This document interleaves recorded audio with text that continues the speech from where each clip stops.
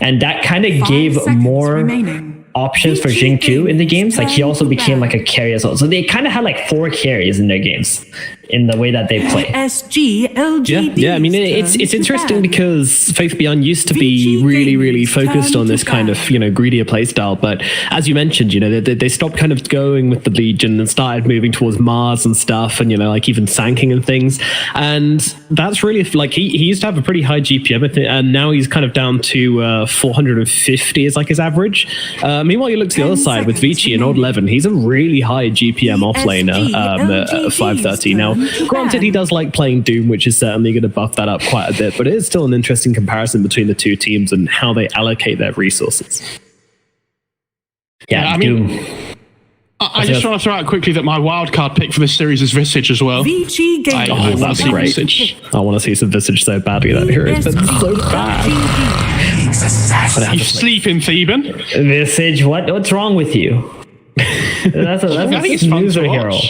That is a snoozer hero. No, support though, not core. Okay, sorry. The only time Visage was a fun hero to watch was when tri-lanes existed. 10 seconds. That was a badass Visage. That's you go into the tri-lane, you blast 2 spells, Visage gets full charges on his soul assumption, he just destroys someone with like a 300 damage nuke level 1 or something. That was fun. PSG. That's not fun because Visage just used to win the tri-lanes all the time. Exactly. It's fun to play. Ooh. Early gyro pick. And Nyx too. This is something that we didn't see in our first series that we watched, but second series was banned and now it's out. What? Oh, there it is. There it is. These guys are not holding back. Theban's a non-believer. The unpredictable, right? You know, it said something, they're going to bust out something that's unpredictable. There it is, the Pudge. 10 seconds remaining. That is definitely something that Vici were not going to contest, but, you know, you got to take it now, remaining. I guess. It's like, make Vici Timber Saw! counter the Pudge, and then you counter all the counters that they use to counter the Pudge with. I just need everyone in Twitch chat to know that Beacop's screaming for Pudge techies in the Discord chat at the same time. Which, honestly, I mean, you know, Jin-Q has played it historically, so it is possible. Yeah. They go Pudge techies, I'm out.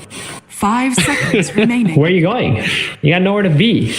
Oh, I'm going to go watch on my 4K screen downstairs. Got the proper HD experience. Oh, that's what you meant. Okay. Can we talk about Pudge though quickly? Because I do think this hero is like can be legitimately okay. I think not first phase potentially. Okay. Like, well, because people think it's dog, right? It's like people think it's awful. Okay, but I don't think it's awful. I think it has a place in the game, but I wouldn't have prioritized it as highly as this. So, like, the shard is like the biggest thing about that hero, right? Yeah. In that you have the save. And insane save. It's huge. And you can have double save because you have hook as well. So it can be really strong. You can flex it between, I think, POS 3 and POS 5 are the main two. And I think Gyro Pudge is a really strong lane. Because you have the rocket to set up for the hook as well.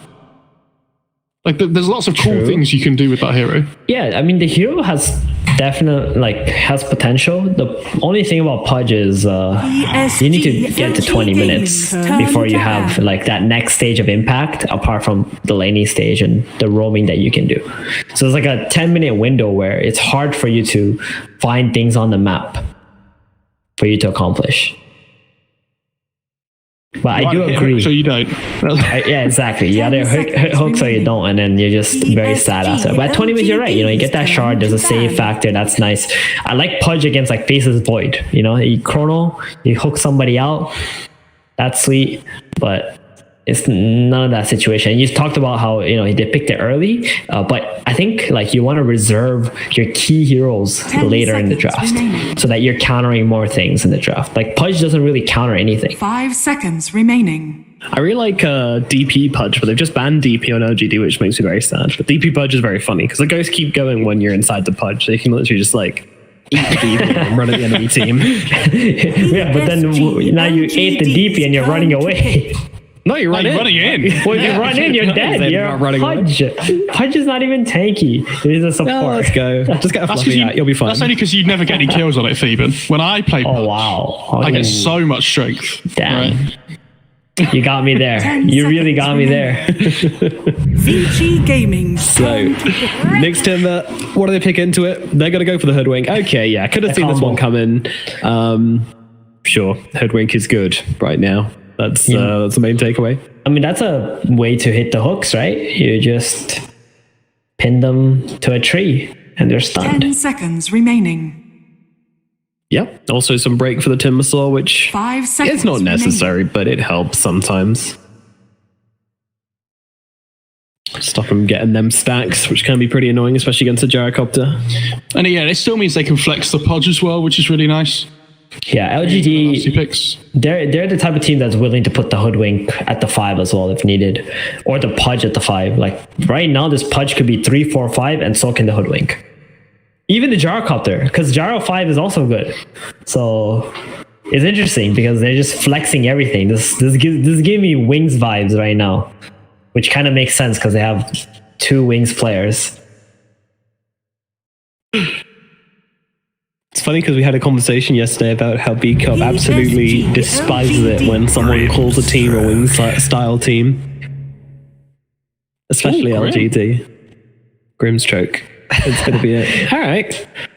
I mean, I don't really see much combos here with his ultimates, but the Inkswell's certainly looking really, really nice with the Nexus and the Timbersaw. And that's really what the hero is about. Yeah, I mean, you have so much aggressive potential with this support duo as well, right? If it is Grim support, which it probably will be. And the shard to break people out. Oh my god. LGD, okay. I mean, we asked for one thing that was a bit different. You know, they've given us 2 so far, and there's still 1 pick left. They watched RNG's game and they were like, we can't let these guys become the new cool kids on the block. We've got to do it. Quickly, pick Pudge and Ricky. 5 seconds remaining.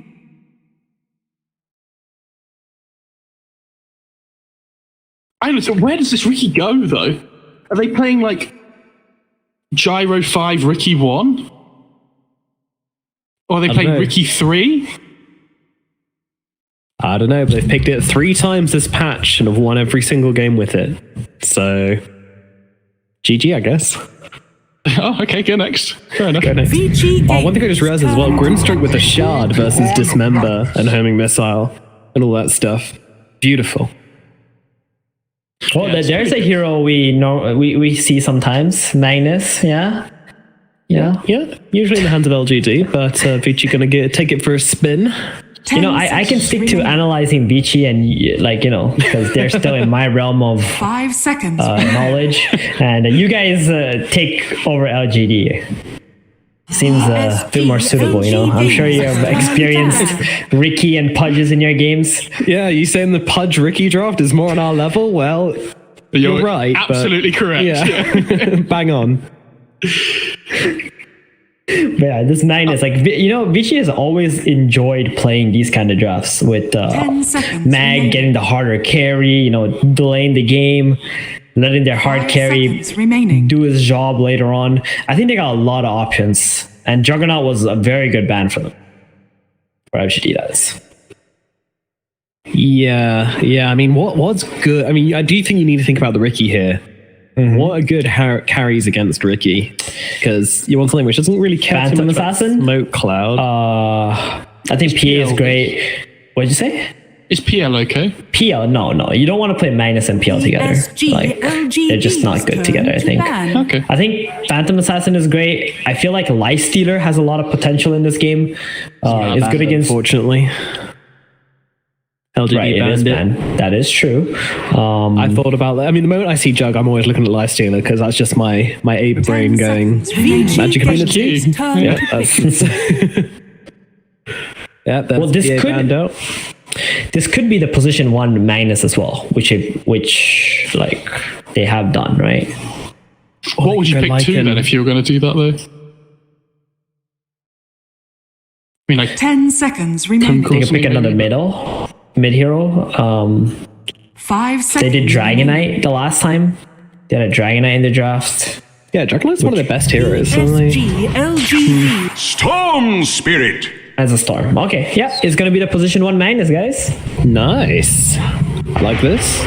Get the Echo Saver, get the Blink, follow my Massive God. Storm, and LGD respond with the Wyvern. It's a mid Wyvern. And No. it's going to be offlane Why is Wyvern, Arme playing Pudge? mid Ricky, and carry Putt. Oh no. I love that they're playing Gyro 5 Pudge 1. That is some top tier gameplay to me. This is unbelievable. And it's a Pudge against Timber too. Actually, it's not that bad. He's got pure damage, right, with the hook. So you can, and you have magic damage too. So you're not too affected by the reactive armor. You can kill the Timber in the early game as a Pudge. But this is just absurd, guys. I like to think that they've got a giant wheel in their boot camp with all the heroes on it, and every single time they just go, right, position 1, what do we want? Spin the wheel. Oh, it's Pudge. There we go. Here you go, That's a mate. big wheel with a lot What of they've done heroes. is they pick 5 heroes that can play any role, and then they all do the dash like slash roll thing in chat, and they all they all pick their hero based on that. Yeah. All right. Well, I'm not even going to ask your guys' predictions because I don't really think there's much. I don't really think there's much point because this is just lunacy. I mean, is there any kind of reason or rhyme in this LGD draft that you guys can see, or should we just get into the game and see what the hell is going on? I think they have some ideas as to what they're doing. They just want to fight. Maybe they're using this as some kind of like a team building activity for them. This Team tournament building exercise. Yeah, If we where can like win you this, just then we can win anything. yeah, just pick like a bunch of killing heroes. Just like let's just run around, kill shit, and let's find a way to win the game. I'm dead. You know, with these heroes or something like that. Like there are teams that do that, and you know, it kind of makes sense right before TI. I can't really say that they had some kind of solid strategy because Pudge carry is not a real thing yet. So you never know. It's a trustful. It is a trustful game. Alrighty. Well, for this trustful game, we'll trust your ears with our casters, who are going to be B-Cup and Mo Farah to take it away with this game. It's LGD versus Vici Gaming here at the OGA Dota bit. Take it away, boys. Ooh. I cannot wait. I can't wait, Mo. Pika, why is Theben a non-believer? I don't know, but I will say I had to go back and look at like because Ame's got 2 profiles on Dota Buff. Right, okay. So the one he's currently playing and like his old profile, and I had to look at both those profiles to check his Pudge stats in pro games. Let me And guess. he has played 2 games. What's the win rate? 50%. And the last time he played a pro, I don't even know if this is safe lane Pudge because I'm looking at the roster. I assume it was. It's such an old game; it doesn't really have like great stats. But I think it was a carry Pudge in February 12th, 2017. That's not that long ago. But it was some rando like pickup league, I guess, because it was Ame, ROTK, Mugi, Just, and a guy named Happy. But he did win that game against SCCC back in the day. Speak up. Are you ready? There it is. There's the hook. And there is first blood for the carry Pudge.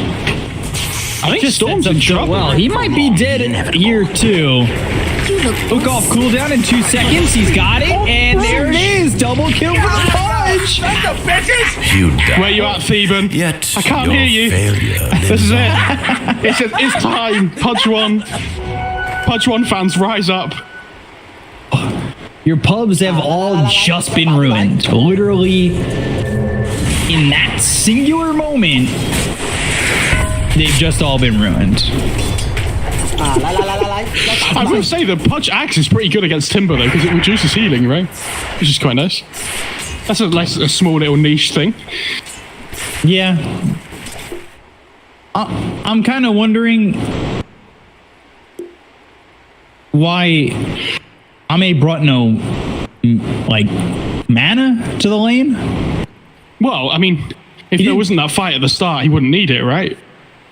True. He does have stick, so... Well, 9 charges. All right. Fair enough. Fair enough. You know, and he's going to be against this Mag, who's going to be... Sorry, not Mag. Timber, who's going to be spamming Whirling Death in lane as well. So it has good value. I think stick against Timber's nearly always good. The value is there. 嚟，又打咗 I'm like super excited to see this. Although my excitement was very tempered by the phrase something something wing something something. You tell him, B-Cop. You tell him. Okay, well, it's turned into a 2 versus 3. Okay. And unpause. Oh, we're getting some reconnects. It's going to be a quick pause, guys. You guys just don't understand how pauses work. It's a disconnect, a reconnect, and then you're good. Normally. So, just be ready. Because when this game starts back up, things are about to get hype. As if they weren't already. Come on. True. You got 3 kills before the horn went. What more can you ask for?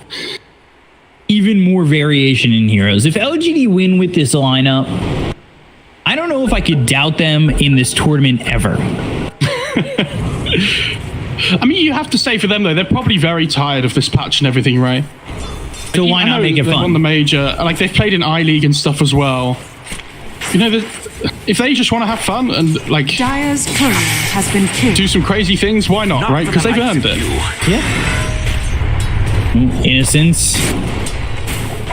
Seen in trouble? Not looking like it. Although Pudge about to hit that level 2 mark.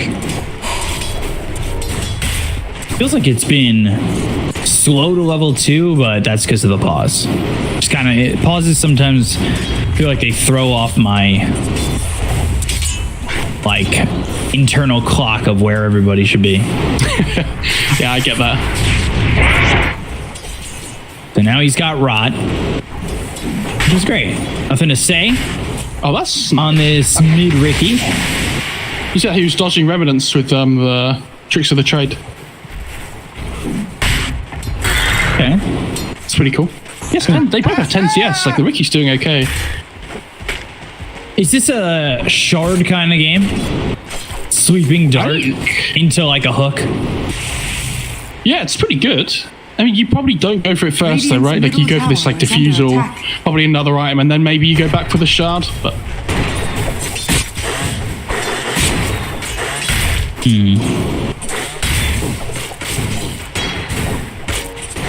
I mean, this bot lane's going pretty well so far. It obviously gets a lot more difficult at level 3. Right. It's still okay at the moment. Oh, those creeps getting lost are a big deal, though. At some point, you think he's kind of got to get over That is there. very brave to send out that against the Knicks when he... Yeah. Although he sends it out and he spike carapaces, it's not the worst thing in the world. Although PYW getting one of those denies, and now just harassment coming in from Innocence. Little impale. Level 3 for Innocence. Oh, the hook hits on a PYW. What? And now he's on a killing the rocket spree. changes. Oh, Rock coming in. Old 11's in trouble. It's 4 kills for Ame on the carry punch. Haters where you are. Oh my god, DY up top. He is low. He's not dead just yet, but finally falling to Jinkyu. 5-1 for LGD. And Yeah, Ame hooks the bounty rune, picks himself up a ring of health while he's at it. Easy peasy. Lemon squeezy.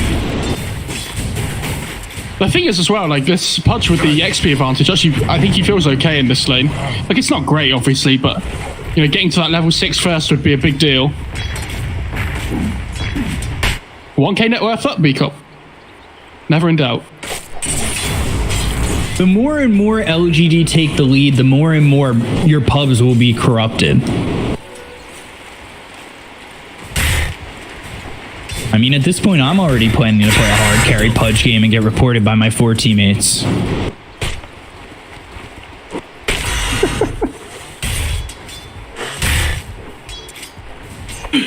Oh god, look at his net worth. Yeah, 2,600. He's up there. Jesus. He's ready to go. Unreal. What a fun game. This is what I was asking for before the series, though, you know? Yeah. Just do something crazy. Why not? You won the major. You know, you got nothing to prove. It's like even saying, if you can win with this lineup, you know, what? You can win every game forever. Yeah. If you could dodge a ball or dodge a wrench, you can dodge a ball. I mean, their lineup is what I thought they'd play roll for roll. Apart from I thought they'd swap the gyro and the Pudge around. I thought they were going to play gyro 1, Pudge 5, but oh no. But this is better. Yeah, this is better. This is better as Poyoyo falls up in the top lane. What's it got to do? Inkswell won't land on anybody, and LGD have themselves a 6-1 lead. This is the kind of lineup and position allocation for heroes that maybe you'd get fined in another MOBA for.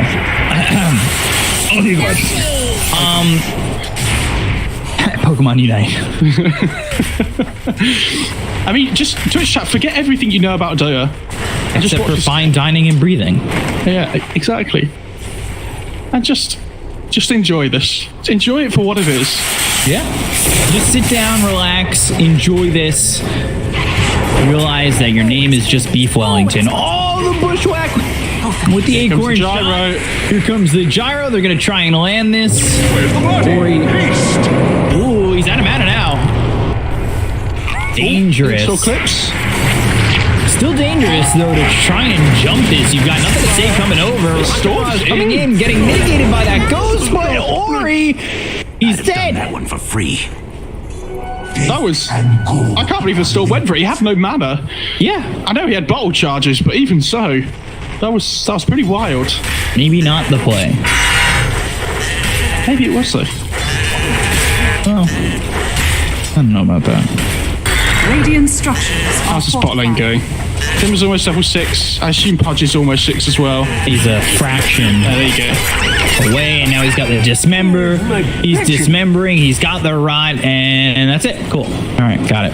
Nailed it. You just want to use it to harass and lane as soon as you get 6, really. Like people would say, oh, just hook dismember kills. Like that's what people do, right? But dismember's just a really good harassing tool as well. Early on, if you're playing Faith Beyond, he's got Winter's Curse, and Faith Beyond is this off-lane Winter Wyvern with a Falcon Blade. Winter's Curse onto the Timber, and Timber will go. He'll fall over and die. Why to follow in the grave, but they've got the Dismember on a DY with the Rot. That's a mega kill streak here for Ame. What is happening? On the 4-man rotation bottom, that is what is happening. Over here now. Storm. Hook. Off cooldown. Not going to matter. They already got the kill on the Storm. Now they're going to look over at PYW. Is this a full team wipe in the making? No, because Magnus is still top. But, oh, okay. All the skill shots missed. Never mind. Incredible, though. What a game. 5-0. He's 5-0. What I love is that we've had 2 series that have been quite slow so far, right? A lot of the games didn't have a huge amount of kills in them. The first few minutes had quite a lot of action, but then it slowed down a lot. This game will not be the same. This game will bleed. Yeah, there'll be kills everywhere. Ori going in. Is under attack. Ori going out. Ori in trouble.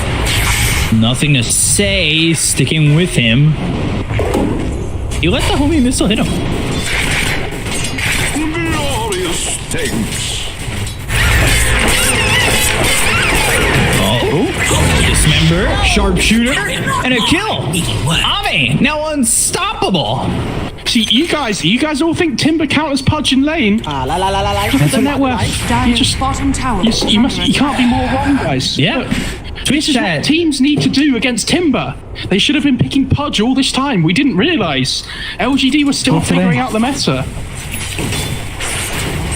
You guys are all in chat saying, but Timber counters the Pudge. Well, now we know whose MMR is really small. Says guy with smallest MMR, including chat. Look at the double Falcon Blade for Wyvern as well. Yeah. Oh my god, what is this? I mean, that item's really good value though, right? Yeah. Like HP, damage, and mana? Sure, but 2 of them, yeah. I mean, okay. One for each hand. Crazy. Bushwhack. And there's the hook.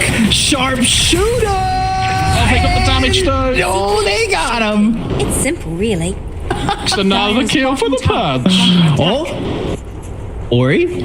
He's fine. He wants the Dire's courier. courier has been killed. No Okay. way.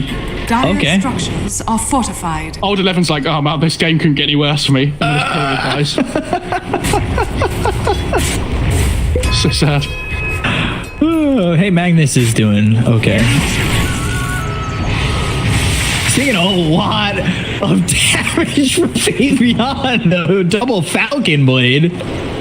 Well, I mean, Arctic Burn, I'm assuming he's maxed it on the Wyvern, right? Oh, he's got 3 points, okay. But, I mean, that skill does so much damage. This is what we were talking about earlier on in one of the other series. I can't remember exactly which, but... I mean, that item... Sorry, that skill is crazy. Like, especially against these tanky strength heroes like Magnus and Timber. Arctic Burn just rips through them. You just go Ags here? Well, he's going to go Blink, but I was kind of hoping that Ame would just go, like, straight Ags. Well, he's not really the one, though, is he? This is... I think we talked about this in the first series today. When you have 3 position 2s, it's so cool. And they have, like, Wyvern, Ricky, and Pudge, right? Curse is available. He was looking. DY, Inkswell, not gonna matter. He'll end up dead to nothing to say. He's on a killing spree, and there's the Blink Dagger picked up for Ame.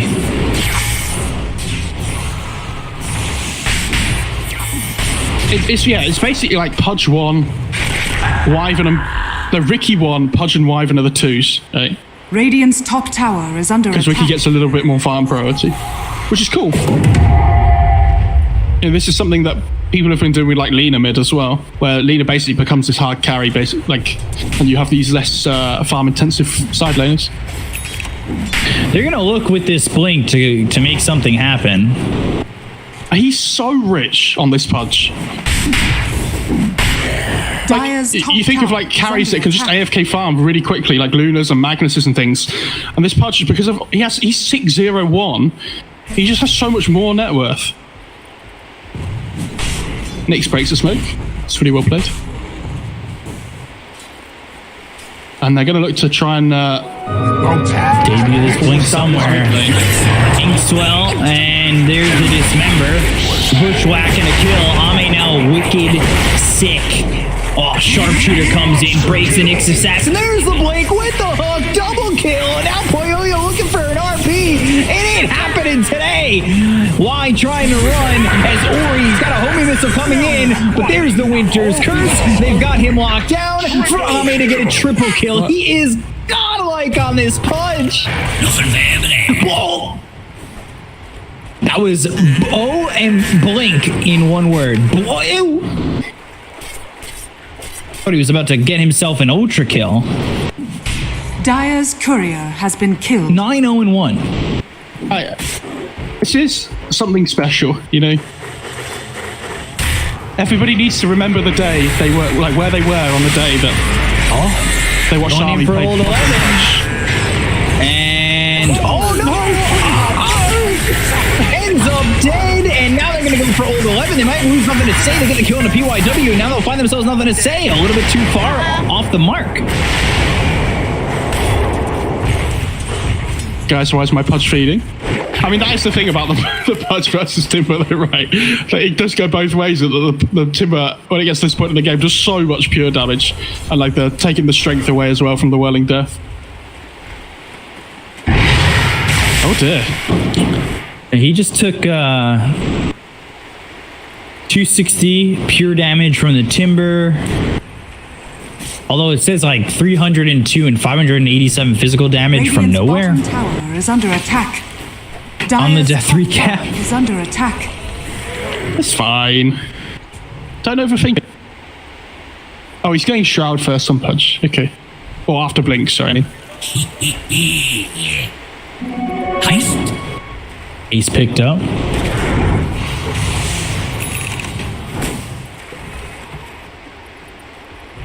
Radiant structures are fortified. Blink. Spike Carapace, Bushwhack, that lands, but they've got the silence on the Ame. He's still working with that haste. He can't hit a very slow target. Now Intel comes in. They've got the storm coming through, but the Winter's Curse should save him. You've seen someone bleed out? Ame thinking about going back in on this. There's the blink into the dismember. They've got the Ink Swell. RP coming out on Ame. He'll end up dead. And the Whirling Death, they have the damage to get the kill, and now can Vici get out of this because they've lost this storm. Call down coming through. There's the kill on a DY. Make it a third, maybe a full team wipe if they're not too careful. Old 11 right into the rocket barrage, and Old 11, he's surviving the Poyoyo wall. Triple kill for nothing to say. Old 11, oh man, getting another kill and nothing to say. So there's 3 heroes that survive that fight: the Timber, the Wyvern, and the Hoodwink. Over here now. Those are the heroes we thought were going to survive. Going in on a Faith Beyond. Looking for an Ags, by the way. Hook avoided by Old 11. That was pretty slick. I think he tried to hook the Wyvern, though. And he stopped moving because he healed himself. Maybe. So from 9-0 and 1 to 9-2 and 5. Easy. And now he's going for the Ags. Did you see how much damage the Whirling Death did to the Pudge, though? It's ridiculous. It's a lot. It's a lot. It's so much. Dire are scanning. He's got 10 stacks of Flesh Heap. More strength to take Radiant's away. bottom tower is under attack. Easy. He's running pretty low right now. Yeah, he is going Axe next. Dire's top tower is under attack. I honestly thought he'd consider going BKB first and then go back for the Axe because of how much a threat this Timber and everything is. But Invisibility. he wants the Axe, baby. Dire's top tower has fallen. Diffusal for Ricky coming out on the Courier. The finishing touches to that. Got 3.5 minutes until Shard is available. We'll see if he picks that up for the Sweeping Dart. Radiant's bottom tower is under attack.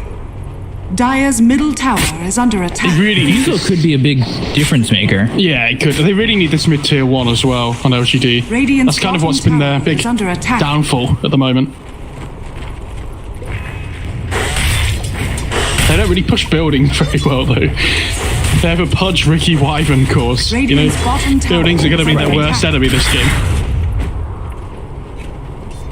Oh, Grove Bow for the Wyvern. Good stuff. Love to see it. He's also going Ags. So Gyro, Dire's no top Ags yet. tower is under But attack. Hoodwink, Ags, yes. Winter Wyvern, Ags, yes. Pudge, Ags, yes. I mean, the Hoodwink Axe is really strong. I mean, that shouldn't It's be a something... Yeah, which this is a different build than the Hoodwinks we've been seeing before. And a little bit more akin, I don't know if that's the right word, but I'll give it a shot. Chat will correct me. A little bit more akin to what FY does with Hoodwink. Plays a bit more aggressive, goes to an earlier Ags where we've been seeing Aether Lens from these Hoodwinks earlier on with Arcane Boots. Before it. Boots has the Wyvern gone for? Sorry. Did he go Treads on the Wyvern? He's gotten Treads. He's on Treads. On the Vortex, they got the call down coming in. The Winter's Curse on a 3! Is it going to be enough to get the kill here on Ori? They've got the silence, and here comes this madness. They'll take out nothing to say. They're taking out Jinky. That's going to be 2 dead. And, well, Innocence, he'll join them. They hook Old 11, but I think that just makes things worse for Ame, as he doesn't want to be near that Timber. Radiant structures Oh no. are fortified. Guys, the Pudge is falling apart. What do we do? The team is kind of falling apart here. Hitting the panic button a little bit. Yeah. Unfortunately. Stupendous.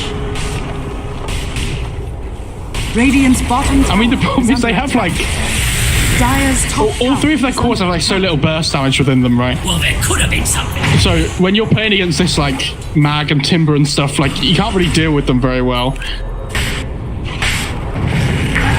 Here we go.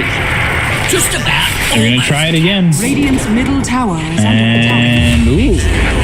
PYW low. Bushwhack comes in. Like squishing back. Like, because the thing is, they can fight all the time, right, LGD? They have strong fighting heroes, but how do they ever take objectives? Like, maybe Roche they can because of the Ricky backstab, dealing extra damage if somebody else tanks, but it's still not particularly quick. Radiant's bottom tower is under attack. I do think that this Ags on Winter Wyvern is going to be pretty significant. Yes, yeah. When you're not limited to what you can do with that ability, it feels like it's going to be more dangerous. And they're going to go for the Timber once again. Look at the damage that Nothing to Say is doing. They've got the Dismember, Tricks of the Trade. They'll get the kill on Old 11 when they catch him alone. That is when they can do some damage. The question is, they get the kill, what do they do with it now, right? What's the +1? Are they just going to be farming? Are they looking to run at this mid-tier 1 again, maybe? I would say farming because they're close to Ags on multiple heroes. Yeah, okay. Swell Here's the on farm. PYW, Ball Lightning all the way in, out onto the gyro. You get the kill on a DY. Nothing to Say gets the credit on that one. The Winter's Curse, and now that locks up this Storm. Bushwhack, Sharpshooter getting charged, hits out of the Nyx Assassin, make it a 4th kill here for LGD.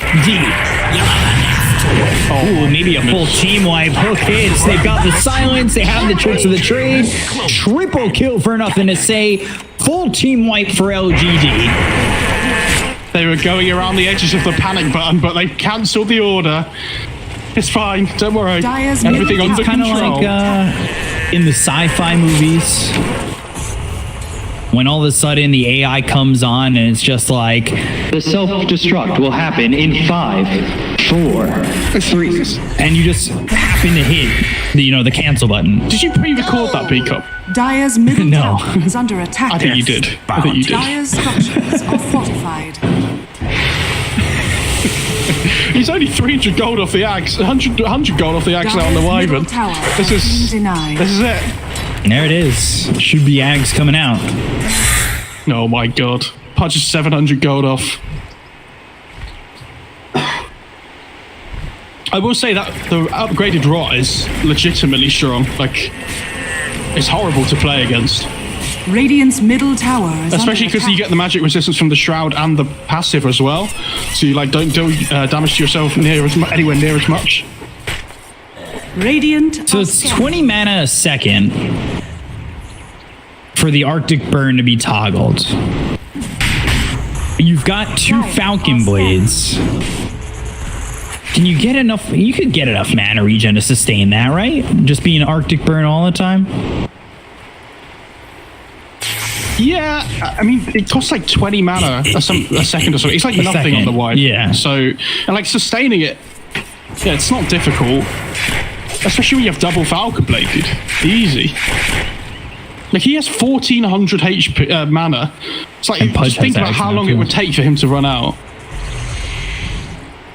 So there's 2 of the 3 Ags, 600 gold away for Jinkyu. And kind of close to this Radiant's top tower is under next attack. item here for the Ricky and the Manta. Smoke from both teams. See who gets spotted first. It's the Nyx Assassin who breaks. So does the Winter Wyvern. Now they've got the Veil out onto Old 11. They're going to throw the hook. It's short of this Timber. They're still waiting around the bend, but the damage coming out onto the Timber is pretty significant coming through from the Arctic Burn to the Winter Wyvern. So let's see how both teams want to play this. You need to not force it, I think. Don't like go too far into the other side. You know, like playing around this mid lane is going to be a really... Lightning in. Oh my god. It's massive! And they've got everybody on the side of LGD in trouble! That's Faith Beyond, Jinkyu, Innocence, Ame, all gone. See you later. The only one who escapes is Nothing to Say. Oh my. They're gonna go for more. Nothing to Say finally dies, and it's a full Yeah, team wipe. They did have that ward on the high ground ready to go. Oh no, what disaster. LGD like loot round a little bit and start to play in the trees, and Vici just see them the whole time.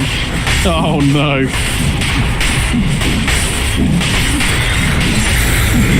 What utter disaster. That's not that. I don't think it could have got any worse than that. Probably not. And they're going to get the Roche as well. That's the danger now, where you kind of just, if you lose a fight, you fall pretty far, but we've seen it before. LGD can bring it back. The question is, can they do it again? Because as much as Ame is technically your position 1 and farming really well, you've got Ricky, who's pretty far behind when it comes to him against this Magnus. Or him against the Timber, even.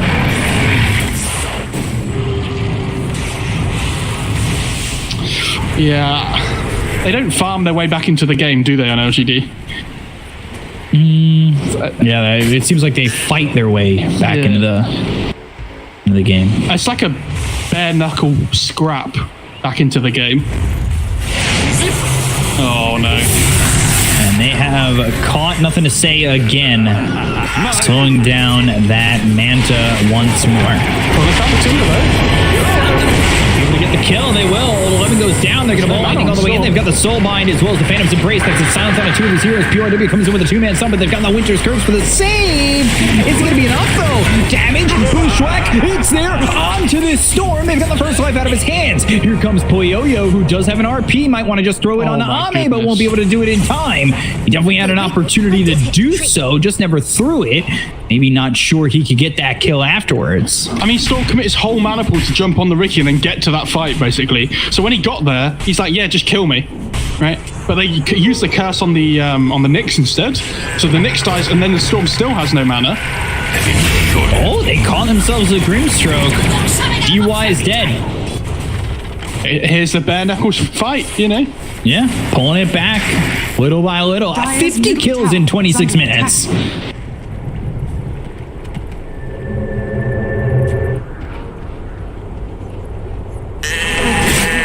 That's an absurd amount of kills. Look at the radius of the rock.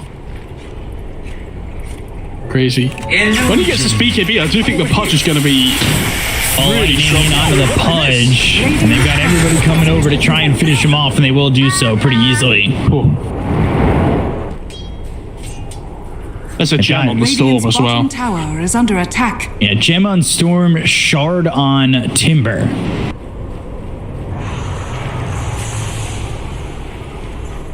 So we'll see how Timber can persist. Radiant's top what tower LGD can kind of do about this. Radiant structures are fortified.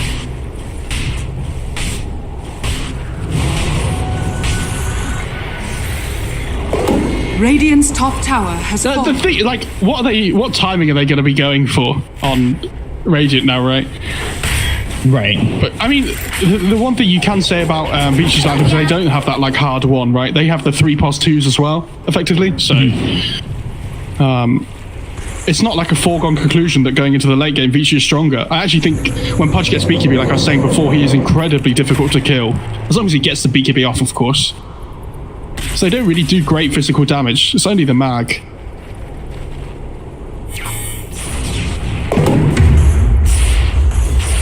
Ceremonial robe for the Magnus, as well as the Paladin sword. Good times.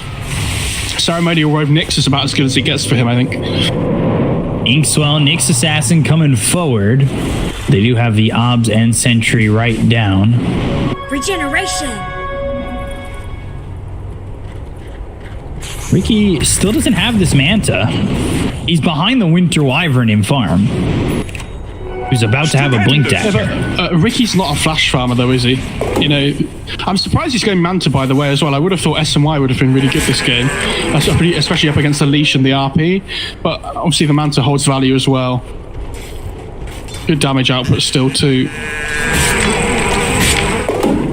Who do you give a shard to on either side? I think, yeah, he has one already on the Timber, right? Yeah. I don't know if Grim has one. Yes, he does.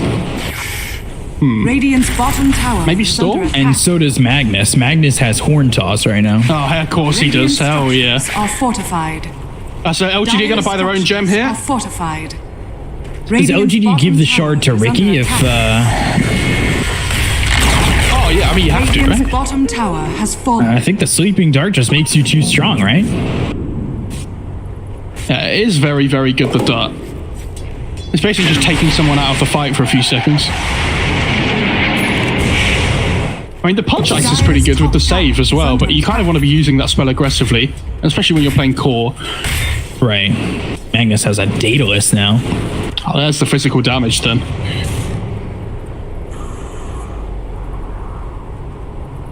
I'll have the BKB soon. He's picked up Cloak of Flames. And he's just 300 gold away from having that BKB. Nothing to say, he's going to be spotted in trouble, and they've got the silence down as well as the Winter's Curse. This is going to be enough to save. Nothing to say, he's going to blink over to the side. They've got the homing missile coming through, but there is the ball lightning all the way through. And they will get the Vortex kill off. Nothing to say. Look over at Fate Beyond. Bushwhack onto 2. Force Staff trying to run. There's the can get the Dismember. Yes, he can. Auto Storm to finish him off. BKB, not enough damage. But now they've got the RP. Fate Beyond goes down. They'll look over at this Pudge, and they'll take out Ame. 3 heroes that don't have buyback. Yeah. This is not looking good for LGD anymore. Pudge has a lot of magic resistance, but unfortunately, now that the Mac has Daedalus, he does take a good punching, doesn't he? Orchid complete on the Storm. Oh, he's gone back for Orchid. Okay. It's pretty good against the Wyvern, I think, in particular, though. It seems like the curses are good, they're just not good enough. Radiant's middle tower is under attack. Radiant's middle tower has fallen. 12k lead.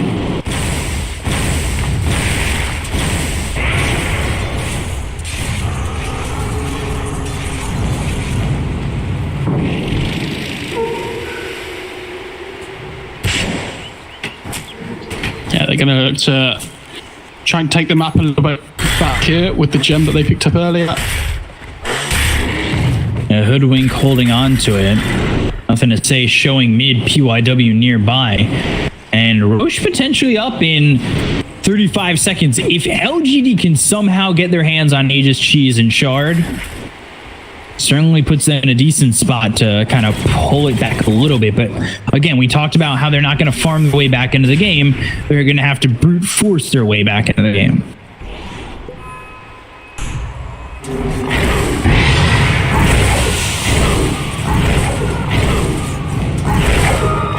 Wayne PYW laying in wait, looking for this Winter Wyvern, who will have level 3 on the Winter's Curse in just a moment, so we'll make that duration a half second longer. BKB picked up by the Pudge, and off that, it's a 4-man smoke. Roche is back up in 22 seconds, so we'll see who catches an eye of this first. What have we said about second Roche? Speak up. It wins the game. The rest of the game doesn't matter. If you win the second Roche fight, all of a sudden everything is just completely different. They've got the Lotus Orb. It's still going to be enough damage. The Bloodstone is popped. They've got the leash on too. Sharpshooter comes in, but they'll take out Innocence. Blink Strike all the way back in as Ame is going to be hit with the Phantom's Embrace. They've got the Silence Fate Beyond taken out by the Storm as well as this Timber. They'll find themselves Ame, make it a third. That fight would have been really good for LGD if they got to the Timber before he got Lotus off. But unfortunately, the Pudge used Dismember and it got reflected back onto him straight away through his own BKB. Obviously, because Dismember's BKB piercing. And then all of a sudden, they just don't have the damage to kill the Timber anymore. And the Storm finds the Wyvern in the back line. Yeah, that's going to be second Roche towards Vici. And it's not looking good for LGD. Down 15k, and you kind of would like them to make a move to try and steal this Roche, maybe do something, but it's almost impossible. Roshan has fallen to the dire. Immortality is mine! This is like a bare knuckle scrap fight, but you've only got one hand now for LGD. Death's bounty. I think you have no hands, you have just feet. Oh no, the Knicks saw the Ricky. Let the fun begin! And they've got him. You had your warning. Nothing to say, ending up dead again. I feel like the Wyvern's net worth hasn't changed in like the last 5-10 minutes. It's gone up about 1,000. Yeah.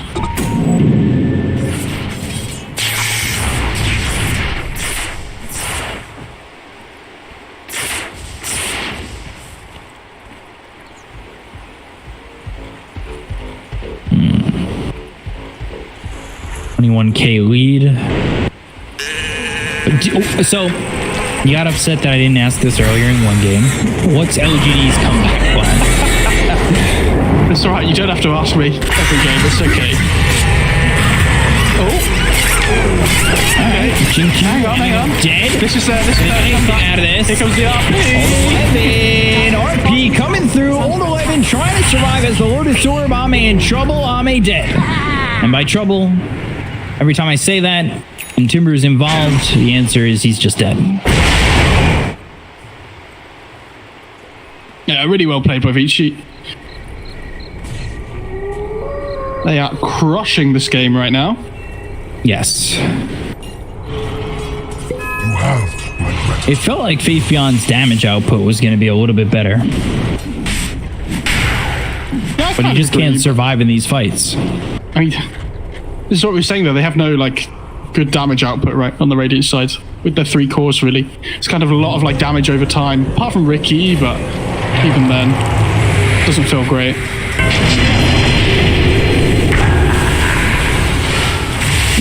Silence again. Homing missile coming back. That'll hit onto Innocence.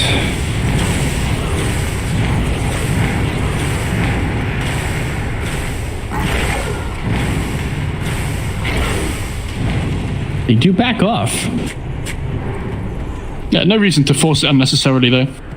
You know, if Pudge has buyback, maybe that's their way of throwing the game, going to the high ground. Right. Oh, nice little regen. Gonna be swapped in here. Uh-oh. You know, I saw a crazy Storm build from the from Toronto Tokyo yesterday. Or was it yesterday or the day before? He went Aghanim's Refresher on Storm. And he got like, these, like 3-person pulls off into another 3-person pulls from the Refresher. Actually looks pretty good. It's like very game specific, right? But yeah, for sure. But if it can work, like, especially in a spot like that, it seems like there's definitely a big chance under attack. that you can get something done with the kind of control that you get. Ball lightning in with the silence, hook away from this storm, but they're going to ball lightning look for more. They've got the soul bind, and now Ame's the one caught out of position. And by out of position, that unfortunately means he's forced to pop that BKB and TP out. Oh, this is the juice. They found nothing to say and said. Oh no, it's not. Sorry. Do you know what? I was so blind, I thought that was the hoodwink. Radiant's middle tower is under attack. I'm not shocked. Just what you may have. Hook under the tower, but the damage is still not enough to get the Winter's Curse. That's going to be onto the Nyx Assassin with the silence hitting on the Magnus. Magnus being prevented from throwing down the RP. Jeez. And now you are losing Ame. They've got the Ink Swell, and he will end up dead again. Storm still has Aegis, right? Yeah. Jump in with the silence on old 11. Tricks of the trade right over him. Inkswell and the Timber Chain down to the low ground. They're all so low though on VG. Like that fight was so close to being good for LGD, and they're like 30k net worth down now. Is under attack. Haven't lost to tier 3. Anything is possible.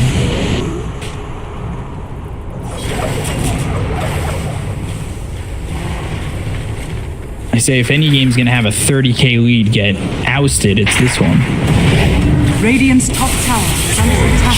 Or not. Oh dear. Never mind. Maybe not. Radiant's middle tower is under attack. Oh no, the Homing missile hits, gets reflected.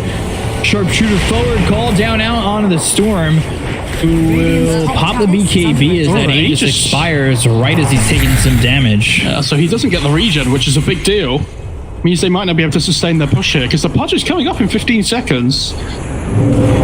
This does have RP Radiant's though. middle tower has fallen. Vici have 14 unanswered kills, at least, because it was 30 to 20 at one point.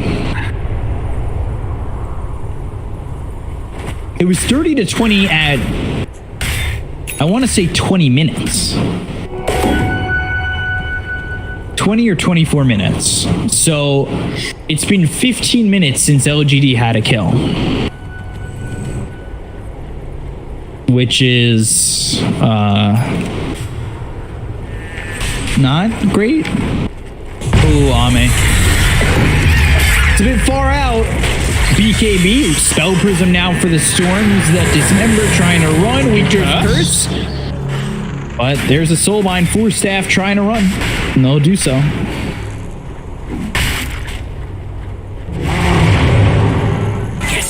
Wait, this overwhelming blink hook as well. on Timber, gets the Lotus Orb off.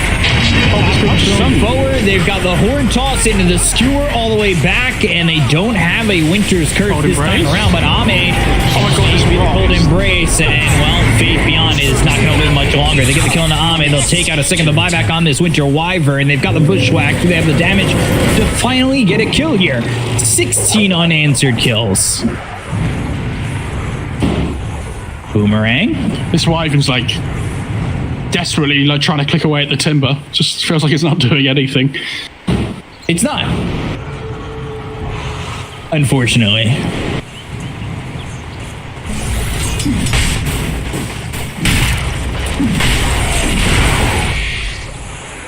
That's a cute little play. And here comes the homie missile back at you. This is Innocence's whole game, by the way. Yeah. It's just rockets just flying back at him over and over again. And then saying eject, eject.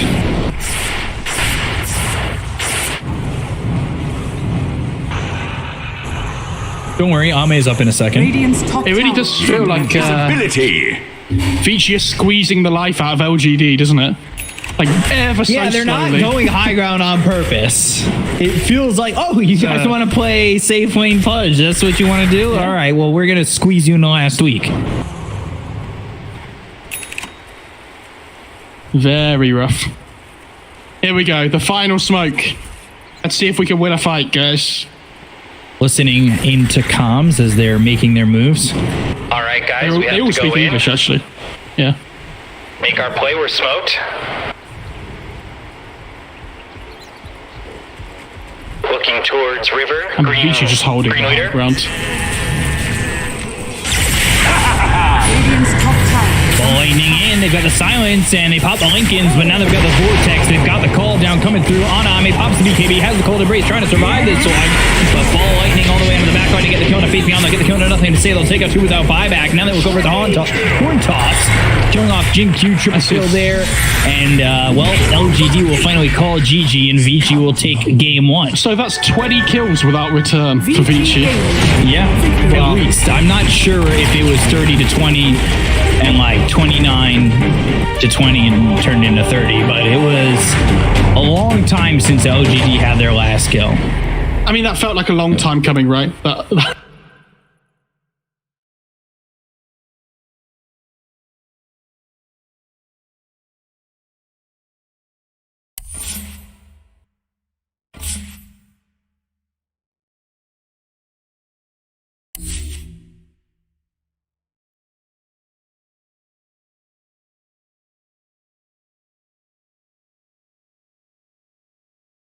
5 seconds remaining. In the next game, they did fight very well. They didn't make very good plays and stuff, PSG but at the end of the day, LGD picks is coming are to like ban. 80% of this game. Mo, shaking your head. I feel like I'm sucking the life, like the fun out of Mo. You know what I mean? Like he's hyping up this Pudge, and I just shut him down right there. And he's like, Someone needs to, though. You know, he's like a small child. If you just let him do his own thing, he's gonna run around the room and hurt himself eventually. It's best to keep him under control. I'm here to spread the truth. Okay, I'm a realist. No, I'm sorry. I'm just no fun at parties here. anyone who says they're here to spread the truth, I don't think is ever spreading the truth. But I will say that I think if this was a new patch, LGD would be taking this completely differently with the vibe that they're going for, right? I think they've decided coming into this series that they're going to play this way, right? I'd be really surprised if all of a sudden they decide to pick their like A-tier drafts again, that like they were picking at the major and things. I think they could, but 10 days? They're going to play like trash for 10 days or like pick like trash for 10 days? That's a long time to like, it's going to mess with your head, man. You know, try to like go to, I don't know, what do you think you do really well? Whatever it is, just try doing it as poorly as you possibly can for 10 days and then see how you feel 10 days later.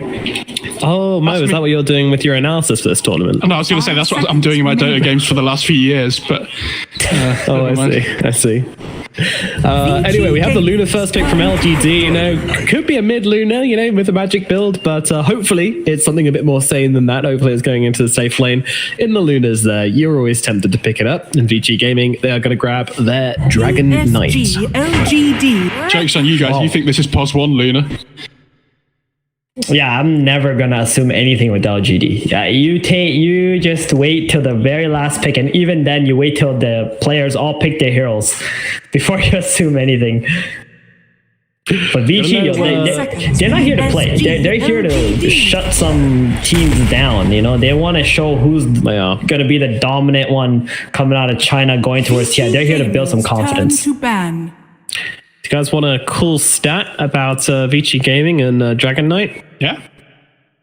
In pubs, they have a 90% win rate with this hero. In pubs? Yep. So I'm assuming that's like Ori playing it mostly. Yeah. Out of 3 players which play it on the team, they've collectively got a 90% win rate on their hero. Is that what they have 30% each? Is that what you're doing here? No, I know percentages. Thank you. Pretty ridiculous. Yeah, I mean, these guys. I think this DK Hoodwink Open is really strong. Yeah, it's really good. Obviously, you can flex the DK, which is great. I think it's one of VG's best heroes, this DK as well. The LGD opening, it's a bit wacky because it's normally Faith I'm playing the Sanking, right? But I could easily see them playing the Sanking 4 or 5 as well. They could be like Sanking 3, Luna 4 potentially, which sounds rubbish, but I hope they just stick to the Luna 1, the Sanking 3. LGD's turn.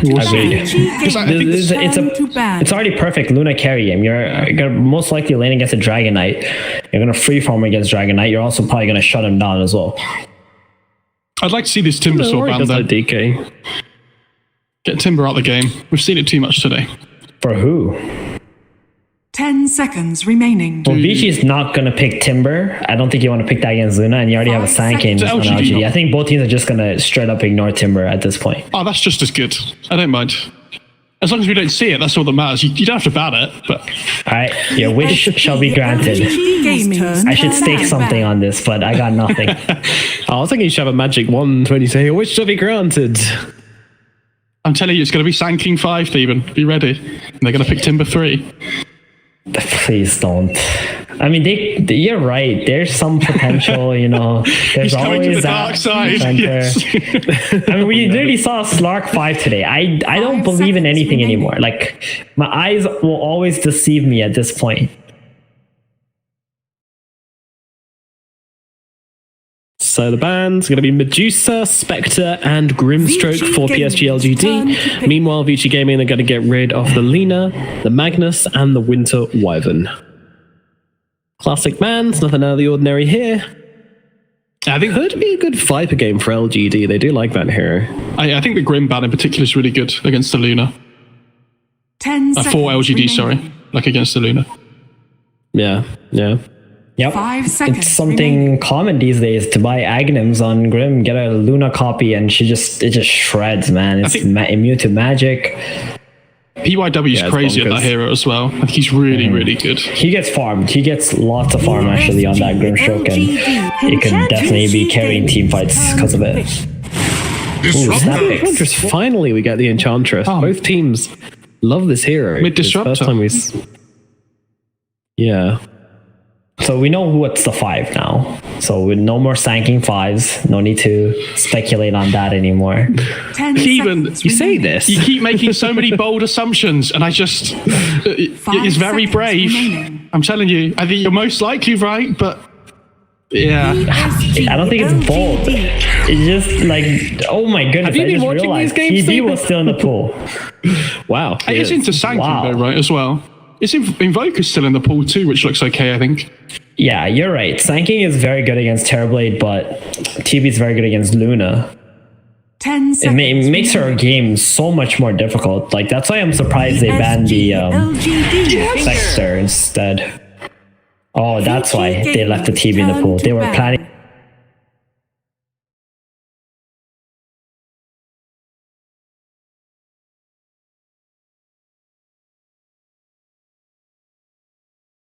PSG LGD's turn to ban. Vici Gaming's turn to ban.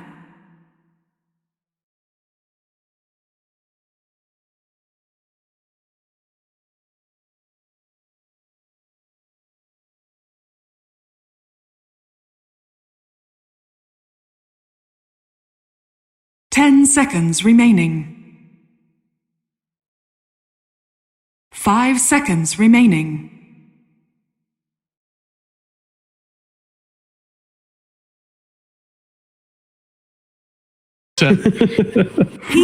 Sorry, Jesus, a harsh panel, guys. Are you ready for some Tinker 4 action, though? That's what I'm saying. Oh yeah, another great shard purchaser. Yeah. Yeah, just hold out for 20 minutes, guys, before my support comes online. What 4 did That they worked pick, well last though? time. Some like Willow, maybe? Looks Willow. like 5 seconds remaining. like some kind of team fight, I think, would be nice. Or Phoenix, potentially. They don't really need more magic damage. They got so much between the first 4 heroes that they drafted here. Yeah, I'm thinking more like how they dictate fights and things. I mean, they have. I'm down for a... Oh, Wyvern is gone too.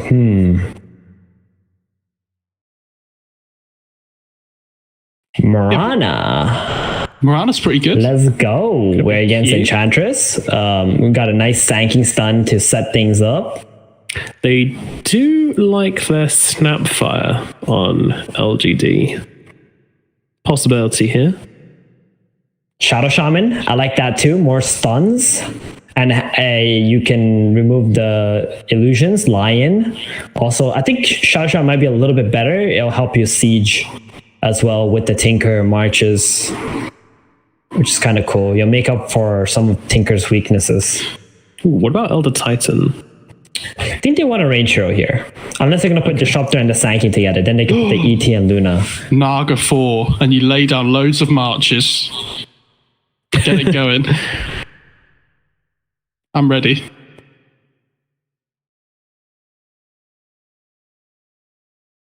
They have so much time to think as well. doesn't look like a good Phoenix game, to be honest. It's okay. It's okay. What the potential? Skyra. I mean, let's go. yeah, I was gonna say, I'm just looking through their most played down on heroes. magic. Skyra is. I don't think it's a good idea. Like, you probably just want some more. Okay, Mars. I think they're doing Disruptor 4, Sanking 5 then, right? Interesting. Or Mars 5 maybe could be Choose your okay. hero. Oh, I mean, the arena has a lot of value against TB and Enchantress. There's no denying that. But it's going to be Faith Beyond the Mars. It's going to be Nothing to Say Tinker, and it's going to be Jingqiu on the Sand King. So the Mars Sand King. I do think the Mars is really good. But like the arena's amazing against TB, right? And they get all these range cores because you can't hit through the walls. So yeah, I think you're right in the sense that it's a pretty good pick, but now this kind of destroys Sanking's purpose in the game. He's not going to be able to find farm. He's got a Tinker, Mars, and Luna who shove lanes so quickly. Where is the Sanking going to get his Blink Dagger now? Like, that hero's good because he gets Dagger quickly and his next items just keep on coming out. Now he's going to have to play Sanking against a Zeus without Dagger pretty much. And it looks a bit rough. I'm really appreciative of this Zeus pick though by Vici. I think it's what you have to do when you see heroes like Tinker, something that normally doesn't come out that often. You can't like choke and pick something normal. You're gonna have to find like the real counter to that hero and just go with it, even if it's not meta. Yep, and that's exactly what they do. They dig deep, they look into their resources, and they find the Zeus, which I think is a great pick this game, and a great answer, of course, to Tinker with that Aghanims, with the Nimbus, and everything above. So, very quickly, gentlemen, can I get your predictions before we move into the cast? I like Vici here. I like 2-0. I think if LGD can get over their greedy hump at the beginning of the game, I think they look really good. So I'll go LGD. Okay, well, late game belongs to LGD, the mid game and the tempo belongs to Vici, and you know what, judging by this last game, I don't know, it's really hard to get a power reading on LGD after last game because they were doing something very interesting, but their first 10 minutes were so scary and so dominant that I think now they're playing something a little bit more sane, I think they might just have this one, so I'm going to go LGD as we get into the game, and of course throw it over to our casters, which is Beakyot and Mofaro, as we've already started off with First Blood. You very quickly done there by LGD, but you got to remember last game that was their first kill in what 24 kills unanswered in that first game after they got to 30. Yeah, they were really itching for one, weren't they, for a kill? Yeah, they really needed that. So when that Mars got picked, I swear I thought they were going to go like mid SK and 4 Tinker for a second. No. To the point where, well, I only thought it for a second because I said it earlier, where I was like, they're going to do a 4 Tinker today. So I got like super excited that I was just like 1,000 IQ. Yeah, Y's in trouble. But the battle for the rune, PYW. It's a better clicker. Oh, there's another rune boss. Dragon 2. PYW's like, oh, thanks. He fairy fired? I mean, this Zeus is using so much mana for the kill, and he didn't even get the first blood. In a scabbard. That's pretty. He's gonna have to walk back to base. Does he miss the first wave because of this? Yeah. That's rough. The big brain take as much time as you can to die. Like, he walks back to base, he still comes back to lane on half mana. Wow.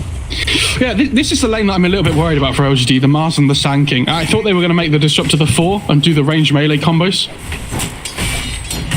But the Disruptor obviously much better in lane against the DK, so makes sense still. Yeah. We'll see how this works out. We'll see if LGD can win this one, how Nothing to Say can do on this Tinker. He's got a pretty decent win rate with this Tinker in pro games. He's got a 65% win rate. Luna? In some trouble. Not on my watch. But starting to turn on old 11 for a second as PYW is getting hit up pretty hard. I guess 4 mangoes and a clarity left. At the same time, DY in the top lane. He gets quite low and deep beyond. Here with Jinkyu. This could be a pretty deadly combo. Burrow striking a spear. He's in trouble. Oh, why? It's the kinetic field down. God, everybody's just on edge in this bot lane. Fake hype after fake hype in all the lanes that we're switching over to when they have like no health. So everybody's playing Morphling.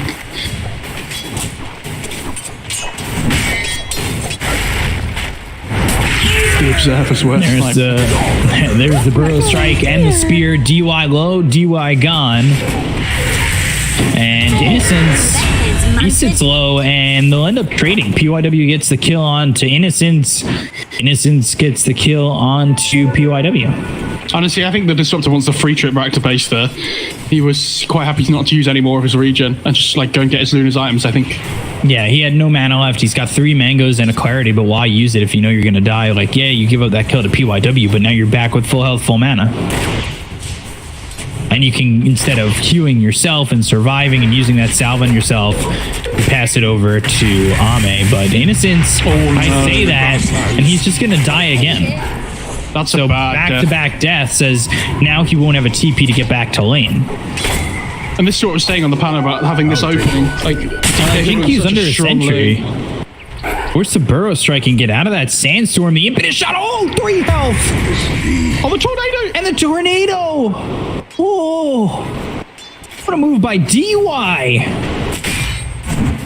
Yeah, and this TB's just free farming top lane as well at the same time. So everything looking great so far for Vici.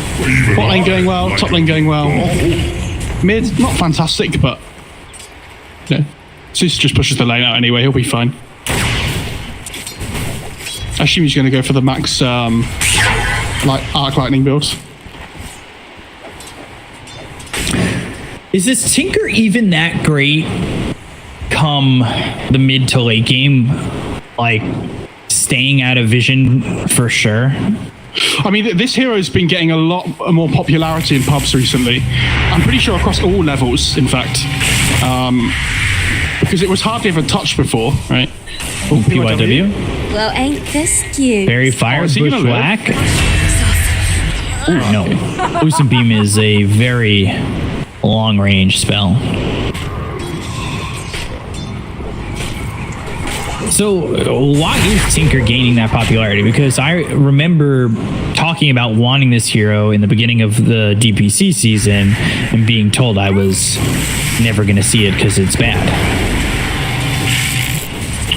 I think it can be really good. You just need those items to get online, right? You know, you want the Shivas, you want the Ags for the HP percentage. It's really good. The main reason they picked it is because it's really good against TB, though. Like, when you get the Axe, you clear through the illusions so quickly. So we'll see how it goes, but I think it's like one of my most played heroes because I'm a sicko. So I want to see it do well. Want to see it do well? Okay. I haven't even played it recently. There was like one patch where I just played it lows. No. That was it. No. That was it. Bottom lane, Ame going down, PYW getting a kill there.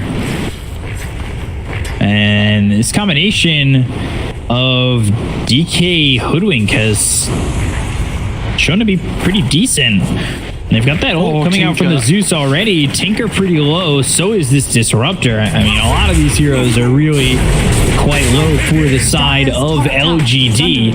And things getting a little bit dangerous as Faith Beyond's on the run from the Metamorphosis Poyoyo. They've got the Lucent Beam onto Old 11. The kinetic field is down, and that will lock up Old 11 in the bottom lane. And with that Thunder Strike, with the kinetic field blocking him in, they'll get the kill on to the DK. It feels like this bottom wave has been like just outside the Dyer's tower for forever, right? I feel like they've been in really good control of this wave. Yes, the DK does end up dying, but this Luna's CS is not fantastic so far this game. She's trying to make the most of it while the DK's dead. Tower is under attack. So they'll secure the Arcane Rune here for Ori. Dire's bottom tower is under attack. Bounty. They're gonna refill this bottle for nothing to say. Do you think in the next patch they get rid of that? No, I don't think so. Bottom tower is under attack. I mean, they could. I think that it's most likely that in the next patch it's not going to be massive, like, game-changing things. They'll probably wait until after TI for that. I think it's more likely to be a general balance thing. I wish it was massive game-changing things. Jinku coming over, Innocent's getting attacked. Well, you know, learn it. Trying to get this kill on the Disruptor. Old 11 pretty tanky. Now still on the run. Lucent Beam comes in. Jinku continuing to try and chase. He doesn't have enough mana yet for the Burrow Strike, but does pop that stick. South pop by Old 11. He'll stay pretty healthy now, and they'll get the kill on the PYW, and, well, Old 11 will survive. Meanwhile, nothing to say. Taking a lot of damage. He's kind of low.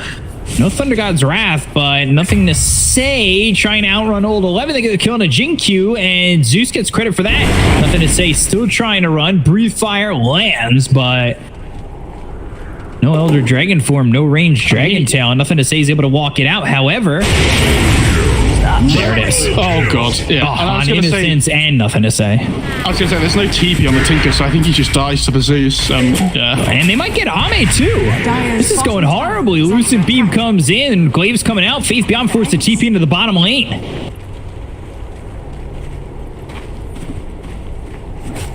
Wow. Dear, oh dear.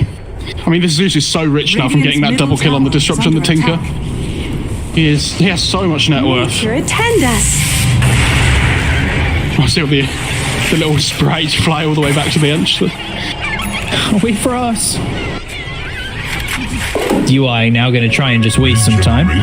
Yeah, I I mean, this is so good by Dio. There's like 3 heroes just chasing after him while his TV's free farming. Get him! Get him! There we go. And then he just stands still. He's got an edge creep. Oh, okay. Trying to do as much as it can. Oh, and they find the ward as well. That's actually a decent amount of gold for that then. Radiant's top tower is under attack. But this is what we were saying before though as well, that LGD's draft is really greedy, right? Like, they have 2 position 1s basically in Luna and Tinker that take up so much of the map. And then Mars as well needs a decent amount of farm really early on. And then there's like this Sanking 4 that really wants to get to his blink timing as well.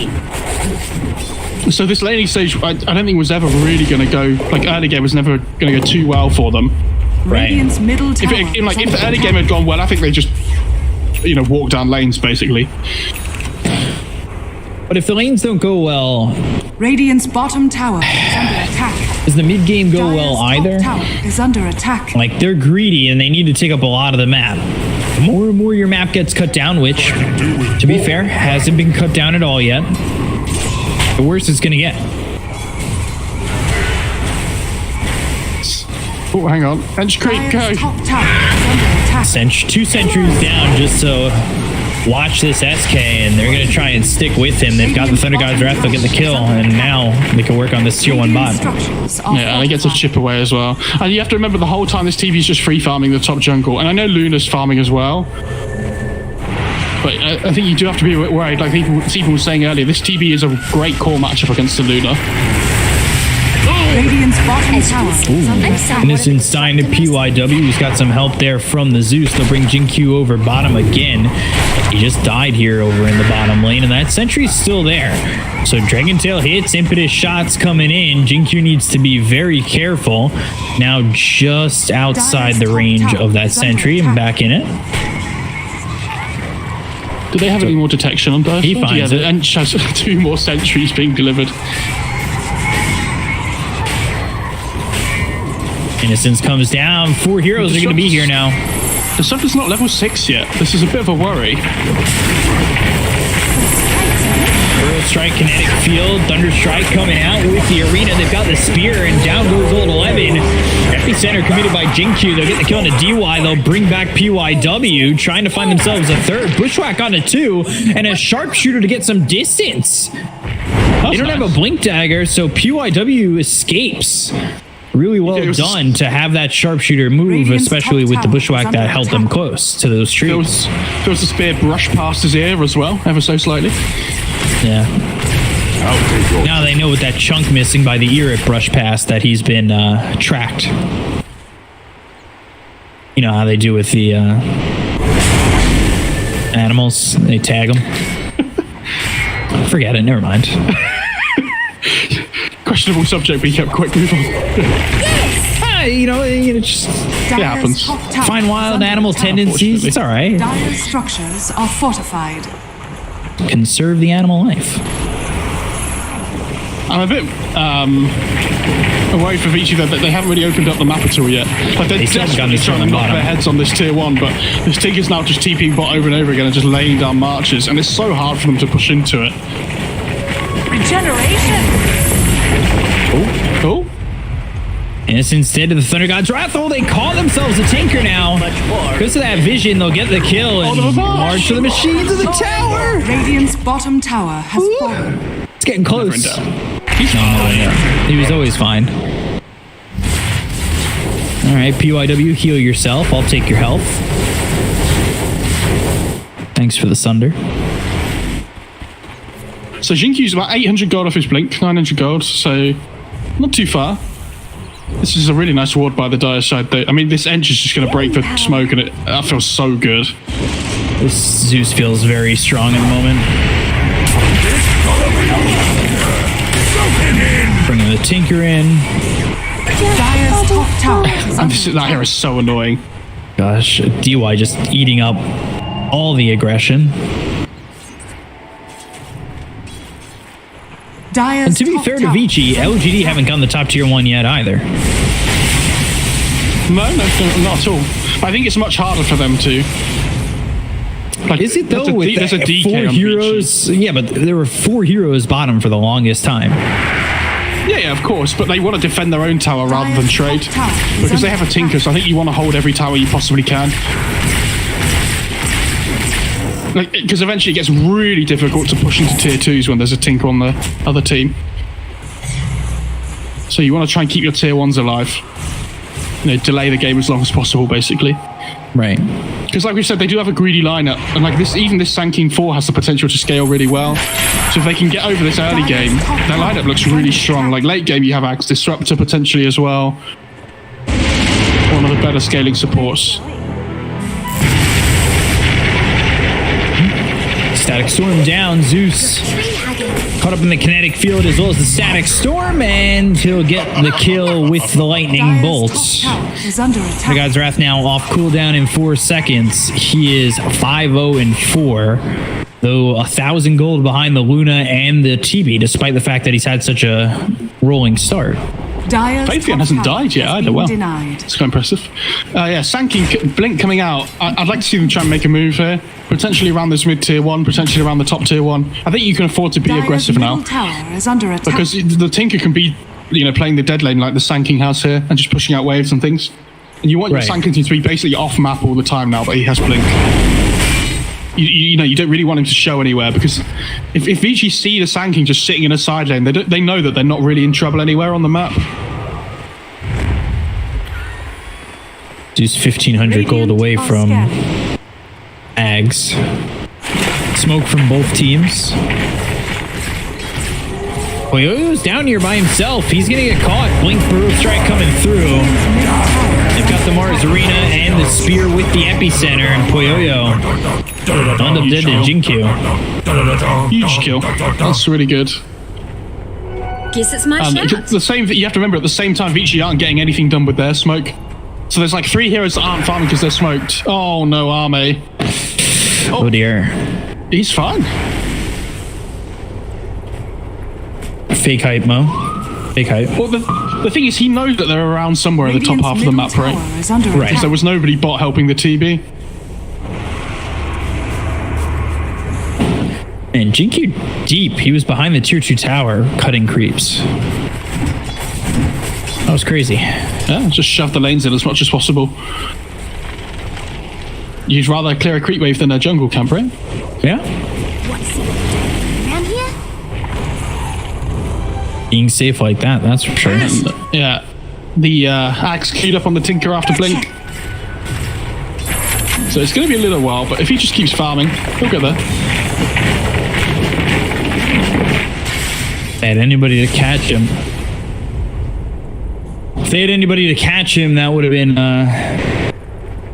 pretty close there to kill off at Tinker. This game's a lot slower than the last one. I say that though, there's still 24 kills in 16 minutes. Like, it's still a relatively quick game in comparison to the other series we've had today. But the last game just was such an anomaly that 50 now kills in 20 minutes. Yeah. Everything feels slow in comparison. So, break down what you think Vici have to do in the next 5 minutes or so to really stop the bleeding. I mean, how close is the Zeus to an item? Because I think when he gets Ags, right, the DK's game completely changes. Yeah, he's 700 gold away. When the Zeus gets Ags, obviously DK can play completely differently, where he looks for pickoffs, and there's always going to be a Nimbus on top. So the Zeus doesn't need to be there to get his damage off, right, necessarily.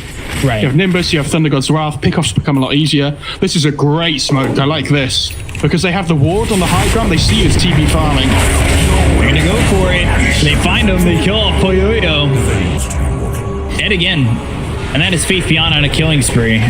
Dragon Tail comes out, Bushwhack there. Innocent's in trouble, sharpshooter finish. So they trade, but it's not the trade they want. They have Nether Shawl for the Tinker as well if he wants to take it. I mean, it's a good Sanky he's got it. It's a good Tinker item. Dire's top tower. He picked it up.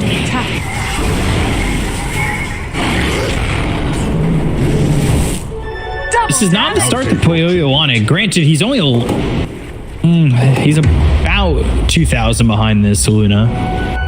I'll be honest, Peacock, this has the potential to be a really long game. Because one team has to push into a Tinker and the other team has to push into a Zeus. Well, I am no stranger to those. This one doesn't involve an Arc Warden, and so I'm a lot more willing to be okay with that. Zeus just scouting with his own. Yeah, maybe looking to throw down that Nimbus. Dire's If middle you can find the right target. Oh. You just jinxed it. Sorry. Yeah, when I said it was going to be a really long game, I didn't mean in-game time. I just the pauses. Now it's going to culminate with both things, pauses and Zeus Tinker. But I want everybody to close their eyes. Remember a time during DAC when IG was dominating and OP was playing Tinker and just destroying with it. I'm sure everybody remembers that. That was ages ago. 2017 DAC maybe? Yeah. I mean, the fact these mid-tier ones are both still up is doesn't happen very often, like 19 minutes into a game. Usually one team wins a fight around the mid lane and just instantly takes the tier 1, right? But because one team has a Tinker, the other team has a Zeus, these towers are so much harder to take. Thanks. Right. Over towards mid again. And remember that they do have this, but they're going to throw down the arena. They've got the spear onto this PYW hoodwink, and they'll get themselves a kill. Old 11 stay pretty close. So they have a glimpse and a static storm ready to go. Epicenter Burrow Strike. I'm not sure why Old 11 kind of hung around, almost like he wasn't ready for the unpause. And now they've got the spear onto the Enchantress. They'll drop down the Eclipse. They're trying to make something happen. It was a very early Eclipse with a BKB usage. Yeah, the Dire popped their glyph at the same time to try and maximize the damage under tower. That was quite nice. So Luna uses BKB, but honestly, it's not too bad. They're still in a decent position here.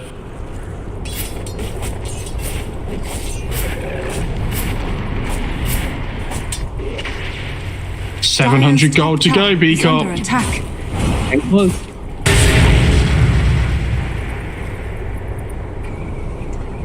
I'm wondering when the Tinker gets axed whether he does just like carry on farming and being, split pushy, or whether he tries to, join fights a little bit more potentially.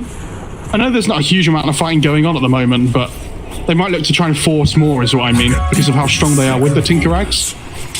Right. They obviously open Roche up a lot better as well because the HP percentage works on Roche for some reason. And it just reduces Roshan's model size for some reason. So it looks ridiculous. I actually like that. Oh, great play by Innocence. He's just blocking the smoke down. And PYW Old 11 in some trouble. They get the kill to Innocence. They'll end up trading a 2-for-1. Sunder, Faith Beyond getting low. Laser on a DY, and now looking to continue and follow this up. Jinkyu has picked up the shard, so he's walking, trying to make these epicenter shakes or pulses, and he also took the extra damage per pulse. What a good fight by LGD there. You see Disruptor in the perfect positioning. Just instantly breaks the smoke. He's the first one to get gone on, but they're like, oh, we don't really want him, but so we drop a wall, we kind of have to. They don't even kill him. They realize they're outnumbered. And the fight's just over at that point. Did that ward just time out as he went to kill it? I think it did. That's unfortunate. We didn't see, unfortunately. But.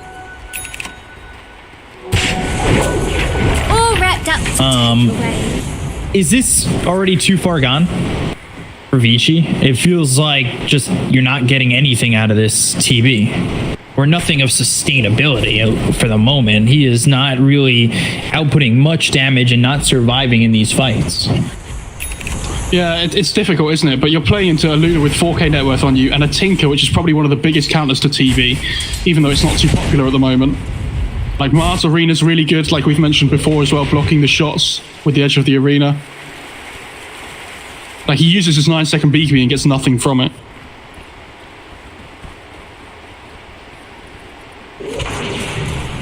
And there's smoke. They're looking through mid.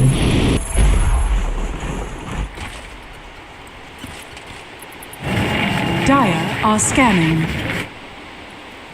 6K lead for LGD. And you said Vici have good high ground defense, and that is potentially true. If the game is close enough. This 7K net worth lead means nothing for like for LGD trying to take high ground. It's so difficult still.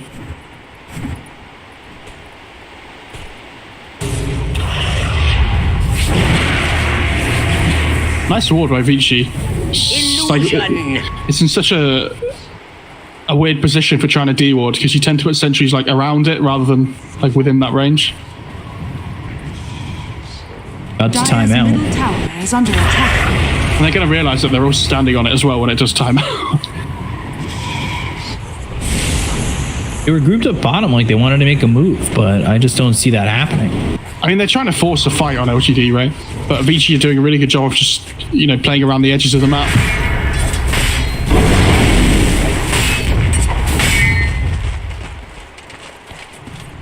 Just going refresher. Yeah, fair enough.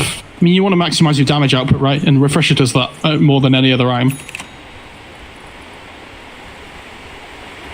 I understand the 200 extra mana, but is it worth, if you're behind like this, to just pass off the Philosopher's Stone from the Enchantress to the Zeus? It's not like he's right-clicking. It also gives you plus 200 mana. I don't mind that. I think it's okay. Even on heroes like Lesh and stuff as well, it can be decent sometimes. But, I mean, then it's just like, I mean, you're getting so much farm already, man. Just give me the stone. I'm not giving it to you. I don't know. I just think that you might want to have... Oh, PYW. Oh, dear. PYW low, epicenter used, and there's an easy kill. Daedalus picked up for the Luna. Jeez. I mean, fair play to Jin-Q as well. We talked about how it might be a difficult Nimbus. Ooh, Spear missed DY. They got the Gloomstone on the Zeus. Now they'll drop down the Static Storm, so that is a dead Zeus. And this Ench is just getting run down. This tiny Ench getting run down and killed off by nothing to say. Laser beams. It just feels like there's no play for Vici to make. You know, like this DK, was it you I was talking to earlier that we were saying that, you know, a lot of the time on the DK you go like Blink BKB and you might struggle to farm a little bit. And it kind of feels like what's happened this game where they tried to find openings, they didn't really work, and then all of a sudden your DK just gains no net worth as the game goes on. Because you're so reliant on finding kills. It's because we were seeing the arm with DK. They'll try and go with the Metamorphosis. They've got the Burrow Strike coming through onto the Hoodwink. Right click damage is just enough to get the kill there onto Innocence. Come get here. It's very difficult to step up on this Tinker. Yeah, like, maybe the Tinker can just Undergod's Wrath and the DK finds the entrance onto the Tinker because of that. You know, the vision that it gives, but it's still really difficult. I mean, if you're the Tinker, you could even just wait in base until Thundergod's Wrath has been used, and then TP to the fight, right? He has Force Staff as well to get out of the Nimbus. Dire's structures are fortified. So you've made him spend that extra gold on Force Staff, but yet he still feels so far ahead. Dire's bottom tower A is gift from the Tempest of Battle. Yeah, it's tough, isn't it? Dire's bottom tower is under attack. Because, I mean, we were worried about the LGD's greed, right? And then you look at Vici's draft as well, and you're like, they've still got Terrorblade Zeus. You know, like, it's still really difficult for them to make moves as well. Very much a greed off. Yeah. It's not even my birthday. Well, I guess it could be. I'm just down by so much. I don't see any way Vici find their way back into this game.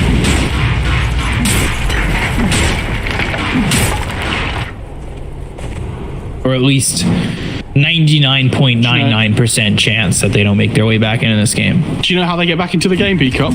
Second Roche. Dire's bottom Yeah, tower sure. has fallen. And you would give Shard. I'll take your tribute. And then you can give that to the team. Not really many great, not great Shard carriers. What's the Zeus one's pretty weird, isn't it? Oh, they caught him. Oh, well, Zeus is caught. He was standing in front of the tower, which is a dangerous idea, and Jinq will get the kill with the epicenter. PYW and Ori are gone. They don't have meta for 20 seconds. We said their high ground defense was really good, but unfortunately when the Zeus is dead, it's not quite so good. Dire's bottom tower is under attack.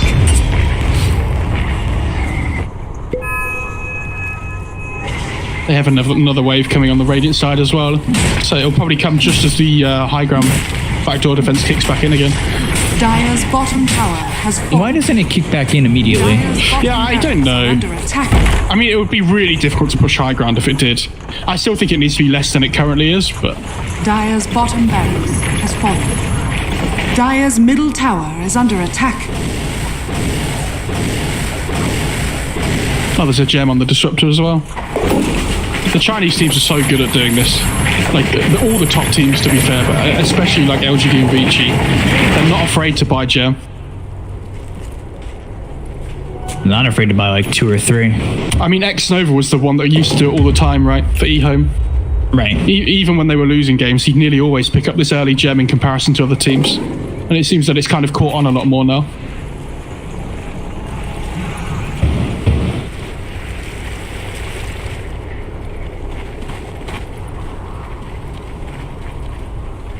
Passing off the gem to the Mars.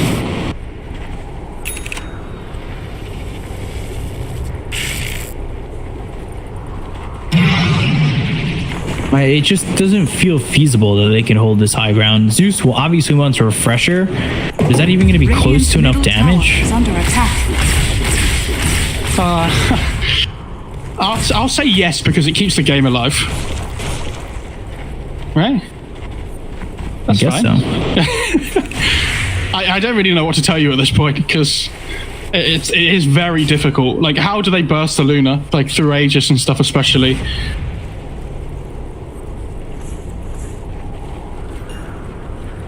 We'll see what happens when it gets there, but...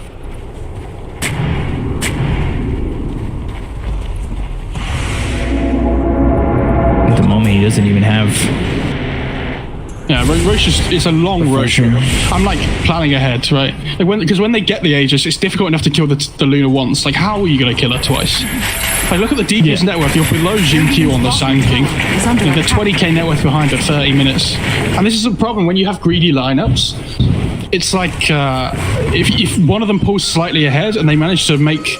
Say they get like 2 more camps of jungle farm over the other team, that adds up over every minute, right? Especially when you have these like position 4s that want to farm a lot and stuff. And then each like increment of net worth advantage really means something. Right. And the lead builds bigger and bigger every minute. They take more of the map, and then the greed, they have like the map to be able to farm to use their greedy lineup. They have the greediest map takers in the game. In Luna and Tinker, it feels like. TY just runs up the high ground. Then I got Wrath, and now they've got the Lotus Orb with the Silence. They may have been able to catch this Mars for the first time. They finally get a kill on a Fate Beyond. They look over to the side, but TY just gets wiped off the face of the earth, and the right-click damage coming in from Ame on a Poyoyo. Look at how quickly he dies. 70 seconds, no buyback. They find the Zeus. There's the GG call, and we're even at 1. In every I love how the TV's BKB runs out, and he goes from 100 to 0 in half a second. He's just worth instantly. There's nothing he can do. It's really tough. Nice to see that we get a game 3 in this series, though. I'm really happy about that because, you know, this is, like we said earlier, this is a series we've been looking forward to. Nice to see as much good data as possible from these 2 teams and long.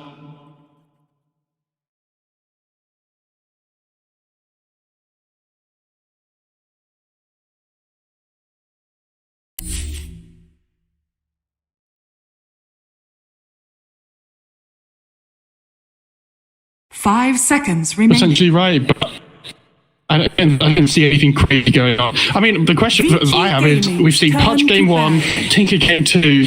What's the weird hero for game 3? Because I'm ready for anything. It's got to be techies. How long do we have to wait for the Jinky techies to make its infamous return to the game? I think LGD already spent their one game trying something weird in game 1, and they're just gonna stick to their guns. I mean, the Luna was perfect, right? That's meta stuff. Everything in their draft was meta apart from the Tinker, so I think we're gonna see them, really pick something that they really believe in here. Let's get into the third and final draft of this series. And we're going to start things off with the Pudge ban from OGA Gaming. Do you know what? They're gonna pick Luna here? I have to say, when you asked me what we were going to see in the draft, I was going to joke that it was a first phase Pudge ban. I was like, no, that's too stupid. Not even I could say that. But I do it anyway. So, you know what? There's no limits to this game.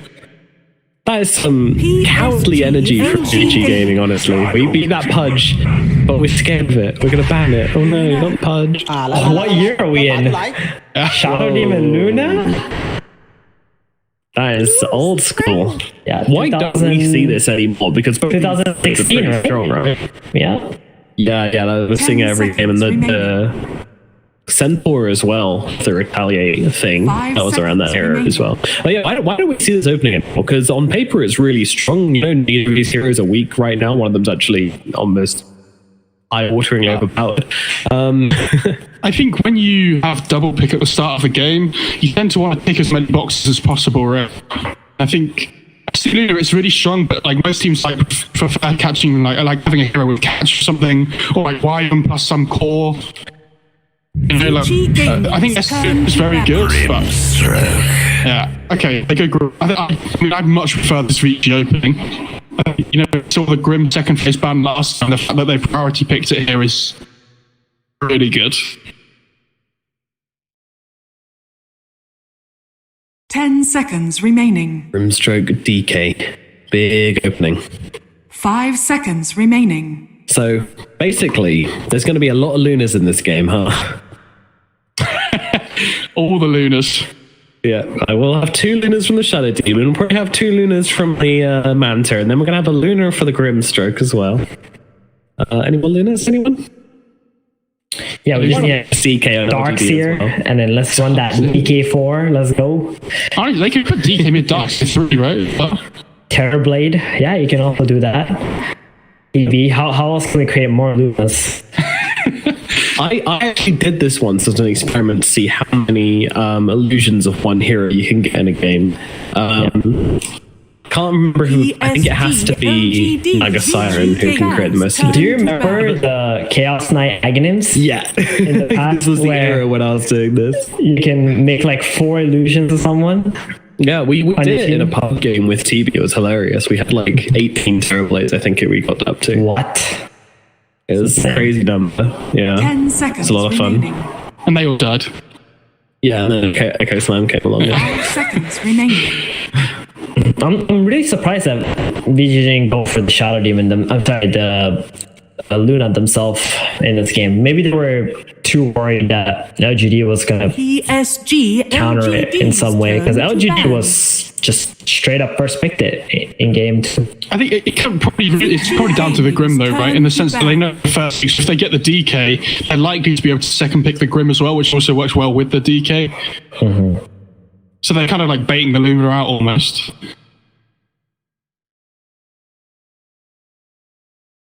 This does give them a lot more confidence going into the late game as well for VG. Like game 2, one of the biggest problems for them was I don't think they had the confidence about their late game. And that's why they were playing the way they did in the early game and constantly running into the enemy jungle when it wasn't really necessary. And it should have been just focusing on bringing the Luna down or like just taking her tower. So this game, they're going to be a little bit more chill with their approach to the game. Or should be at least. I mean, when it comes to the VC game DK, it is one of their most favorite heroes. Like they picked it 10 times now with 80% win rate. So 8 out of 10, definitely not bad, especially when you consider that one of those games literally just happened. So before the series, it was 8 out of 9. We saw earlier today this matchup, right? Dragon Knight versus 10 Puck seconds when remaining. Maybe was playing it or Somnus, and 5 seconds remaining. it was okay the lane, but later on the Puck just kind of runs out of damage against Dragon Knight, and DK obviously has a really solid stun against Puck as well. So Yeah, I guess you want some other heroes to bully, didn't you? And I think LGD, the reason for this Puck is like he's going to be able to, or not to say he's going to be able to jump to the backline, find this Grim Stroke, deal with him. Probably going to go for some kind of a burst build, bring this Grim down early on. If Grim rushes Aghanim's, then it's going to be very perceptible to like Dagon or Witchblade. Do you think they go for some other Lion here? Maybe it's really good against the illusions as well. VG Gaming. Oh wow, okay.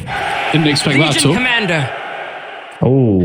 Ooh, that makes Skyrath feel very bad because there's already a save in the Shadow Demon, and now there's a second save with the heal on Legion Commander. They're just gonna boost his Luna 10 to the moon. seconds remaining. Yeah, I don't really see the value of the Sky pick. 5 seconds It's okay, like the remaining. silence is obviously very good. This game's always good burst with the DK, but people are saying they have the save, and now it just feels awful with Legion pick. So, So why does it feel so... Oh, I guess, never mind. You've got the Purge for the silence on Legion, so...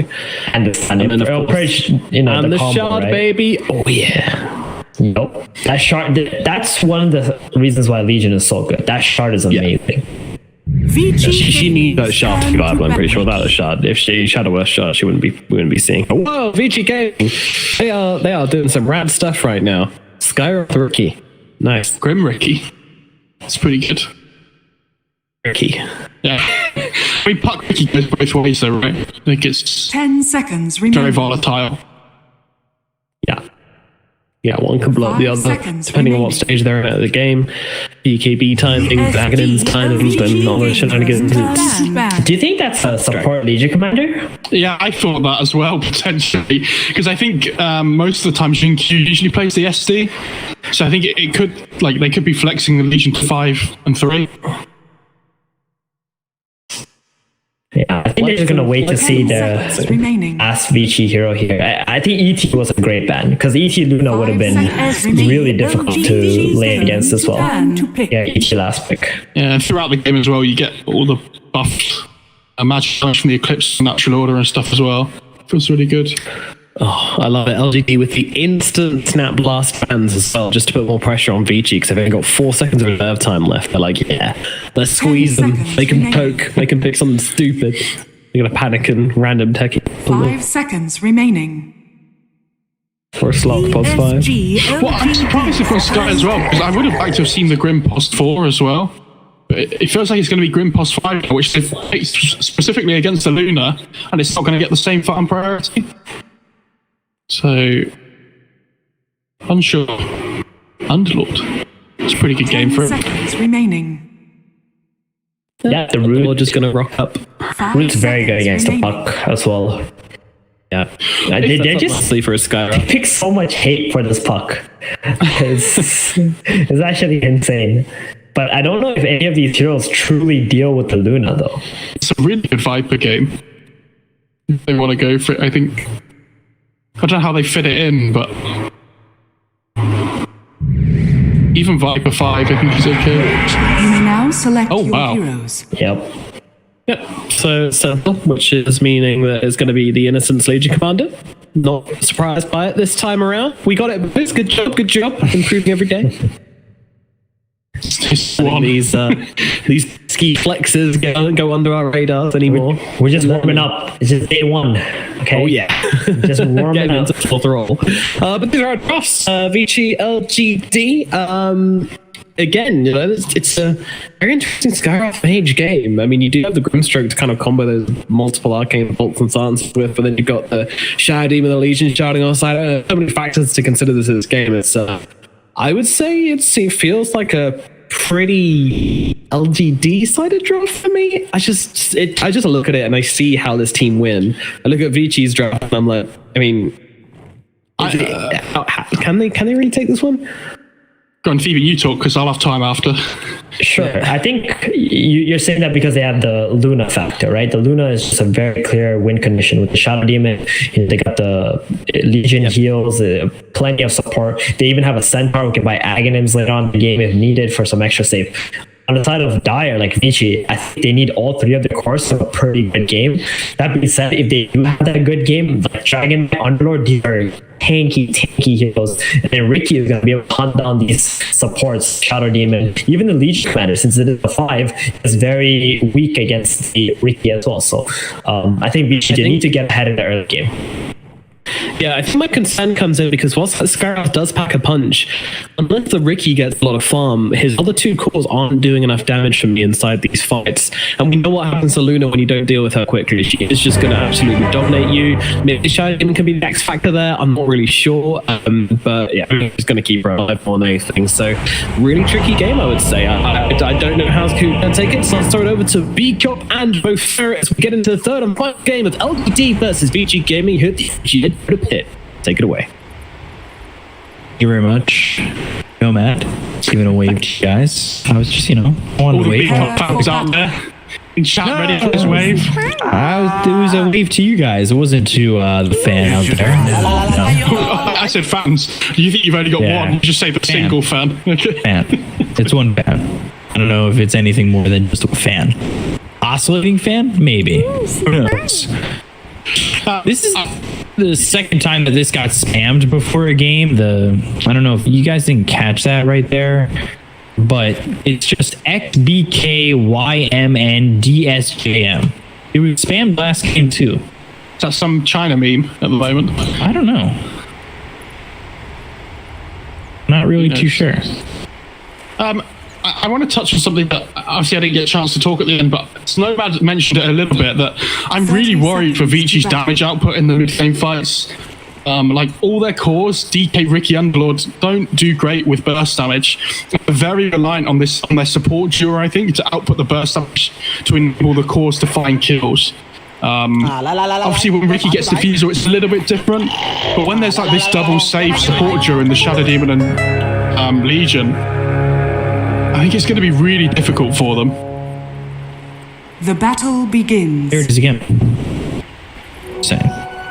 But yeah, I mean, it's always tough to beat a team with multiple saves, let alone one save, and this team's got two. What's the build if you're 5-position Legion commander? You're looking just like something in a shard.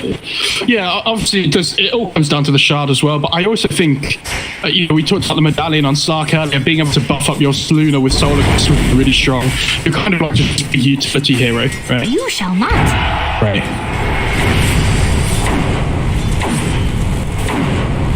Immediately, DY actually, is he stuck right now? I think he's completely stuck, and DY just getting right clicked down. Jinkyu doesn't quite have the damage as the illusions run out, but he was completely stuck at that moment. Yeah, that's something you'll see really top tier Shadow Demon players do. They understand the limits of their hero, right? And it's something they always have to do at level 1. If their enemies are next to trees or something, or in the side of lanes, they tend to look for the surrounds. We'll see how this works out for Jinkyu and Fifi on his top lane. It's not your typical like Rubik Centaur or Shadow Shaman Centaur we've seen in the past in the Chinese region, but still a combination that can get things done. And there it is. So Stomp comes out with the disruption, the big damage through by the Centaur as well as the Shadow Demon to get the double edge first blood. They hit level 2 as that was happening, and that allowed them to get that first blood. Yeah, really well played. Any opportunity you step up slightly too far on the Grimchook, you're going to pay for it. You have to be really careful with your positioning in this lane.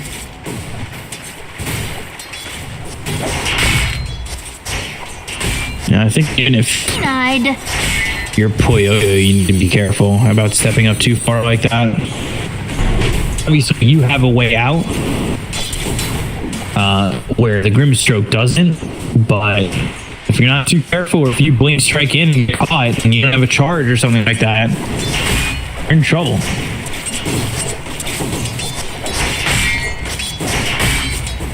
that I expect Yo-Yo to get caught. And I think that's pretty weak way to get caught. If you're gonna get caught on this Ricky, using that strike to jump forward and not have another charge is definitely one of the weaker ways. Really well played. Nothing to say. I don't know if he caught used the orb in the mid lane to be able to get both the water runes there.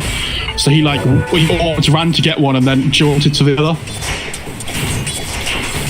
And that's the kind of control that I think we've been missing from mid lane, because it's been water runes on both sides, so it seems like sustaining yourself has just become that much easier. And that's such a devastating blow. And now he's going to lose his bounty rune as well on the DK. That's pretty tough. So literally zero control of runes at the moment here for the DK. I mean, he's CSing well though, which is important, right? You naturally get the sustain from Dragon's Blood, so losing out on runes isn't as important as other heroes, because he's not got a bottle either.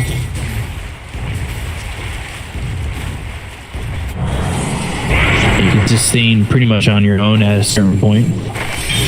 I mean, he has 30 HP regen without a tango going because of brace on Dragon's Blood. That's ridiculous.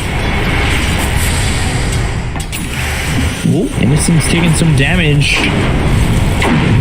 Worked all the way back and gives a shared tango over to the Luna.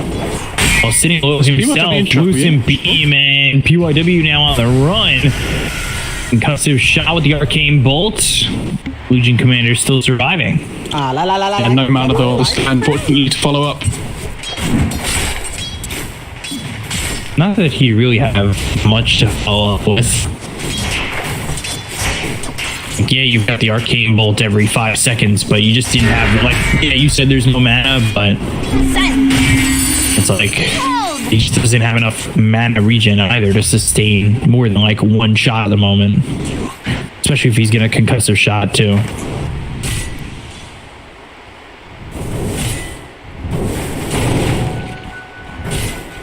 And Innocence is just kind of standing there like a target dummy in a way.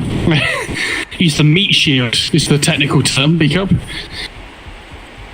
Podge in game 1 was the meat shield, quite literally. Does the Centaur have Vanguard yet?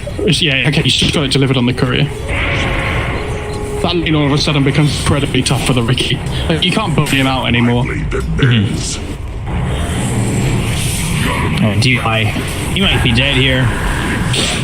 This is a problem. You've got the silence, so that'll help out a little bit. Courier has to do a ring around the rosy. DY picking 4 stacks of the shadow poison. Make it 4. I thought that one hit. 4 stacks make it 4. Well, yeah, you know.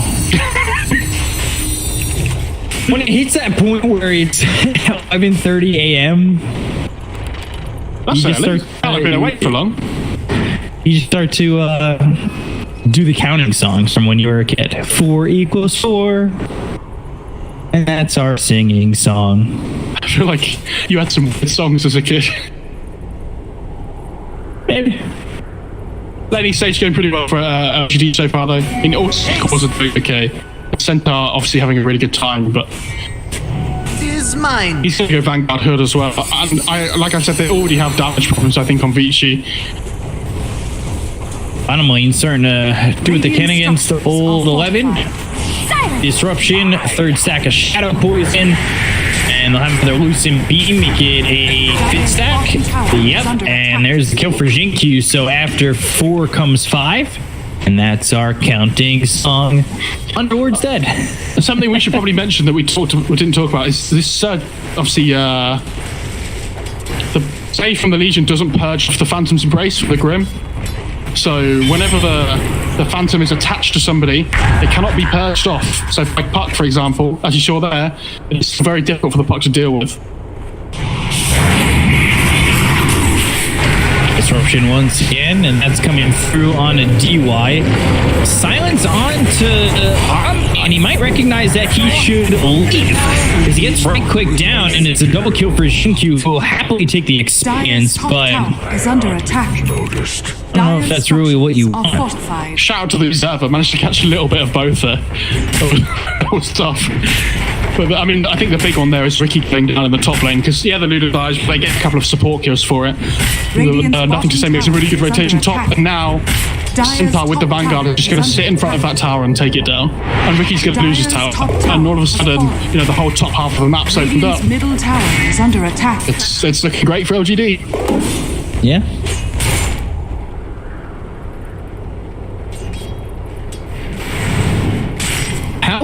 So, I used to do this during the DPC, and there was about 2 days into the DPC, every analyst I worked with and host hated my suggestions. Okay. What if a hero had the equivalent to Pokemon's metronome as an ability? Yeah, right, okay. Silence on the Legion, hold that thought. Phantom's Embrace, silence there again onto Innocent, and he'll die. So, use the ability, and it can use any ability in the game. You're taking a lot of damage. 3-man Dream Coil. They've got him 11 here. They still haven't gotten the kill yet on the PYG, but eventually he should die to the Shadow Poison that's on him. He's got now 4 stacks. These stacks are starting to build up on everybody. D-Walk is now low. Dire's middle tower. Jinx-Q outputting a lot of damage. D-Walk dead. They lost the Luna again. Jinx-Q disruption. Shadow Poison. Is under attack. 3 stacks, 4 stacks. Oh. Dire's middle tower. But look at mid as well at the same time. Radiant's bottom tower is under attack. For fun, baby. No boots. Hood Vanguard. What are you gonna do? I mean, I guess it would be ability draft within a hero's one ability. What was that Gambler that was Dota 1? I never played that hero. Neither have I. Centaur, triple silence, and triple dead. Well, really, single dead, but very dead. Very silenced.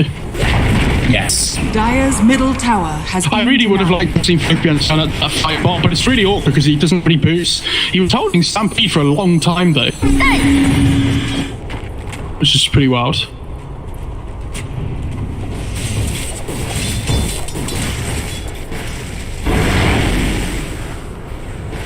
Still just the 1K lead. DK is actually leading the pack. Radiant's middle tower is under attack. Dream Coil on to 2. It's the center. When he's silenced, he has Stampede and 8. They still didn't kill this Radiant's Skywrath. bottom tower is under attack. They were very afraid of jumping into that, which is a bit shocking. Invisibility. Ame not exactly getting everything out of the map that he would like. No, but I mean, we've seen how quick this hero can farm, and we've seen it multiple times today already. You know, when it gets left unchecked, that hero Radiant's just bottom tower is smashes under through the attack. map.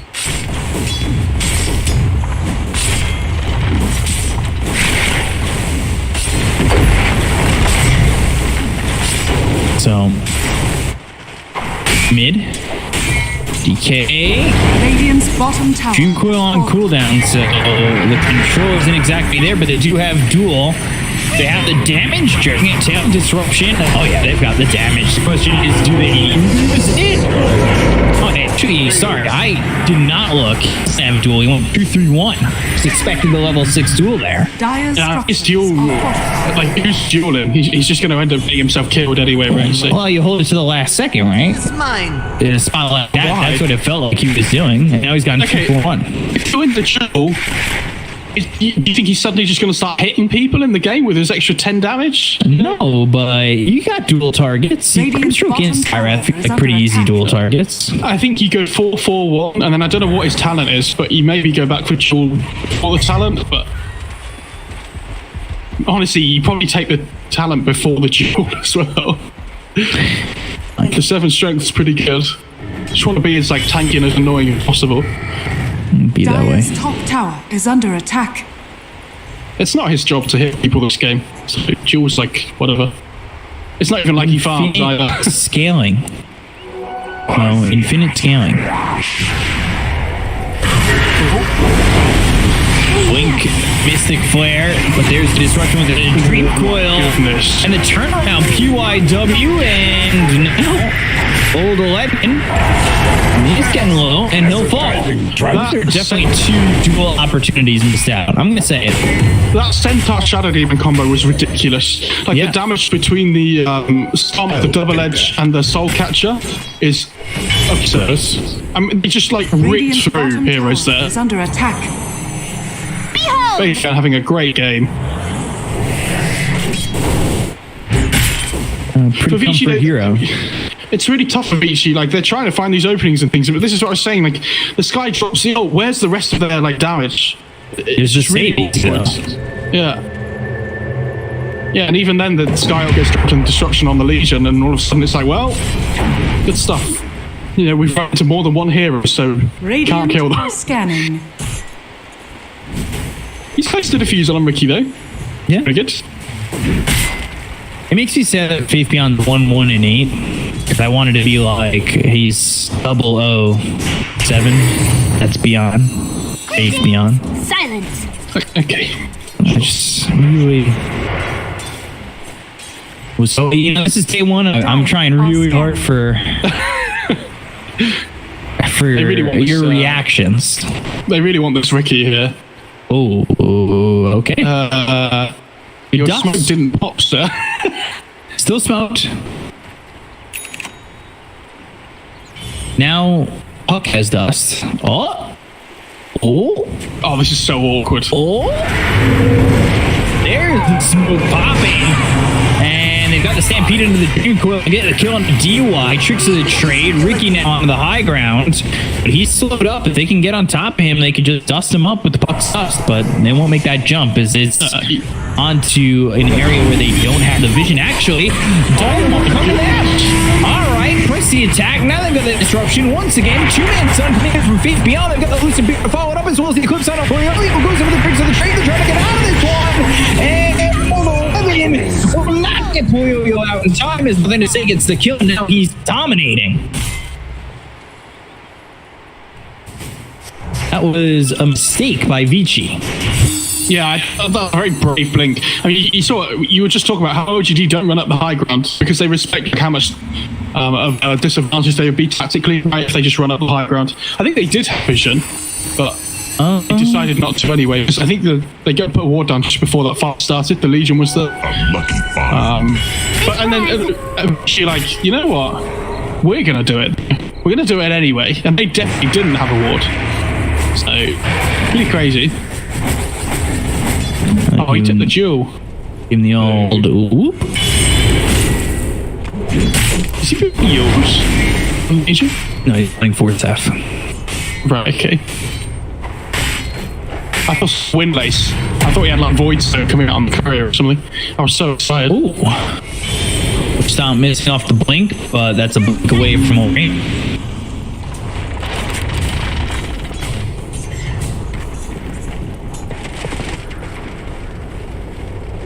It's a really good Force game, actually. Against the Underlord, against the Skywrath, against the Ricky. It might be the most valuable Force game I've ever seen. So now you've got Force. You've got Save. Oh, he doesn't have the Force yet, does he? Well, no, I'm saying you'll have the Force, you'll have the saves. Yeah.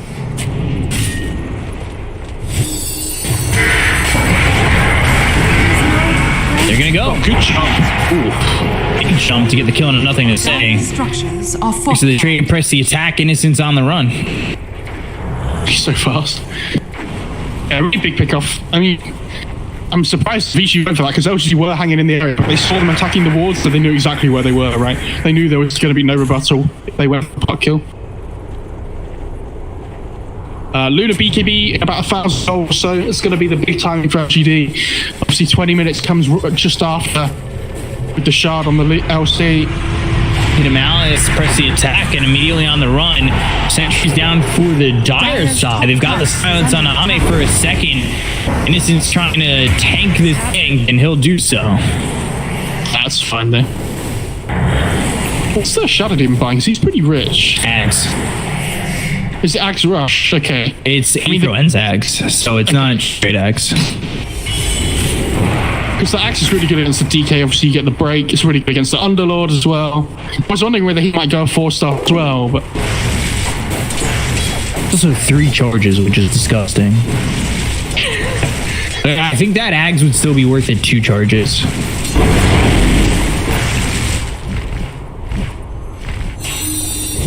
Obviously not as much, but... Ooh, there's nothing to taking a hold of the Quicksilver Amulet? Give it to Luna, surely.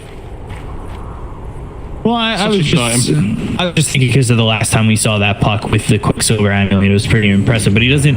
It's a different build this time on the puck. He's not got that Witchblade. They're coming bot on the Centaur and the Legion here. They're kind of like looping around where Vici are looking for a kill. Now they'll sit high ground considering the puck TP top.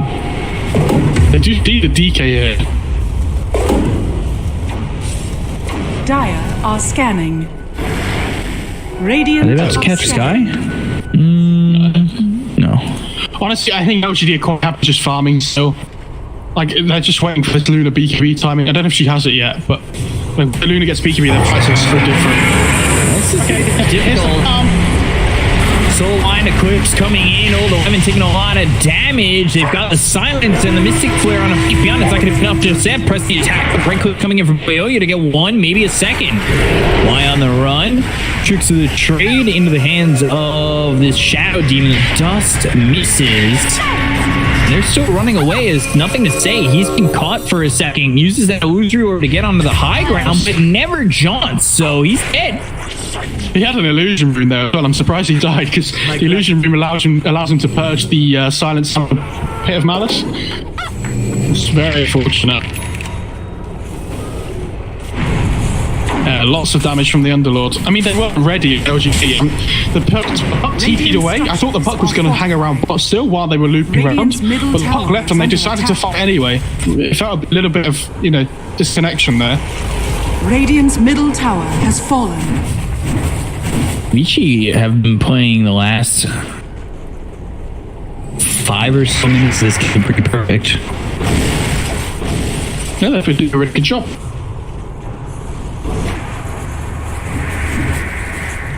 They just need to avoid the Luna, I think. Try and take fights wherever the Luna's not. Like, as you can see, they've no advantages and things in fights and stuff, which is really strong too. Hard for them to keep it up. Ooh. Sharp Legion. Or I think he's got the Staff of Wizardry. Yep. Shard for the Luna as well. Double damage by Ame. I thought they might potentially look at doing a Roach with them. I don't know if they have any smokes left, but if they have a Roach, you can pick off here, potentially turn into a Roach. Would be really strong. 1,700 God of Ags on the Shadow Demon. Yeah, and here's the smoke. You want to play off the DD timing because your Luna becomes so much stronger. Almost twice as strong, in fact. Oh, tricky. Not under a ward, but... Ooh. Could have been in trouble.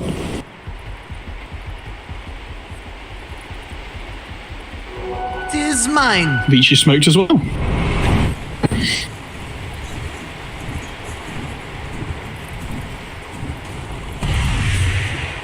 They smoke. Both teams kind of hiding out for the moment. TP up towards top to look towards Puyoyo. He'll get into the trees and LGD won't find anything while the rest of LGD are now in Roche. Yeah. I mean, if this Roche dies, this is huge. You have to imagine that Vici knows something like this is going on potentially.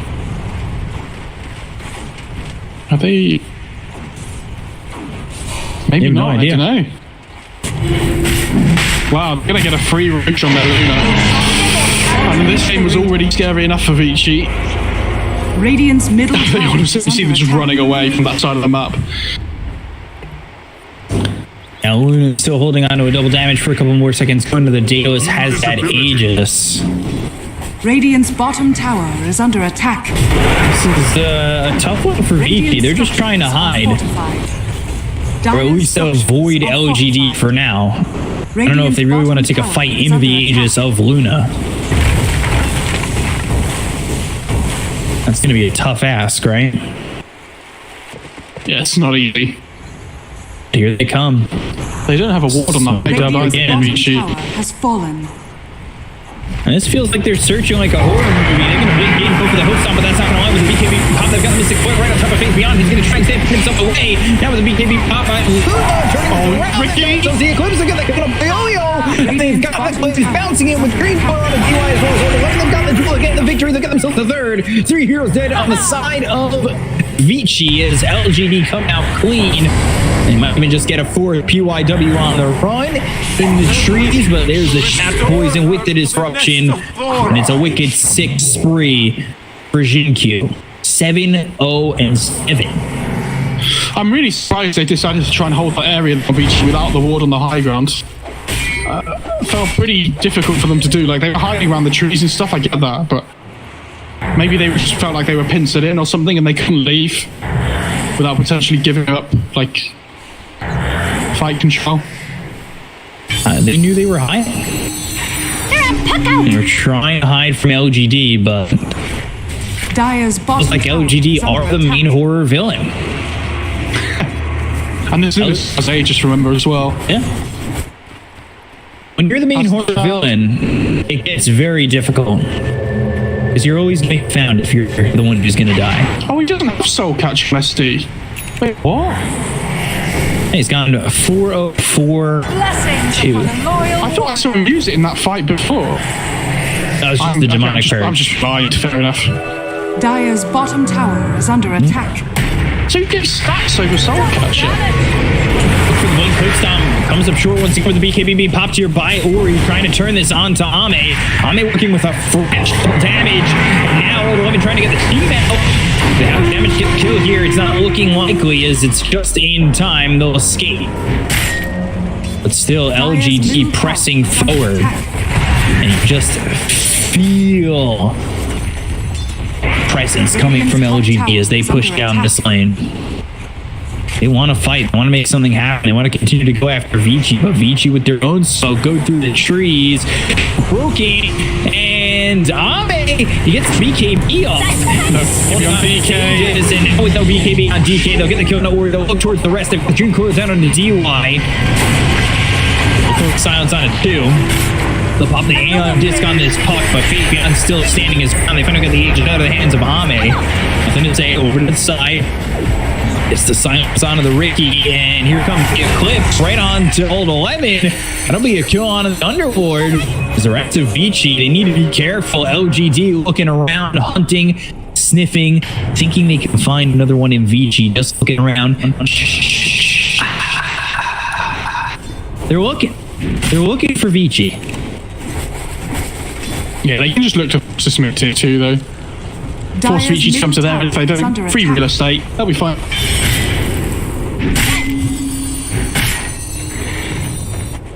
Take the tier 2. They're going Ags on that Centaur. It should be Shard next, if not coming out right now for the Legion, right? He's got the 4 staff, so yeah, it should be Shard next, right? I think so. I mean, I would assume so, at least, right? But I'm not an expert in the 5 Legion department. so he's going to go Solar Crest. You've got Daedalus finished off for Ame. And then we'll see if that's enough to maybe cap this game, because they're up 11K.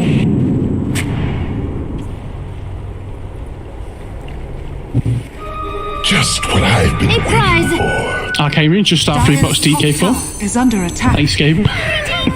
Never mind. This is just so scary. Dire's top tower has fallen. Another tower and losing places to hide. Tier 1, Tier 2 still stands bottom though. Radiant's middle tower is under attack.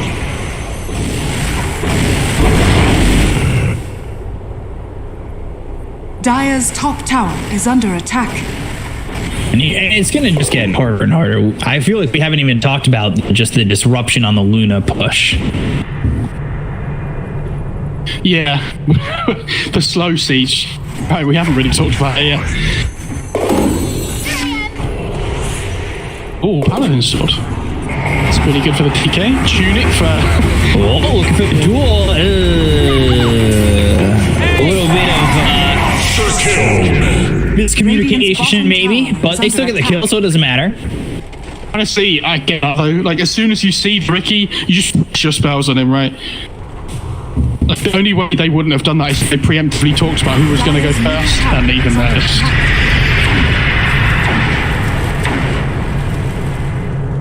Radiant's bottom tower is under attack. Yeah, they pick up the bot tier 1. They force the rotations back from Vici, farm their way back through the map. Time to shove out some lanes on the map. Oh, TK. Oh no. He's still in the trees. Sees the Legion on the outpost, he's like, no, no, no, no, no. I'm out. No. Well, this is cool. The shard on the Shadow Demon. Do you know what this does speak up? Quick test. On a purge on allies. It is, correct. What does it do? Oh, good. Observer, you can't show him. What do you mean? You show me. So when you ask me questions like that off the top of my head, I got the first part right, but now you have to explain to the cast. I can explain to the viewers at home. Explain to the cat. Cast. I said explain to the cast. Where's the cat?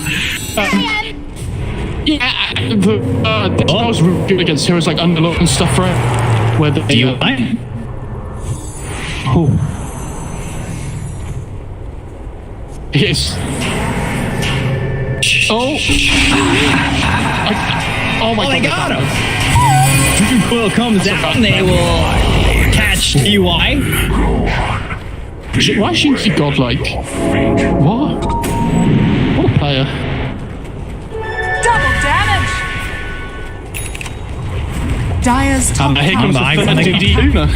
Yeah, it feels like he's constantly had DD. He's had fights, DD, and all the fights that he beat with DD. It's out to light coming through. Well, the silence now onto the Underlord. They get the kill on old 11. They'll go back to the tier 3. Dire's top tower has fallen. What I like about this series is that LGD decided to play hard mode by picking one purge first. Dire's top barracks And they made themselves go one game behind, right? And they almost won that game too. And they didn't almost win. They kept themselves in it for a long time. They won the early part of that game and had fun. And then all of a sudden it feels like they're like, okay, we're one game down to beat you guys. Let's not try really hard. They're gonna go for this other duel out on the Dragon Knight with BKB pop, but I don't know if he's gonna make it out even if he gets away from this duel. They'll get the kill on Looks like a few W with 3 heroes down the side of Beach. He's gonna get typical, and there goes Koyoyo. Triple kill for Ame, and GG's called LGD. They will take the series over Vici. And in terms of BO3s over the span of all the Dota pits, LGD are leading 3-2. Yeah, I mean, I like how the Observer zoomed in on the Luna there because I feel like that's been the hero of the series. Probably the whole day overall, right? You know, we've seen the power of this hero so much now. Right. And it'll be interesting to see at what point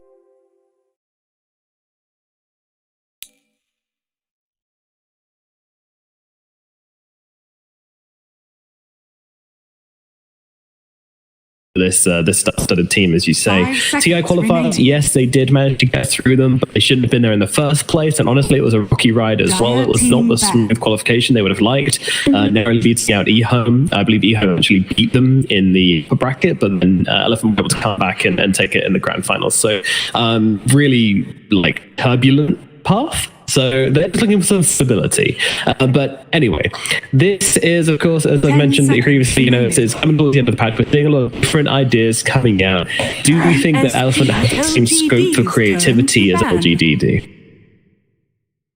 I think Elephant, when they removed Red Panda, there's some things that changed in the team where they kind of took away that creativity part and they brought in a more traditional position 5 player. So they just want to do that. They just want to play solid China Dota, right? And that's just their identity at this point. It just didn't work out for them when they were doing that creative stuff that you might be looking for. You think LGD is currently doing.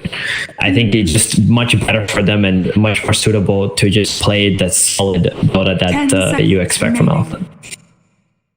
But do you think that kind of Dota holds up to the new wave of Chinese Dota which is being played right now? I think people are incredibly bored. The meta's figured out and they're just busting out new heroes to try to I don't particularly think that the creativity is something that's detrimental if the team is good enough. It just feels like these teams have played against each other for so long. They each other's numbers. There it is. I'm so happy. I forgot what I was saying, but I'm incredibly happy right now. It doesn't matter anymore. It doesn't matter anymore. No, what I was saying is the China region, they're also well acquainted with each other, and their regional meta is just different than any others. And just Astra's dominance in the region, but inability to perform well internationally should say a lot. And I think by switching it up in this tournament and bringing out some of these more creative picks, they're going to catch a lot of their off guard to playing against their heroes. Oh no! We counted. We've seen this movie before. What is movie before? But last time though, LGD picked Pudge after the Timber. They did not care about the Timber when they picked it. But they should have cared about the Timber because we all saw what Timber did to poor little Pudge. Pudge was able to kill him on lane, by the way, and he did snowball, but I think a lot of that was due to the first blood double kill that he got. Like if he didn't get that advantage of blood double kill, I don't think he would have been able to get those consecutive kills on Timber online. But do you think, Mira, that if they had someone who can destroy towers from the mid laner, because the Pudge versus Timber, I think is an amazing matchup in the laning stage because you got a lot of magic damage and parry damage that Timber hates to play against. But if they had, say, a Lina, a T, and maybe even a physical damage build Shadow Fiend, with that early game momentum that they had, they could have just kept snowballing over and over. And Timber wouldn't have been able to stand his ground against those heroes in the late game. I 100% agree with that notion, and I think another more ideal hero would probably be Leshrac, but look at what Elephant did already. They kind of erased that Leshrac Lina type hero out of the mid lane that can play off of Pudge's momentum if he does snowball. But I think that you're completely right in that there has to be this high damage, objective taking carry type hero on the mid lane if they're going to run this Pudge. And one thing about this Pudge too is, you don't know if it's going to be carry because we've seen it in the carry position. It can still be played by Fabian or Jinkyu, So you can't actually really ban according to where you think the Pudge might go because he could go into all the positions when it comes to LG. Honestly, versus this Timber side, just going off of yesterday's game. Wait, I hear feedback. You're tripping out. I hear that too.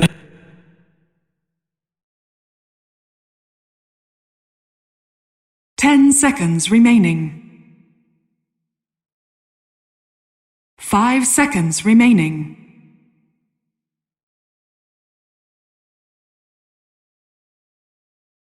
PSG LGD. Shadow Demon.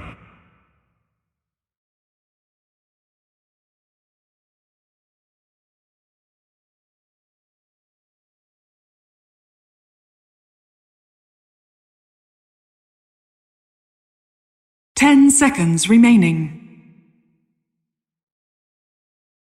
5 seconds remaining.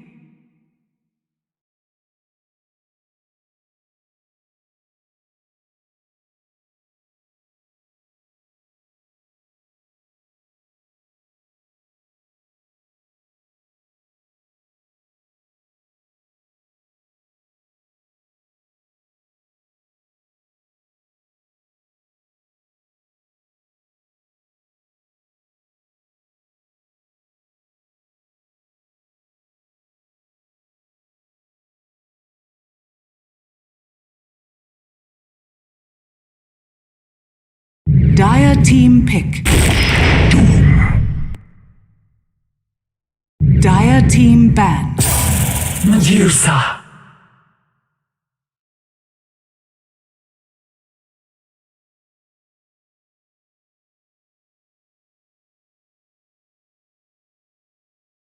PSG LGD's turn to ban.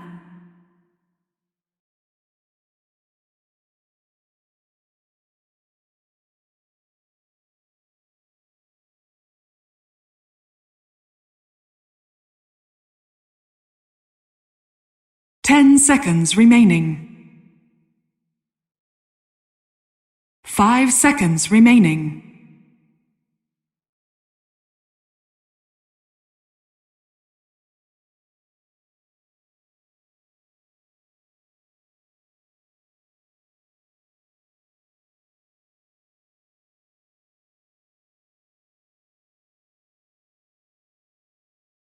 Dire team ban.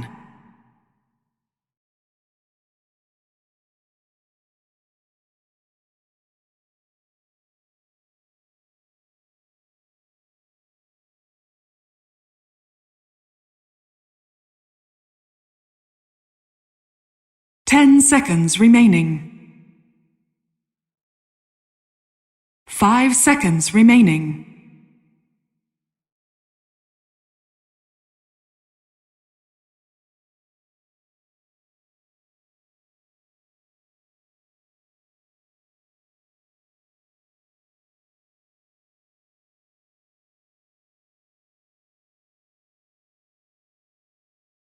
PSG LGD's turn to ban. Pick. PSG LGD. The sack.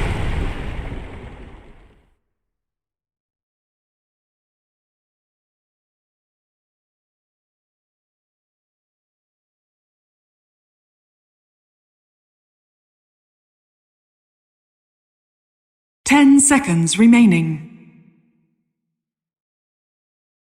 5 seconds remaining.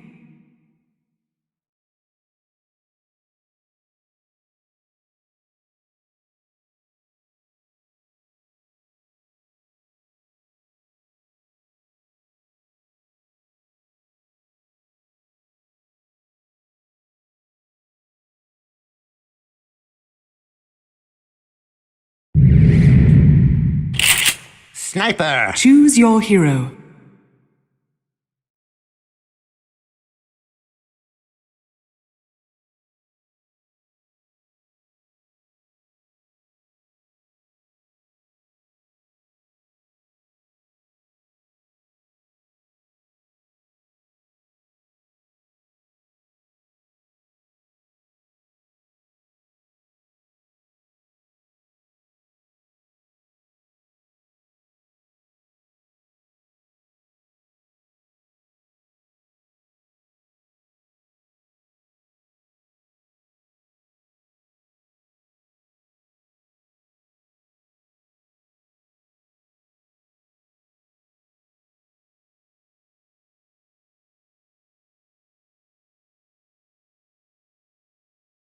We'll see how it goes.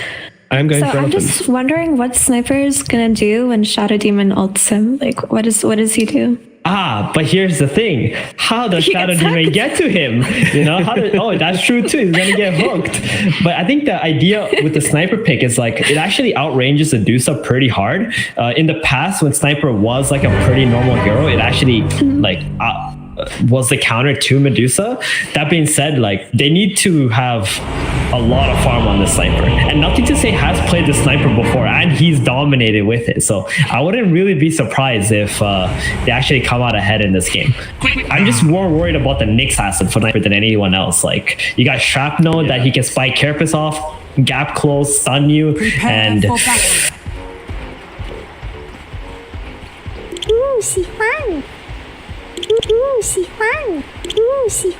Excited to see LGD does it. If anyone can play Sniper, it's nothing to say. Pulling out the unconventional picks along with a +1 punch. Well, let's get into this game as we have B-Cop and Mo casting this one. I think it's right on that level. certainly on my level. This is looking at like my insert MMRK pubs here. Can I just speak up? It was very bold of Theban to assume Sniper was going to level Shrapnel. Oh, Yang. He's in trouble. The 3-man stun? All right, he's fine. Never mind. Fake kite. Yeah, 0-4-4. No Shrapnel. Okay, stats afterwards. Then next can't count you. Outplayed. It's the easiest way to do it. I also think this sniper here, it was something I thought was going to get picked more. Oh my god. Oh, hook onto the Medusa in the shackle, and still no first blood, but finally comes for enough to say Ame on the run. He'll get out of harm's way for now, but there's the disruption. Is that a no shrapnel? Another hook? 1 second. I don't know. If you can find a hook somewhere, it's going to be on the Leshrac. Goes after Somnus, looking for the kill into the shrapnel, and they will get themselves a second, just like the last time they played this Pudge. He bought a Mango this time as well because he knew that he was going to land these dank hooks at level 1, so... I'm so glad that no man thinks my pubs look this good. Yeah. We all know that's not the case. That's already, what, 2 more hooks than my team would have hit together. What I love as well is that he's playing against another Timber lane. And obviously, like, the Timber was a really big struggle for him as the game went on. But last time he went like 6-0-1 in the laning stage or something ridiculous. I don't think that's going to happen this time, but... Jinkyu taking a lot of damage. Body blocks perfect from Super, and they will get kill on a Jinkyu. That was really well done. Oh yeah, so I was going to say earlier as well, Sniper is something I thought was going to get picked a lot more against Deuce when Deuce was really popular, but we never saw it. Like, this hero that basically is a Deucer, but from further away, so you have the range advantage, right? It's really difficult for the Deucer to be able to click you back. Medusa, but further away. Yeah. So which ability is Sniper's Snake? The take aim. Dash. Okay. Fair enough. This is, I think, going to be an interesting combination with the Pudge as well as the Lich, right? Because you have the hook, you'll have the Rod, move slow from the Rod, and then you also have Frost Shield on top of that. It's going to be... You run away from that. But do they kill Timber? We said this last time, but... I do think they really struggled to kill the Timber. I mean, the only reason it went well last time was because I think it was... What was the 4 last time? I think Shady was a much better option for them, basically, is what I'm saying. I was before in this lane.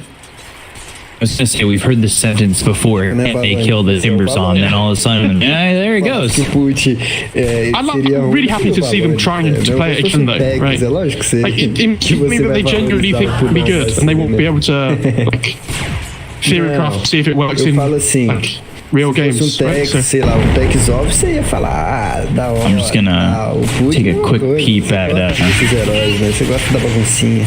At just is this new Wings Gaming? Yeah, alright. Well, you know, I figured that would be said 100 times with a site now. I'm waiting for El to reintroduce us to the techies.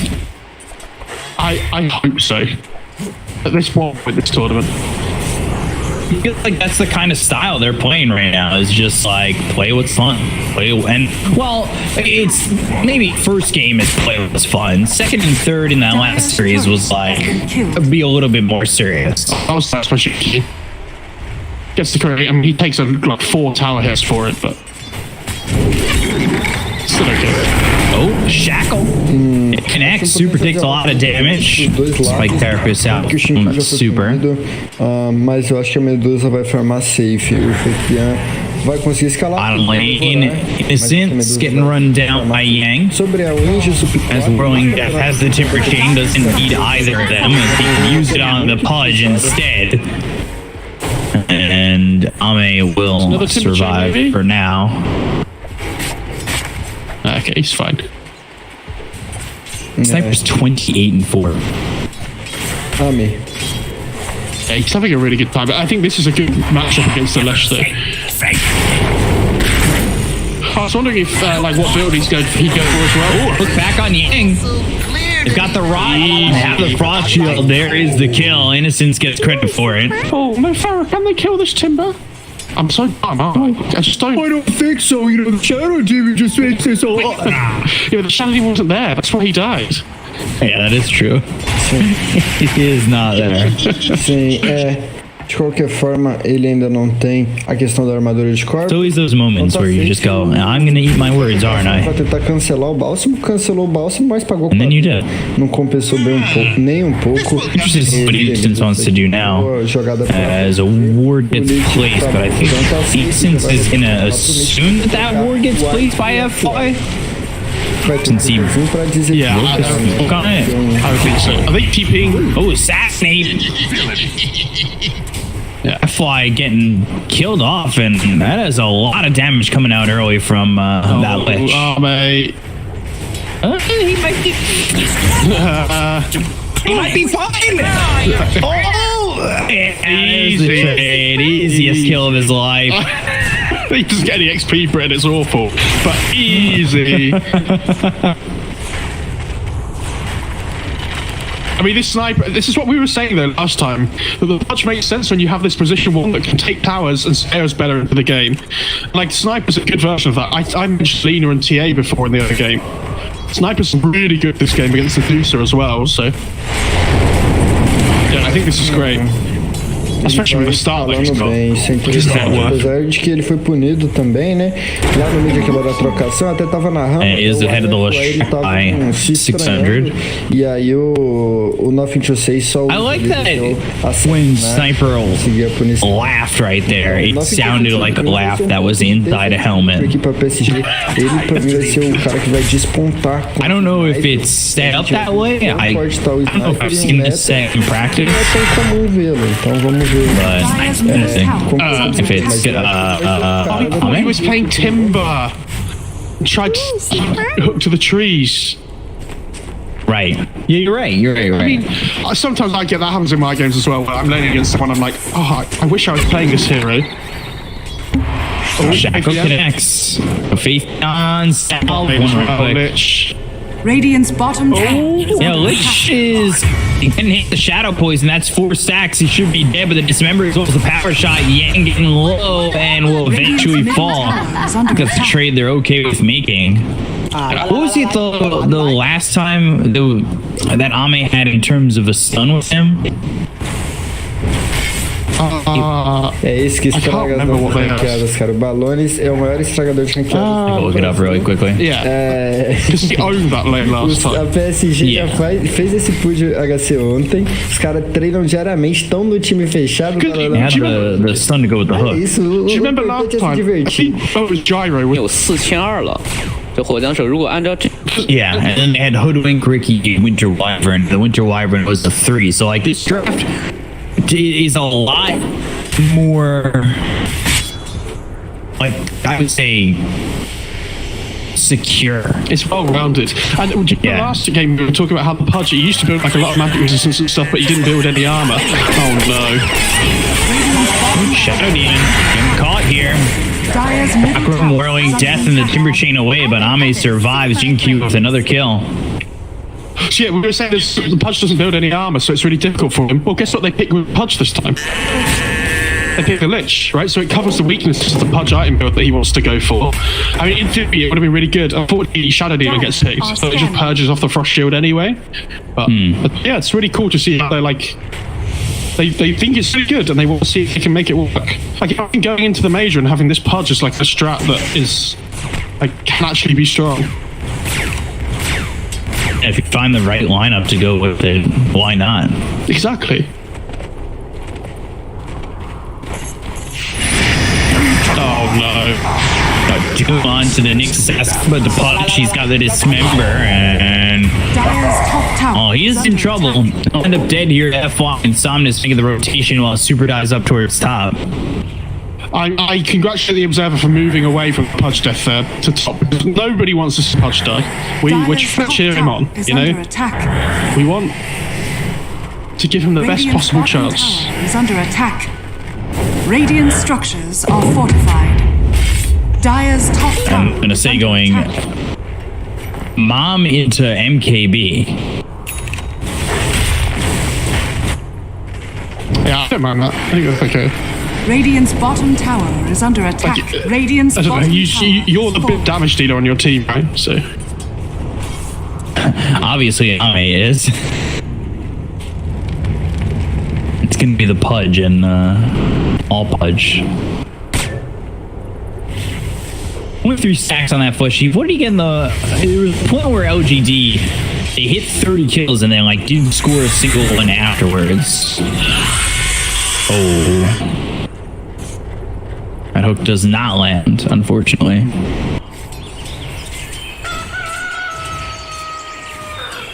oh, easy D-Wood. God, I hate that attack noise. The sniper one? Yeah. It's funny, and then it just gets really annoying. It's alright. It sounds like the Moonraker gun from GoldenEye. Yeah, yeah. Honestly, this build's so good though. Against like the Timber, especially, you get the magic damage from the MKB, which helps.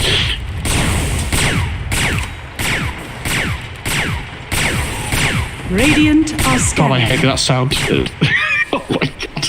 It's so great. I don't know what you're talking about. I'm trying to invade into the Deuce's Triangle here. They might get Eurus hook and should be a shackle to follow this up at some point. There is power shot, assassinate, and the rot with a right click from Jinkyu is enough to get the kill and a killing spree for the Windrunner. It's sad to play against the power shot and the assassinate. It's just long range assassination from 2 heroes. Shrapnel level 4, so it's not the 0-4-4 build. Actually, quite the opposite. Yeah. Okay, you always max shrapnel on the hero though, because it's your farming tool, right? Yeah. And it's your lane presence. And... Is under attack. Mate. Is he? I think he's fine. He's fine. Where's the hook? Ah. Do you remember the when DJ was playing Nyx that game and he did 360 spin before he impaled? Yes, I know exactly. I actually know exactly what you're talking about. If Ame doesn't do that punch, I feel like he's wasting opportunity. What, 360 no scope hook? Yeah, like 360. Yeah, you gotta. It's all about the flashy plays, you know, the mental into the triple kill. Oh no, because he missed the hook, but. Dire's middle well, tower you got a 360 hook, get a triple kill, and then somebody on the team just has to go, oh baby, a triple. And that's it. Double damage. Champion, by the way, went Midas, so he's got the Midas Devour Gold, bolstering himself with all that gold. What LG need to really do is just hold out for the 60-minute items so we get Deuce Ballista versus Sniper Burster. Oh, and Pudge Giant's Ring. Pudge Giant's Ring, that's true. Oh, it's trying to kill the creep and got themselves the Chain Frost. Somnus TP'd right into that. They were like, they go for Timber, they're like, you get the dude. Oh, he's getting away. It's a really difficult kill now. And then someone's just TP'd into the middle of a creep wave and they're like, oh, yeah, we'll take Lesh. Yeah, that's fine. Very easy we'll kill take for us. Kill. are fortified. You get off this time, Timber. We got this little Shrek. Super in the Vendetta, maybe looking towards getting a kill here on Ame, but they know he's there. Can chain away Chakram, and they've got sentries littered throughout the jungle, so they know exactly where this Nyx assassin is going to be. The thing is, it feels like they're throwing so much hate at the Pudge as well, but the Sniper's the hero they should be worried about. Well, it's the mental fortitude of picking up Pudge in the safe. And you have the fortitude to lose against it. A save? Wow, what a bro. I tell you, this Sniper is getting out of control. When he gets some KB, they don't even have to wait. I think they just group up and go. Because that inflicts so much damage. They don't have to, they don't want to. But it's going to be horrible for Elephant to play into. For you.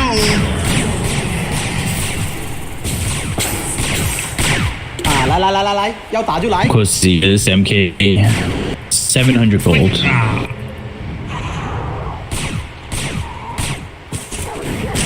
Also, I think if LGD win with this Pudge 1, it opens up game 2 to be an absolute joy of a draft. I mean, Beachy banned the Pudge yesterday. Yeah. But I'm saying, you win with the Pudge, you have a 1-game advantage, now you just do whatever. No, then you pick Pudge again, and you really, like, put the nail into the coffin. Really nail it home. Hey, we pick Pudge 1. We're not afraid of it. Oh, Somnus shackled. And here comes Doom. And they also got the sniper to help out. Somnus in trouble. Yeah, he's really doing a lot of damage now. He's MKB. Yeah. There it is. He's going Ag second up. Just what I said last time. I think it's. Well, he went Blink before the Axe, didn't he? Oh, he did Ag before. Didn't he go Blink Ag Hood? Because he didn't go into the Hood until late. They were in position to kill the sniper, but the Knicks thought he was in the trees. I mean, he meant, like, I would have assumed the same, but the sniper just in the lane, keeping away. It's pretty unfortunate. Yeah, last one. Hood, Shroud, BKB. Oh, it's BKB. Okay. Geniasha from the Medusa. Yeah, you want the status of MKB against like Shrapnel, Dismember, Doom. It's really important. The sniper's going to turn at mid here, and I don't know how they push. You getting all 4 creeps from that power shot. Easy. Nothing to say, just like, all right, man. Cool. You got 4K net worth, relax. He's got the Maelstrom now, so Jinkyu's got the Maelstrom ready to go. He's turning into like this 4th core. He's scary. Scary. Oh, the Pudge again. The live still dismember and finally falls. Use it. Sniper's too far forward. He is looking like he was gonna die here. They get the Doom out, coming through Chain Frost, bouncing around, doing a lot of damage. He's not the damage kill off this Timber just yet. He's low on the Doom, FY on the run, he'll fall. Chakram getting pulled back, and Somnus will come and try to get the kill. And Beyond is now with all the Doom on Yang. He's able to clean up the rest.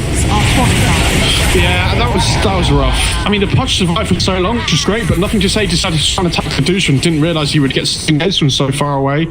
I mean, the AoE of that skill is really high. So I think it took him by surprise a little bit, and then all of a sudden, yeah, all the follow-up from like the what's it called? Spike Carapace, sorry, and the Chakra as well. Similar situation what happened yesterday. So if we're following the same timeline, that means LGD wins the next fight in full, and then they don't get another kill after. Radiant are scanning.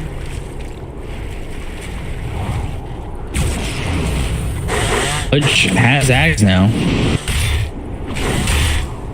He's going BKB next. Yeah, I think it's really good. Like, the blink is great, but I think when you're playing it core, you need to just get in there and get stuck in, you know? Mm-hmm. Because there's so many things to worry about, like, you know, Spike Carapace, like the Timber damage. You have to be so careful. It's less about Sniper's also going for BKB. Yeah. I mean, they're going to have good timing on the BKBs, I assume. Oh.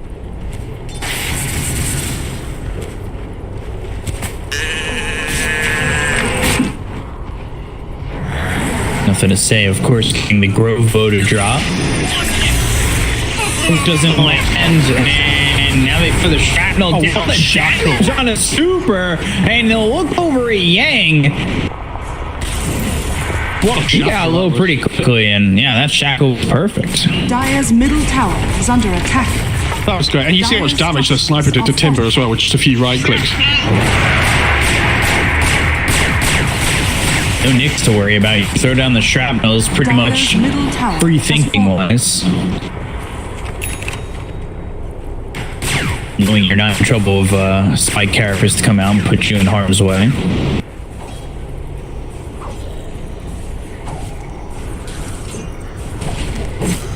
What does Doom have? Because seems like Faith Beyond's been the quietest one, but of course he's playing a Doom and not a Sniper or Pudge. So you kind of lose track on Faith Beyond in the grand scheme of it. He's got Phase Boots, Midas, BKB going into the Blink, just a couple hundred gold away from that. The scary thing is going late game. I honestly don't even think LGD that. Like, I think they're probably stronger. Like, Crystal Doom has Midas, you know, like Pudge is really strong when it gets to like quite a lot of item timings. It's single target damage, which is a bit of a shame in comparison to the 3 Dire Corps, but it's really tanky and hard to deal with. They're certainly stronger than the last game they played Pudge. Like it feels a lot better for them. Oh, the Purge. Yeah, they're gonna go for the Pudge. They found themselves a Windrunner 2. Disruption. Doom is out onto this Timber. They gotta kill an Innocent. 3 heroes dead already. Sungaze looking over at Faith Beyond. Eurus, how long is he willing to chase this? And well, nothing to say is her backed off trying to help out this Doom, and he'll just TP out on the Doom. This Pudge, so he's 3 for 1. This Pudge is such a sad hero before he gets BKB because the Timber does just kill him. Like, over and over again. The Whirling Death does so much damage. Especially you standing next to loads of trees like that as well.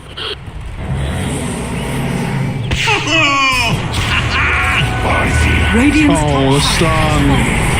Oh, boy. On sniper, get him. Oh, so it was bad enough with one gun sound. Well, 3's not good enough. 3, yeah. Well, the second one cancels out the first, and then there's a third one, so it's still bad. Right.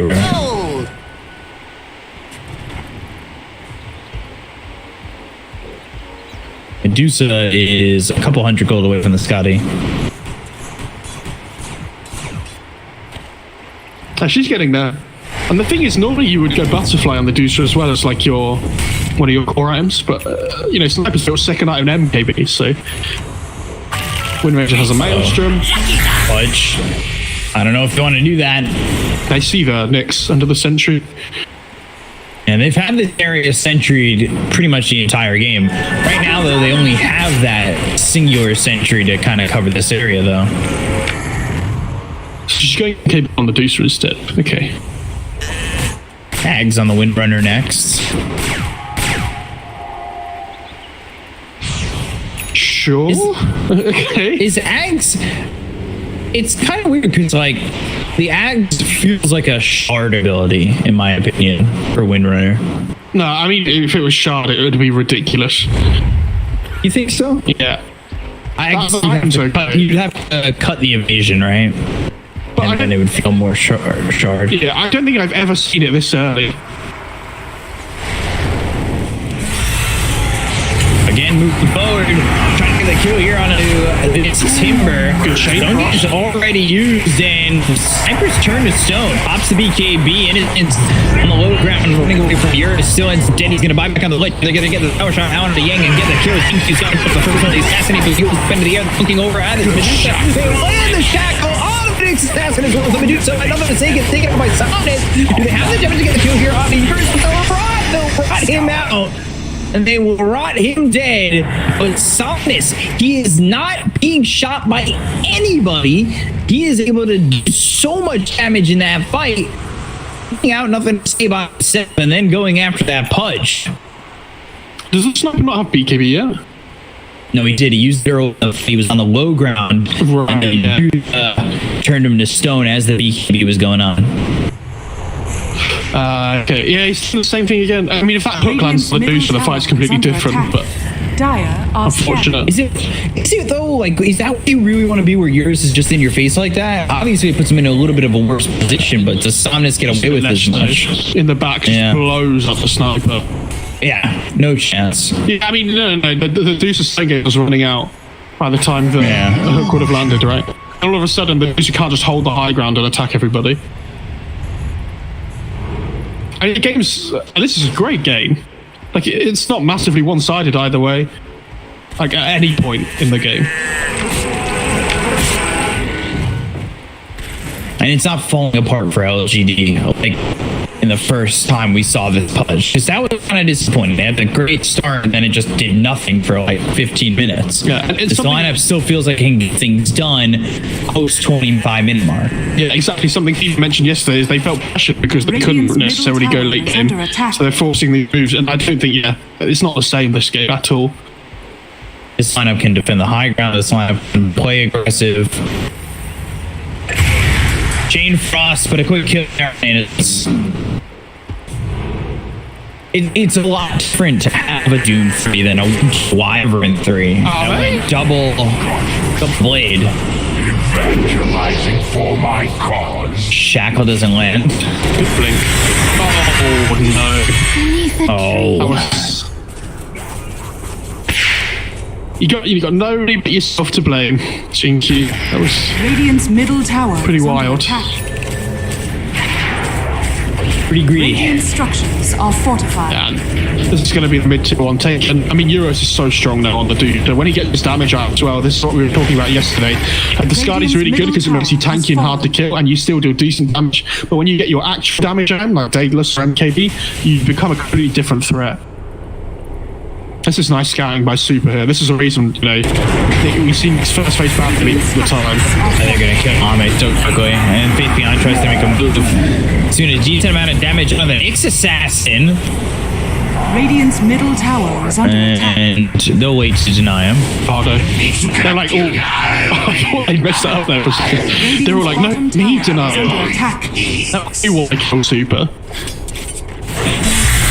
I to kill Super. You killed Super last time. It's my turn. Surprisingly, nobody's taken Roche yet either. Yeah, I mean, it's difficult for Radiant to take it. A sniper, you don't really just want him sitting in the pit unless you want to fight. And nice side, they can take it, but they had to wait for their timing, so. All in service to imbalance. They're gonna go, and I don't think this is gonna be contested at all. I would have really liked to have seen a force off the ledge. Roshan has fallen to the ground. I don't know.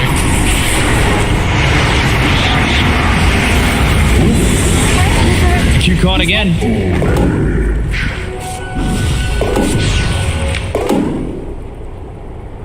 The lineup definitely seems to be slowing down from LGD, but it's plays that are doing that. Yeah, I mean, they're just taking turns getting picked off, right? You're Lich in the bot jungle, Pudge mid, GQ just mid after. Yeah. Good set. Oh, there's the sniper. I hate how in the pauses their faces still move. It's like a rip-off Buzz Lightyear. To infinity and beyond. Oh dear. That copyright? Yeah, sorry, we put the string down now. And it's your fault, Biko. Again, you guys were blaming me earlier. Oh, dude, this Lesh is so fast. And he gets the Sanj Fire as well. Like, all this status just is going to make the Lesh so difficult to kill.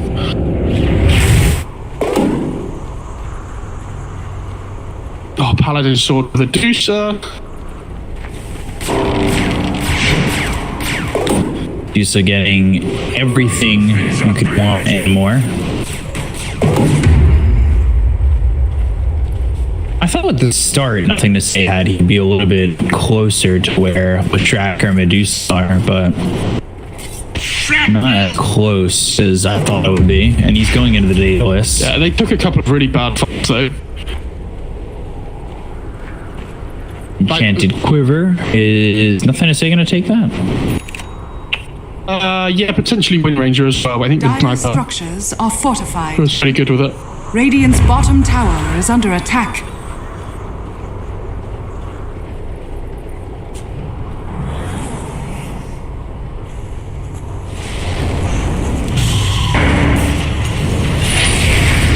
smoke up, trying to make something happen. BKB going to the back line, looking for the Shadow Demon to start the 2 under Yang. They'll, I thought that hook might have hit. They'll use the Stone Gaze, Inferno Blade being thrown over onto the Timber Saw. And it looked like they were going to kill Shadow Demon. Turns into nothing. They don't even get the kill onto the Shadow Demon or this Timber at the moment, but trying to get the kill on that, they end up losing Innocence. Yules up into the air. GameCube trying to do as much damage as he can with nothing to say. Look at the Aegis out of the hands of this Medusa, and it might become a problem for Elfin. Shackle connects. Somnus locked for a second. I'm trying to do enough damage on the Yang. He will finish off the Timber. Eurus, Somnus both hitting away at this Sniper. He doesn't have enough to kill Somnus or Eurus. That looks really good for LGD. And then they were indecisive on who they wanted to go for. Exactly. They shackled the Lesh at the same time the Deuce was respawning. The Sniper decided to move forward to try and take the fight. Like, the whole point about the Sniper is that you're able to keep your distance from that hero at the same time. Radiant's bottom tower. It felt really weird because like Yang blinked in. Bottom tower has fallen. And it looks really good. Because they do the 10 find F1, but nobody was near him, like whatsoever. A tithe to the impurities. Odd slew of events. Like if they killed the Shadow Demon first before he's able to get the Purge up, the fight would have been different.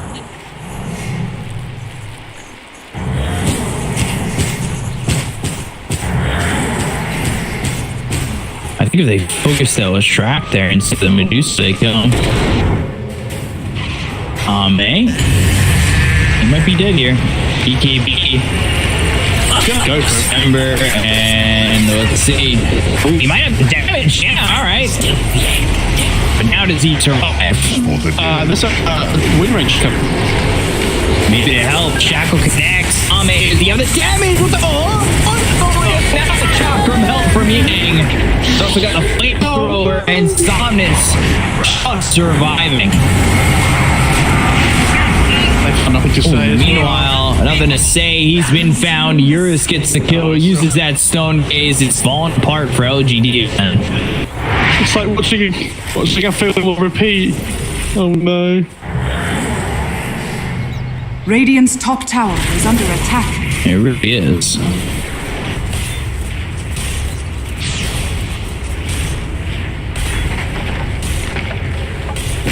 You truly don't want to buy back. Are fortified. Oh, okay. Natural death. And they'll take that any day of the week. But now they'll move in Innocence, yeah, too far forward. Yeah, you gotta be careful. Radiant's middle tower has fallen.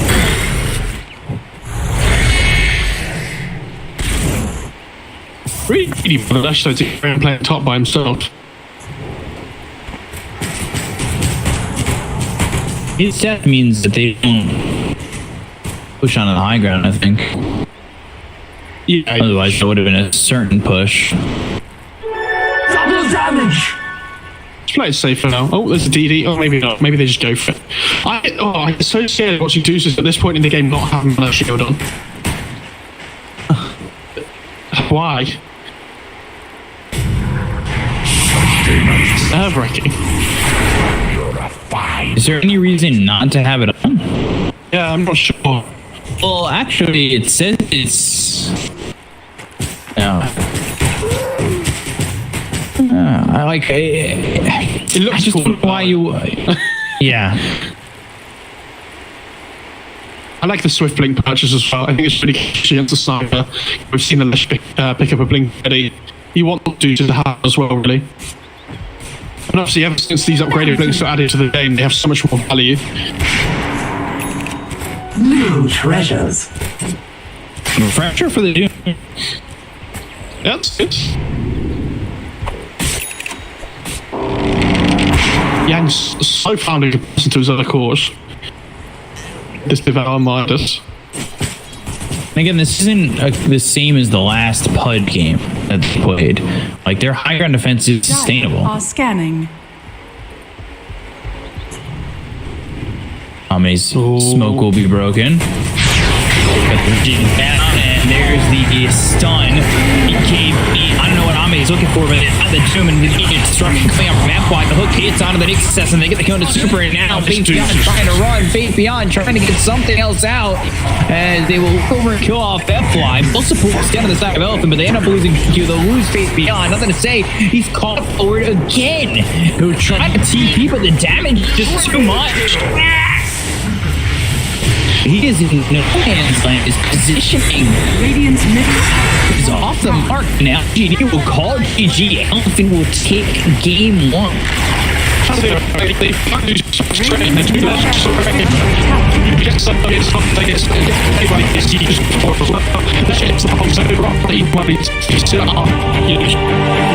Damage. Right. So if they get cleaner initiation again, maybe the fight's a little bit different, but there's so many.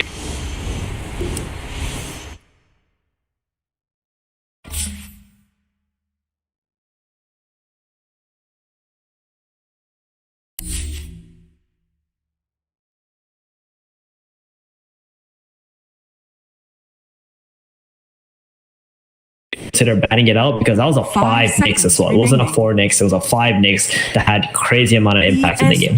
First pick as well. First pick Nyx. Pretty Yeah, ridiculous. they let that Nyx through and the Timber through. I would like to see them work on this Pudge draft in the next few days. I really hope it doesn't die out. I don't think we'll be seeing it again next game, but you never know. Okay. You never know. We They know might you're a just Pudge go fan, for Anthony, this. okay? You've made it clear, you've got the pillow in the background, but we do have ourselves a draft for the second game, so let's see what direction they're going to take it in this time around. Of course, have a look at those. Oh, they've banned the Timber. Now, this is the conversation. Are we a team which is going to ban Pudge first phase of the conversation which Elephant is having right now? Hey, they're getting close. LGD is getting close. That's one step LGD's turn towards to the right ban. direction. What the fuck?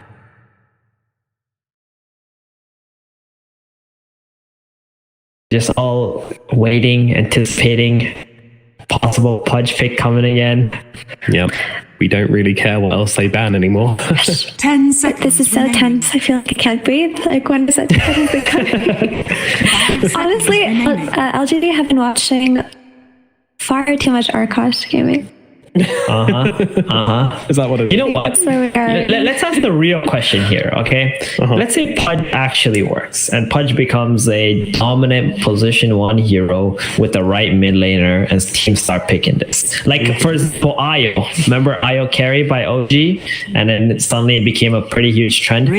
How would you feel if you had a Pudge carry in your team?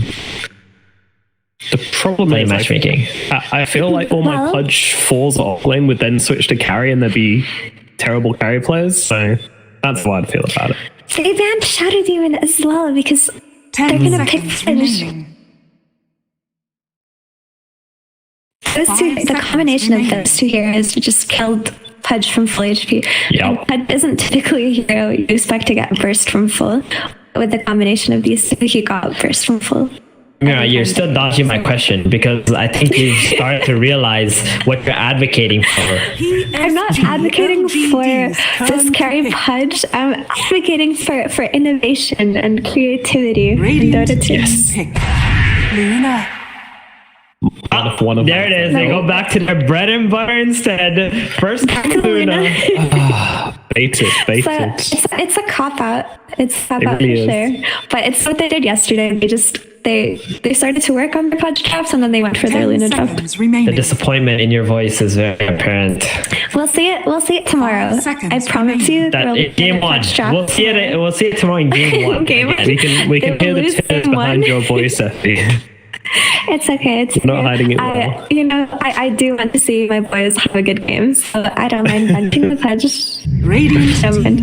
I do feel like there's not much to say about Luna. Yeah. She's just the best carry you can go for this meta. Top I do feel like LGD were trying to get like the psychological victory. You know, if Elephant did ban Pudge, then LGD would have been like, yes, we're in their heads. We've done it. We've got the psychological victory here, boys. Yeah. Go with the Dragonite pick here. I'm so baffled by teams like, I know Dragonite is like a really good hero right now, but picking it into Luna, I don't really like that. I feel Dragonite's worst matchups are these ranged carries like Luna and Dusa, and I know DK can go mid, but it's just not as good, I would say. Okay, so when we saw Dragonite yesterday versus Luna, they paired him up with Hoodwink, and I'm not sure which team it was exactly, I can't remember, but they did have the DK 10 seconds Hoodwink lane versus a Luna and Disruptor lane, and actually the Dragonite was enabled very heavily by that Hoodwink and did really well on that lane. So maybe they're just looking to pair him up with maybe a Mirana or a Hoodwink or a Luna or some kind of hero that can capitalize. Yeah, that was the game against LGD, and I think what happened was Innocence died like first blood and second blood in like the first minute or something. So maybe it was a bit more skewed the game itself because of like the two bad deaths that he had, and that gave a little bit of a boost to the Dragonite. But I would say generally speaking, DK is not going to have a very good time. Yeah, you definitely don't want to pick heroes if there's a better hero playing against it on lane, but I can see what they're going for if they want to do some kind of kill potential, high tempo kind of lane with the DK and the Hoodwink or something like that. I really like Sand King in first phase because typically when you see a first phase Sand King, you expect him to be a core, but that's what most people kind of think about when they see the Sand King. So it adds a lot of flexibility to their draft. It's interesting too, because I think LGD might be one of the few teams that are willing to play it as a support in the current patch, where I feel most of the other teams right now just kind of autopilot into the off-lane role. There's also the mid-sanking potential as well that we've been seeing a rise of in the past months. And I think we've seen mid Sand King do very well against more popular mid laners like Puck. Actually, he pushes the lane really fast and can match Puck's roaming potential in TP and if he needs to. So that's a really cool approach to the hero. And I think that having a first phase Sand King, even though he's not typically the best first phase hero, outside of the flexibility, you kind of negate the threat of some 5 seconds remaining melee safe laner. Do you know what I mean? Because you don't really want to be picking these melee safe laners into a Sand King. Unless it's an anti-mage. Then it's fun. Unless it's an anti-mage.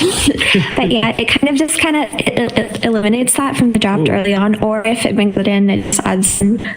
Yeah, and they still got a terrible late, even if they do have the Sand King pick. But that's just to cover the Luna, I feel here, because what they did yesterday when BG picked the Terrorblade, they picked Tinker, right? Yeah, they baited it. They baited it. Right? They did, exactly. But this time they're banning it out because LGD, they don't like to do the same thing twice if they don't have to. So they're just gonna ban this TB out this time. They probably have other plans already for Nothing to Say in this game.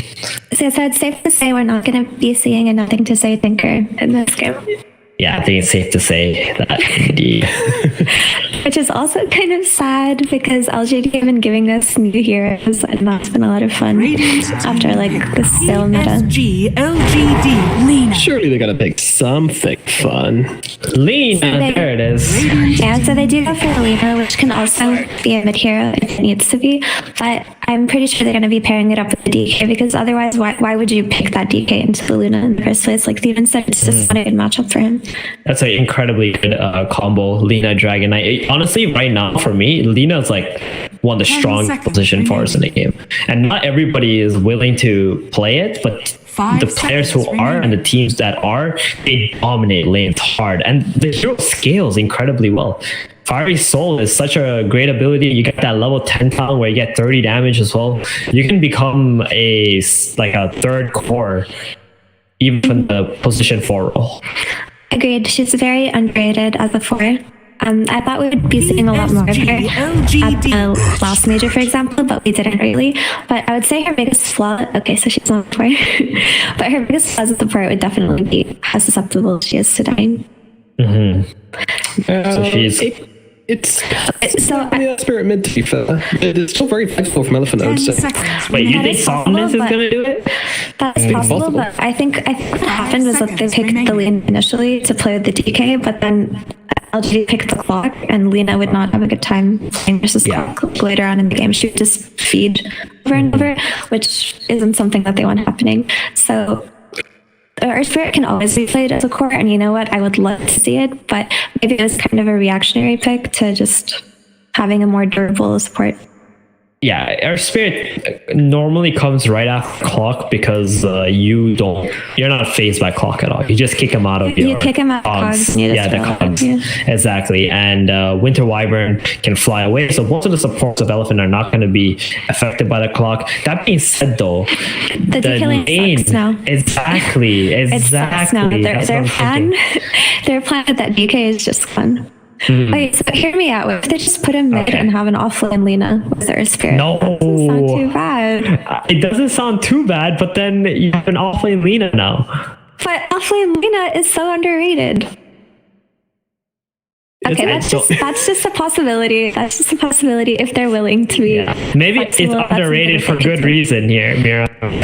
It's true, it is underrated. But. In my pubs, it has been popping off. But okay. No, like you were saying about Elephant, they do like play more traditional Dota, so we can expect the more generic lane lineup here. But the biggest issue Elephant has right now is their DK. It is an offlaner, which it probably is going to be. He doesn't really have a lane to play here. Mm-hmm. You know what? You're right. I think about it with this Lena. It could be. It could work. It could work. But I think Earth Spirit might not be the best partner for it because Earth Spirit needs to roam. It actually is a really good partner. I played it a lot of times with Lena. You roll into the Lena, boom, you kick her back to Lena, she's dead. She just dies. Wait, but no. It's a Magnus. Team ban. I'm happy. I love seeing Nothing to Say playing Magnus. It's honestly my favorite player hero combo. It's such a treat. Mm-hmm. And it's interesting because they don't have really another empowered target. Like Empower gives damage to Luna, and that's pretty much it. Won't really utilize the cleave. But the way that he's gonna play Mag is like a second carry, right? In the lineup, he's just gonna stack Ancients for himself, farm that up, just be this blink BKB guy that Elephant is gonna have a hard time getting through to get to the Luna. Absolutely, and I love the way he plays it with his Daedalus and his Satanic, and he just becomes the carry of his team, and he doesn't have to waste time chasing this carry around to empower it. He can just play his own Dota game comfortably. Yeah, I think I would say though, Lena is actually one of the worst matchups for Magnus. I think there's a few heroes Mag doesn't like playing against, and that's like Viper, Lena, Puck. These super long range harassing heroes. And I can see a world where this Lena just gets an absolute free lane and is able to just roam around with your Spirit. Yeah. I can see that, but also there's something else to note, which is Winter Wyvern is a very good counter initiate against RP. And true. Traditionally has always been that way, but the way Magnus is played as a core mid these days is it's not even that focused around RP. Yeah, it's all about the skewer plays, and you're pretty much only RPing if you... Yeah, exactly. You're only RP if you get a perfect RP, or you're just RPing one hero just to pick them off and just get that map advantage, have the numbers gain 4 versus 5, and then you just keep running at them. And Crystal Maiden for their last pick. So this kind of speeds up their lineup a little bit for LGD. I think that's going to be a position 4 Crystal Maiden by Shinky and a position 5 Clockwork. Yeah, you definitely want to pair the clock with Luna. Yeah, I think so too. 10 seconds remaining. And if it is a Luna Earth Spirit lane, which I'm still hoping it is, the Crystal Maiden would just die way too much. So it's a 4 Crystal Maiden for sure. That's a really good call. Already, and the spec is going to come from Elephant, so it's a tanky core hero. Kind of surprised it wasn't banned, but it just does the job. It really does do the job. Oh, mid-tanking. Can I comment something really quick? I like the Spectre pick because the saddest thing to play against as a Magnus or Sand King or any kind of Blink Dagger initiator is a Spectre Hunt. It really makes the fights difficult to navigate. Super. But against Luna too. Yeah, you can just pop the horns attack and just mess around and close the gap on her as well. Yeah, very hard to go through the draft to grab them last expected. So what do we think? I mean, the swap here between Nothing to Say and Beyond, if they'd be on the Magnus and say taking the King, he is going to be laning against Somnus leader at mid, so I don't like this, to be perfectly honest. Sand King does fine versus Luna. It's like what Theban was saying. He was saying Magnus does not have such a great time against Luna, whereas Sand King can just push out and go to the goal, which I much faster than Magnus can. He can also respond to rotations in a time fashion. I can they did it. Stavska, I think I can see it going both ways for both sides. It'll just depend on how the 15 minutes are played out, any kind of snowballing going on. But late game, I'll always favor Spectre line. Which one is your current pick? I like the change, put in the Sankey mid. I think it'll do much better than the Mag, and I want to see. So I'm just gonna go with LGD here. I think Luna is still that solid carry, and there has to be a few Sankey aspect to work where LG, I feel like to play fast. In this game, they got the double blinks, they got the Luna, they got the Crimson, so they constantly on the map. I like LG here. Let's go for game. Let's do our commentators for this game and peek your anime for LG yourself in game number 2. Thank you very much. Coming into game number 2 with the 1-0 lead, trying to close it up. See if they do so with this sector. Close up the series. Get to LD be a big boost for the stock in terms of where people's mindset are with them struggling through the DP, and then eventually qualifying through last year. Yeah, I'm really happy for Nomad as well that he gets a 6 favorite hero player combination in Nothing to Say Magnus. So, and let's look forward to this game. I think FY Earth Spirit is going to be good too. We saw it in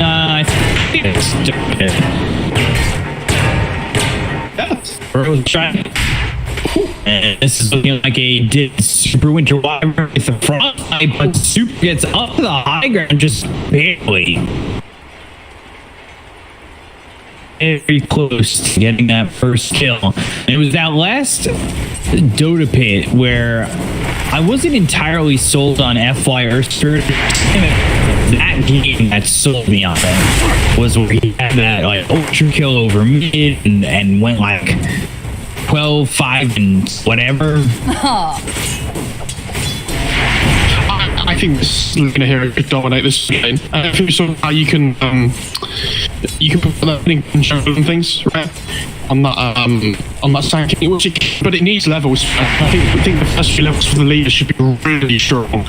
This leader is so oppressive to lane against.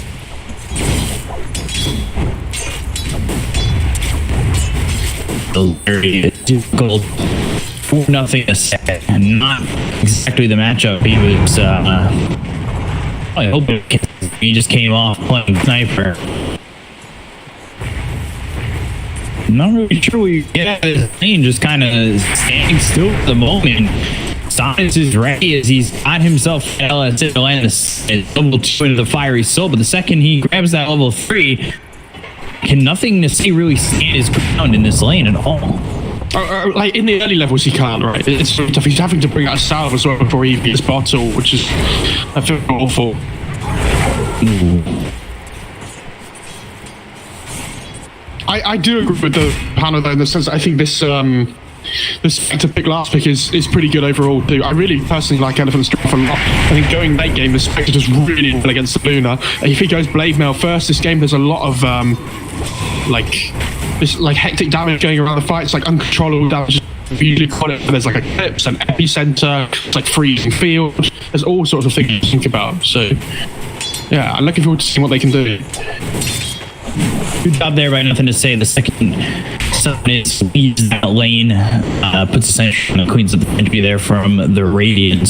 He does have another one. He's going to put on the high ground and do the same himself. The entire time that observer ward stays on the high ground. The sentry that was placed down first by Somnus wasn't close enough to spot that observer, and the second one is certainly far enough away where that obs is probably going to go the full duration. Nothing to say, need to be careful.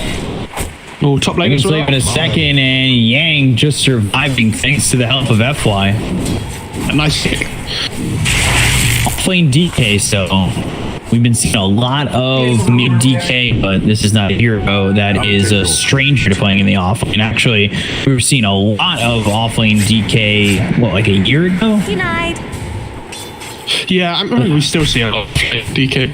Yeah, but there was a time where like it was almost felt like it was exclusively offlane after it been lane for so long. Yeah, I'm trying to remember if that was like a year and a half, a year ago. It was before DPC, I think. That it felt like that. Clockwork's trying to go for the boundary top. Oh. Oh boy. Oh my god. Oh, he got it. Not what you expected? Dire's I middle can't say tower. that. That was like a Benny Hill theme music moment, that one, I think.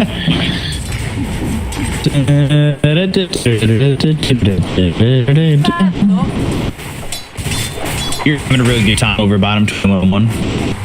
Yeah, which I think is really worrying for LGD. If the Spectre gets off to a good start, then it can be terrifying.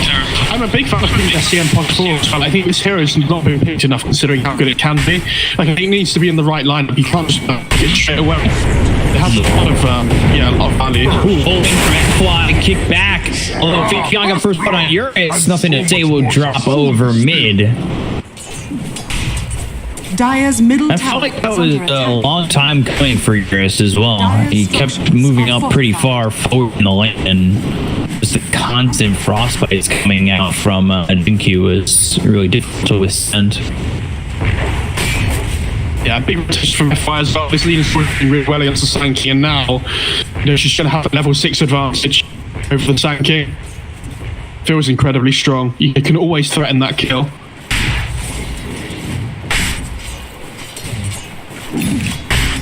Yeah, Sand King won't be able to really stand in a lane like that, especially with the amount of LCs and Dragon Slave that you've been eating on the Sand King.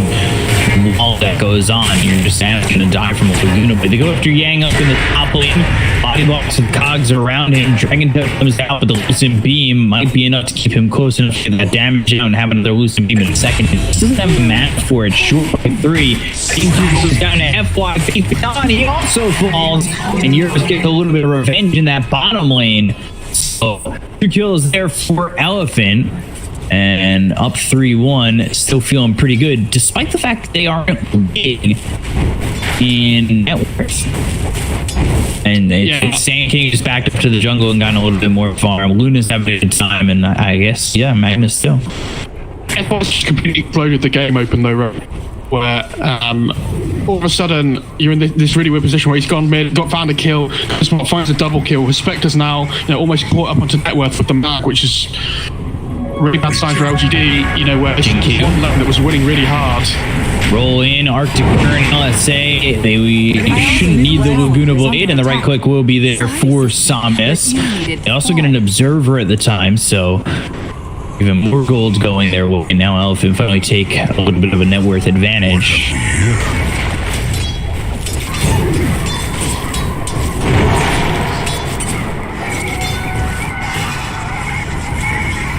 It's on to 7 already. Look at his net worth. Sentries down.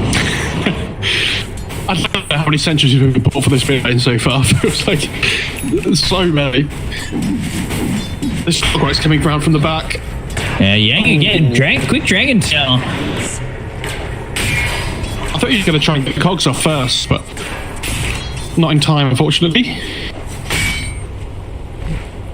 I think that's going on right now is it's just Faith Beyond against Spectre over bottom. So Faith Beyond against Eurus 1v1. Spectre's kind of getting the experience, but so is Faith Beyond. He cleans up these waves pretty quickly. He's got himself an early rate of health. Like, he feels great.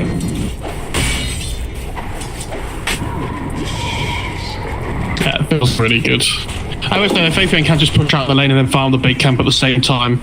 So he is going to be more efficient. Nice keyword. Dire's top tower is under attack. Radiant's middle tower is under attack. Treads picked up for Yang.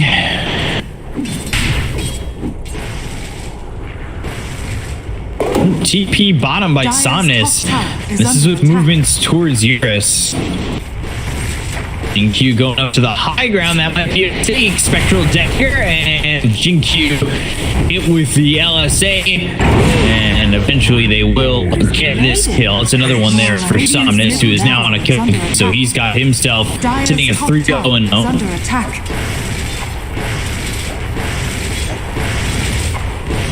Oh, this is so good for Elephant. Dire's top tower. Luna, I would say, Luna's having an okay time, right? Like, Mag's doing fine. I just feels like LGD's lanes feel like they could have got a little bit better, right? Yeah. Just across the board. I mean, this is something we talked about yesterday, is having these carries that can flash farm, right? Especially that can farm ancients and things as well. You know, the ancient stacks. And Luna, obviously one of those where Spectre's kind of, it takes a little bit longer to get that farm online. Once you do, you're going to be much stronger, but...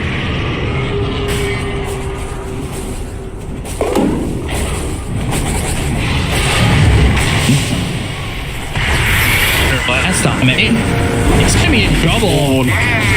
The Cogs actually push Eurus away. He throws the right click and he doesn't decide to go on Ame and instead will go for Innocent. He's got the battery assault. They're going onto the high ground. That is miscommunication, and I don't know what was going on with the fact that they just kind of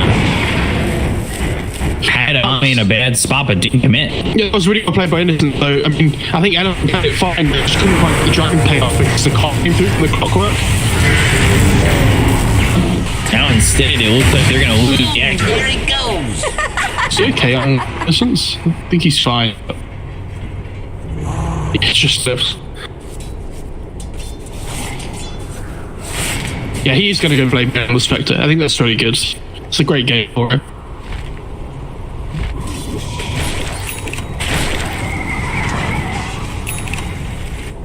Radiant's middle tower is under down attack. here towards bottom, and he's just about got that blade mail finished off. He doesn't have the haunt to work with. That's usually something that's nice to have, where you've got that blade mail, get into the haunt, hope to get something done really quickly. Dragon Toe comes down, they've got the sentry down to the Dire, Arctic Burn, and no level 6 for the Winter Wyvern. He gets pulled right back in. Burrow strike out, secure RP coming through, Song's gone too, and they're both dead. And also Cash Yang. And all of a sudden an Elephant, and that was great for the Winter Wyvern, but a great skewer through all the way over to Sonic's 3 kills. Radiant's middle tower is under attack. Yeah, really well played by Fabian. I think he's super showing his head early there. Radiant's Wyvern's middle probably the one tower here you has don't want to get gone on first, and he's not level 6 either, so doesn't have the curse available. All of a sudden, the RP comes through, and the glaive's just bouncing between the two of them. 5-person Lunar Blessing aura. Yeah, I'm living. That was awesome. That was unique. Spectre is still farming though, so like Elephant, I'm disappointed, especially because lost their mid one. There's the blink on the sinking as well. Radiant are scanning. Like Spectre's still farming, would have liked to be involved if they had the haunt ready to go.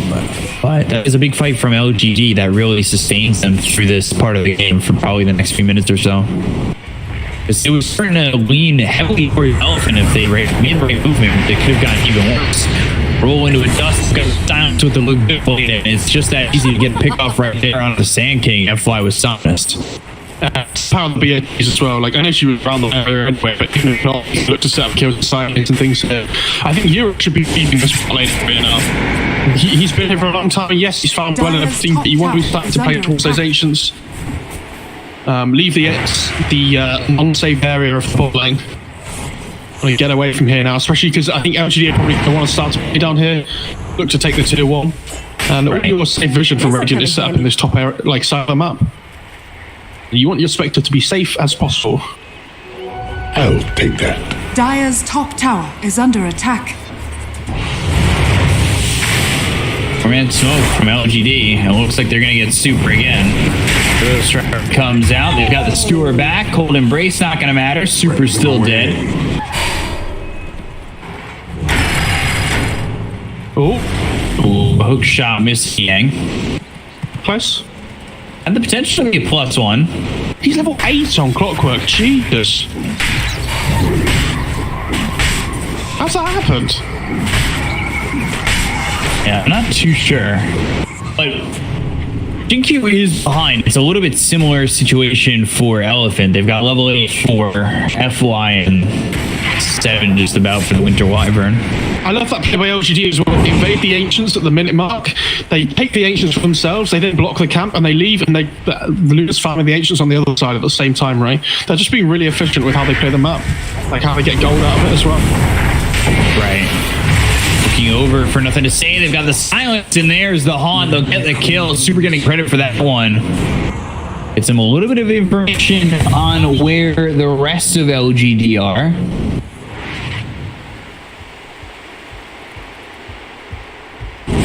So it feels quite nice to get another pick off on the Sand King. It's the Luna though that they need to be careful about. Mask of Madness, Dragon Lance going to BKB. Spectre after that Blade Mail going into Yasha.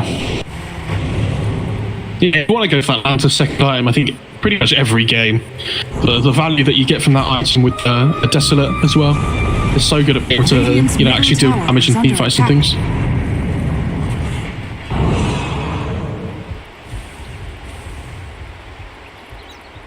Dire's bottom tower. Cute little observer right there. Interesting spot. Yeah, you're just gonna go through the trees. Doesn't see where they are. Better play it safe.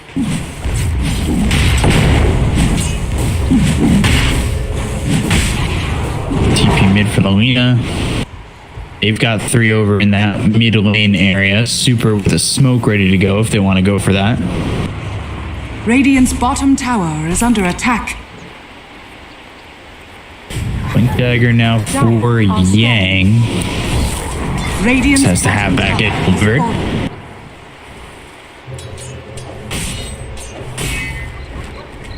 Let's get delivered, but Jink coming over and Faith Beyond maybe looking to get a kill here on the DK. Coming around the other side. Good blade. And now Magnus. He's going to try and get a kill. There's Burrow Strike. Winter's going to get the kill on the Jink. They'll at least get one, but they're going to lose dominance for this. The elevator's in or nothing. They've got the hook shot lines on it. Around them. Boulder smash, epicenter, all in. They'll get the kill on the DK. 2 for 1 and OGD once again. And they're up 3,000 net. Looking for 4. Burrow Strike hits on Fly. Should be a +1 look at the score. Thinking about RP, maybe not necessary for the Doom. And the group gets the silence, so put on the magnetize, and it's still another kill for LGD. That's just so good at these skirmishes. They always make sure they bring the numbers. It feels like they're never behind. When there's these skirmishes kick off the field, and it feels like they're behind in people, right? Like everybody turns up that needs to turn up. This Luna's still just free farming away. Spectre's still playing the spot lane. The Luna's really starting to pull ahead now. 2k net worth ahead of the Spectre. I mean, the timing that you need to aim for is this Mount of Scali right on the Spectre. RP onto the Spectre. Waymail is popped. They've got the Eclipse. They'll look for the damage. Eurus in trouble, and he'll end up dead. Good movements from Faith Beyond. But if you look at the vision on the map from the Radiant side, though, like, it's terrifying for them. They don't see anything anymore. Yeah, almost non-existent. Well, you'll take a look at the 3 obs from the Dire down bottom. They're in complete control of this bot jungle. So every time the Spectre goes down there, they know. And they can easily make these rotations down to try and find them. Think about the parts of the map where Elephant feels safe to farm at the moment, and think about the parts of the map where Elephant feels safe to LGD feels safe to farm, and they're completely different. Like, it's not 50-50 anymore. The map feels very tight for Elephant. up again here though, so Blink Dragon Tail through on GQ LSA with the Geomagnetic. Got the silence to get the kill. Somnus getting the kill on a GQ, and he's nearby, but they don't want people to get the kill on him either, and they wanted to move and use that haunt to potentially get a big target, but nowhere to be found. And he's by himself up towards top. And they've got the hook shot, pop the blade mail. However, can he even get into this one? He's going to haunt, jump around, trying to get away safely. And he's doing a good job of finding some openings. Dragon Tail comes in with the LSA, pulls the Laguna Blade. They've got the Winter Curse to get the damage, to get the kill to Faith. Now they look over in Innocence. They find themselves a second. Clockwork's gone. And that's a double kill for Somnus. So it does work out. The haunt, jaunt, and roll is exactly what he needed to survive. That was really well played. And the thing is, it's not even like he's spamming it, you know, just to be as late as possible. Like, it's controlled the whole time. Ooh, they're converging again, looking for Somnus, and they know exactly where he is. Blink, Furrow Strike, there's a team out there out the BKB, trying to leave the damage. Woo-hoo. And real close. Very, very close. I'll take your tribute. Dire's middle tower is under attack. That's a big fight, though, for Elephant. To not lose anything. Yeah, it's the difference between Spectre being like 4K behind the Luna and, you know, like 2.5K to 3K. Which is, you know, big at this point in the game, especially when Roche fights are going to be looking to come up soon. Yeah, and they're going to look to smoke, find a pick-off, and I think head into the Roche bit afterwards. There's this tier 1 top they can look at taking as well. This Wyvern is very... Yeah, but very trouble. Old Embrace, and eventually dead. Just a buyback. I think you just get to the pit. It's like clockwork, right? Not a hero. Oh, they're going to try and fight Claw. Yeah, Thinking just TP'd into this. That's a mistake by enough to say. Now dominating for Somnus. Won't move into the pit anymore. That's a little bit of a misplay. I thought LGD would just go for Roche. Yeah, like the thing is, like, if you let that tower go, it's not a massive issue, right? If you're trading it for Roche, then you feel really good about it. Radiant's middle At least you'd think that they would feel good about making that trade. Yeah. Maybe they just feel like they wouldn't be able to do Roche quick enough at this point in the game. It's difficult to know.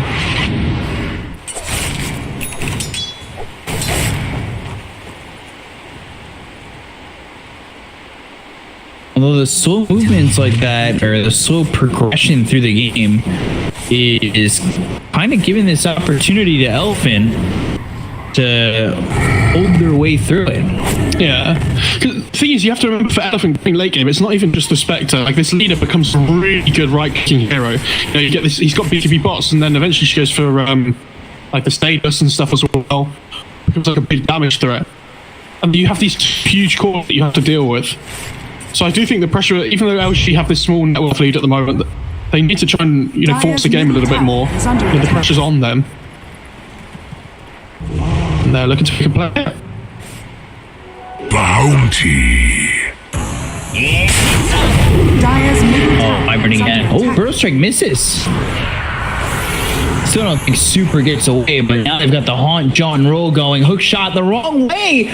Super off that is still in danger. I don't know how. Well, maybe he'd walk away, but instead, he's still dead. He was in a tough position the whole time, unfortunately. But again, you've seen this a lot of time this game, where supports are in really good positions to stand ganks for their cause. DQ did it in the bot jungle area on the Ancients before. You should put yourself between where the enemy team would want to come and between your character. Say top of the ship and you know, anything on the tank. And I think they're heading into the pit on LGD. Oh, they can't take it.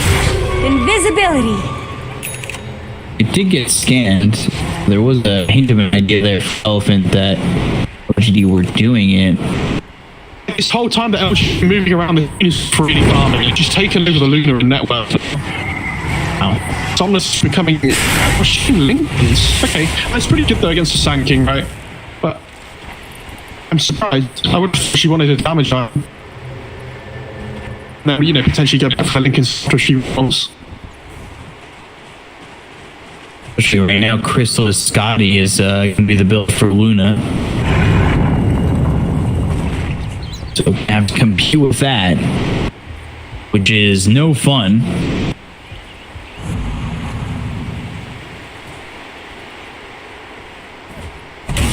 Coming in. It's here for LGD. On that high ground by the Radiant Triangle. I guess it's the look at it what Lena wants to do now. So the Lincoln's finished and it will be that Daedalus after.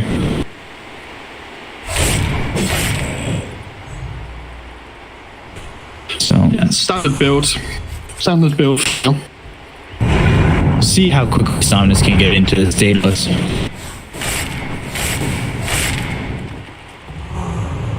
It's crazy farmed.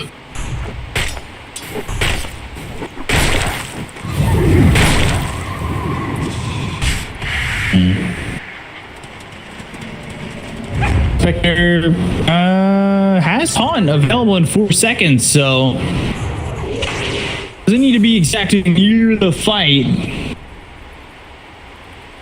but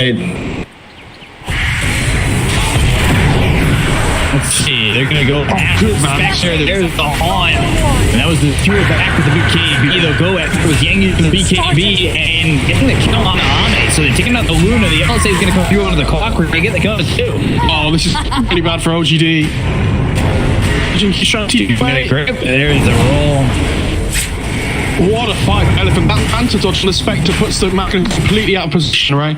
So not the Magnus, the Luna completely out of position because she wants to come where she thinks the Spectre's going to be. And then Spectre gets all the illusions on top of her. Radiant's middle tower. She just takes so much desolate damage on top with the help of her team.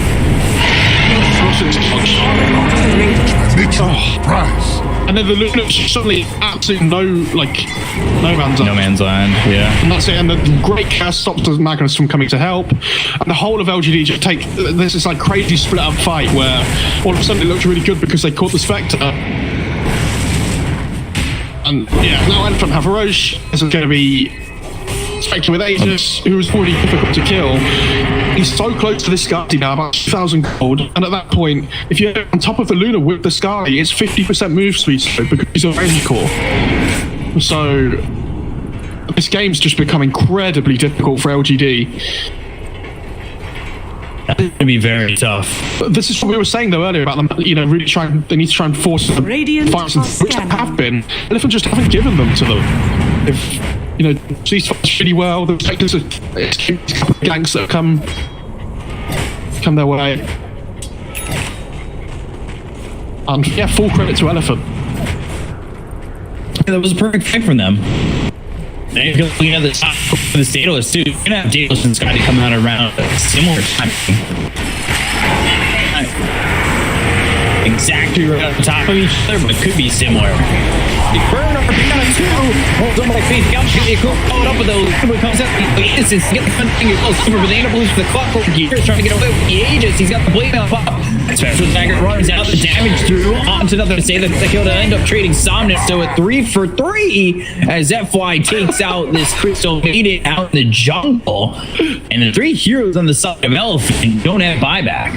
I'm surprised. I thought the Doctor was going to try and stay and fight with the Aegis, but he just decided to abandon basically. Just let the die instead. I also love, FY and GQ basically having this like 1v1 fight on the side away from everybody else. Oh, great. It's score by Faith Beyond. I think you got the... Faith Beyond is playing really well this game.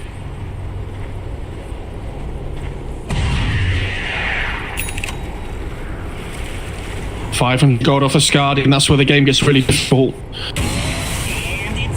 Dire's middle tower is under attack. Jackpot! It's gonna slow down the Daedalus though.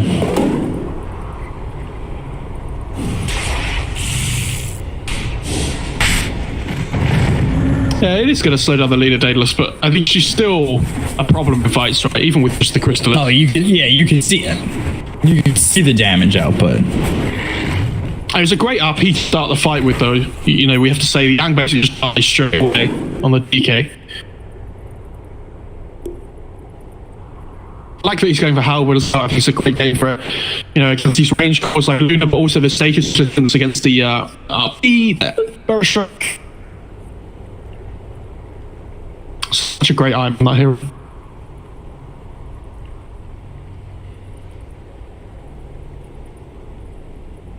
Quick pause here. Still 5k lead for OGD, but this game feels very tight. Pretty close. Which is exactly what we wanted to see between these two teams, right? You know, we've had these games where, you know, like Aster Ares and SAG and things, they're good teams, but it feels like these teams in China are on a different level from them, right? So when they come up against each other, to see that the games are really close and competitive. Because when we watched LGD versus Veach yesterday, the game 2 and 3 didn't feel close. We felt very one-sided.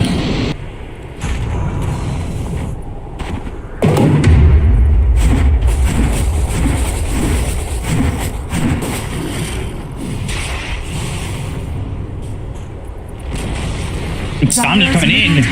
Jinxu as a BKB goes into the freezing field, begins to walk away, ends up dead. They've got the Haunt, John, and move over to the clockwork, but he's continuing to go all over. They get both supports out of here. Oh, they found the DK though, by himself. Spectre can get over, but it's too late. They get the supports though on Elephants, so it's something, but without Horde for the next little while, OGD won't be able to try and make a play here.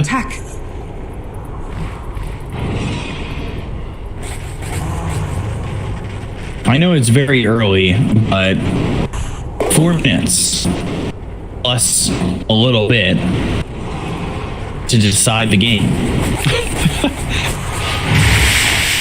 Has gone second. Roche has won every game so far? I don't think so. Maybe I'm wrong. I'm personally really interested to see what the Doctor builds next as well. Oh, Super getting caught. The rest is coming over. This may not be the first thing for Super. F is going to roll away. No, he gets on in the middle. They've got the two of those good ones and nothing. Say the Eclipse all the way out in the urine. And he still used the Sages yet.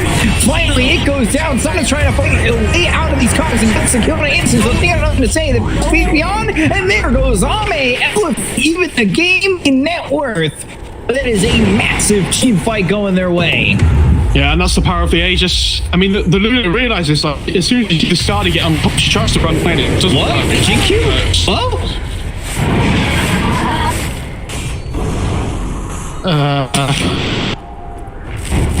Dire's middle tower is under attack. I love there's that long pause where Elephant they work it out and they tip Xingqiu. Dire's middle tower is Dire's bottom tower is under attack. Dire's structures are fortified. 3, 2, and 15 for Eurus. Are fortified. I mean, they can kill the Spectre, right? You sure like they took the first life, but they lose so much further for it, and then with the Aegis, that's just a set of racks. It might even be two. Okay, that's not two sets. They have tier 2s up still, so they can't get any more from it, unfortunately. For Elephants, sorry.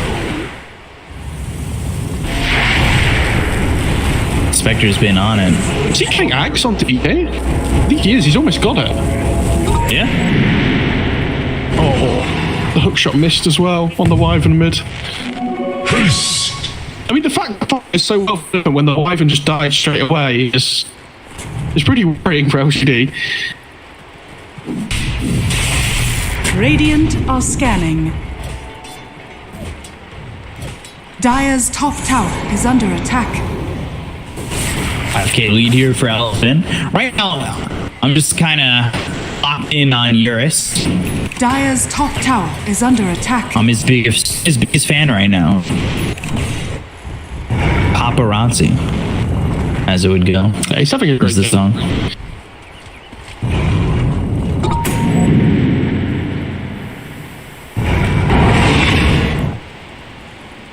I do think the Spectres in China feel like so much stronger than every other region. Right. Oh, you went Butterfly next. Okay. It's pretty good.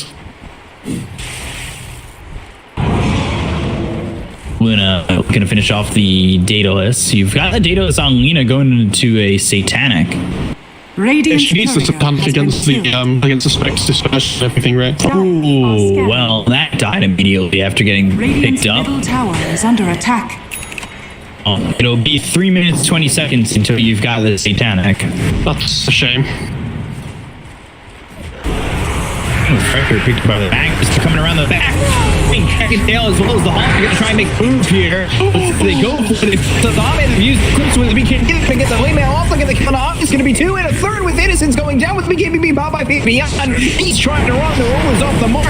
G-Magnetic does hit the border smashes there with Dragon Tail. Some seek out Faith Beyond and 4 dead on OGD. They call GG and Elephant will take a 2-0 over OGD. I'm pretty sure Eurus just solo killed Army at the start of the fight while they were fighting the Mag with the rest of the heroes. And the Clockwork. And Clockwork at the same time. Wow. That's unbelievable. I mean, what a game by Elephant, though. I mean, I think the two big moments of that game were when the Spectre dodged both the smoke ganks. The first one by using the Hawk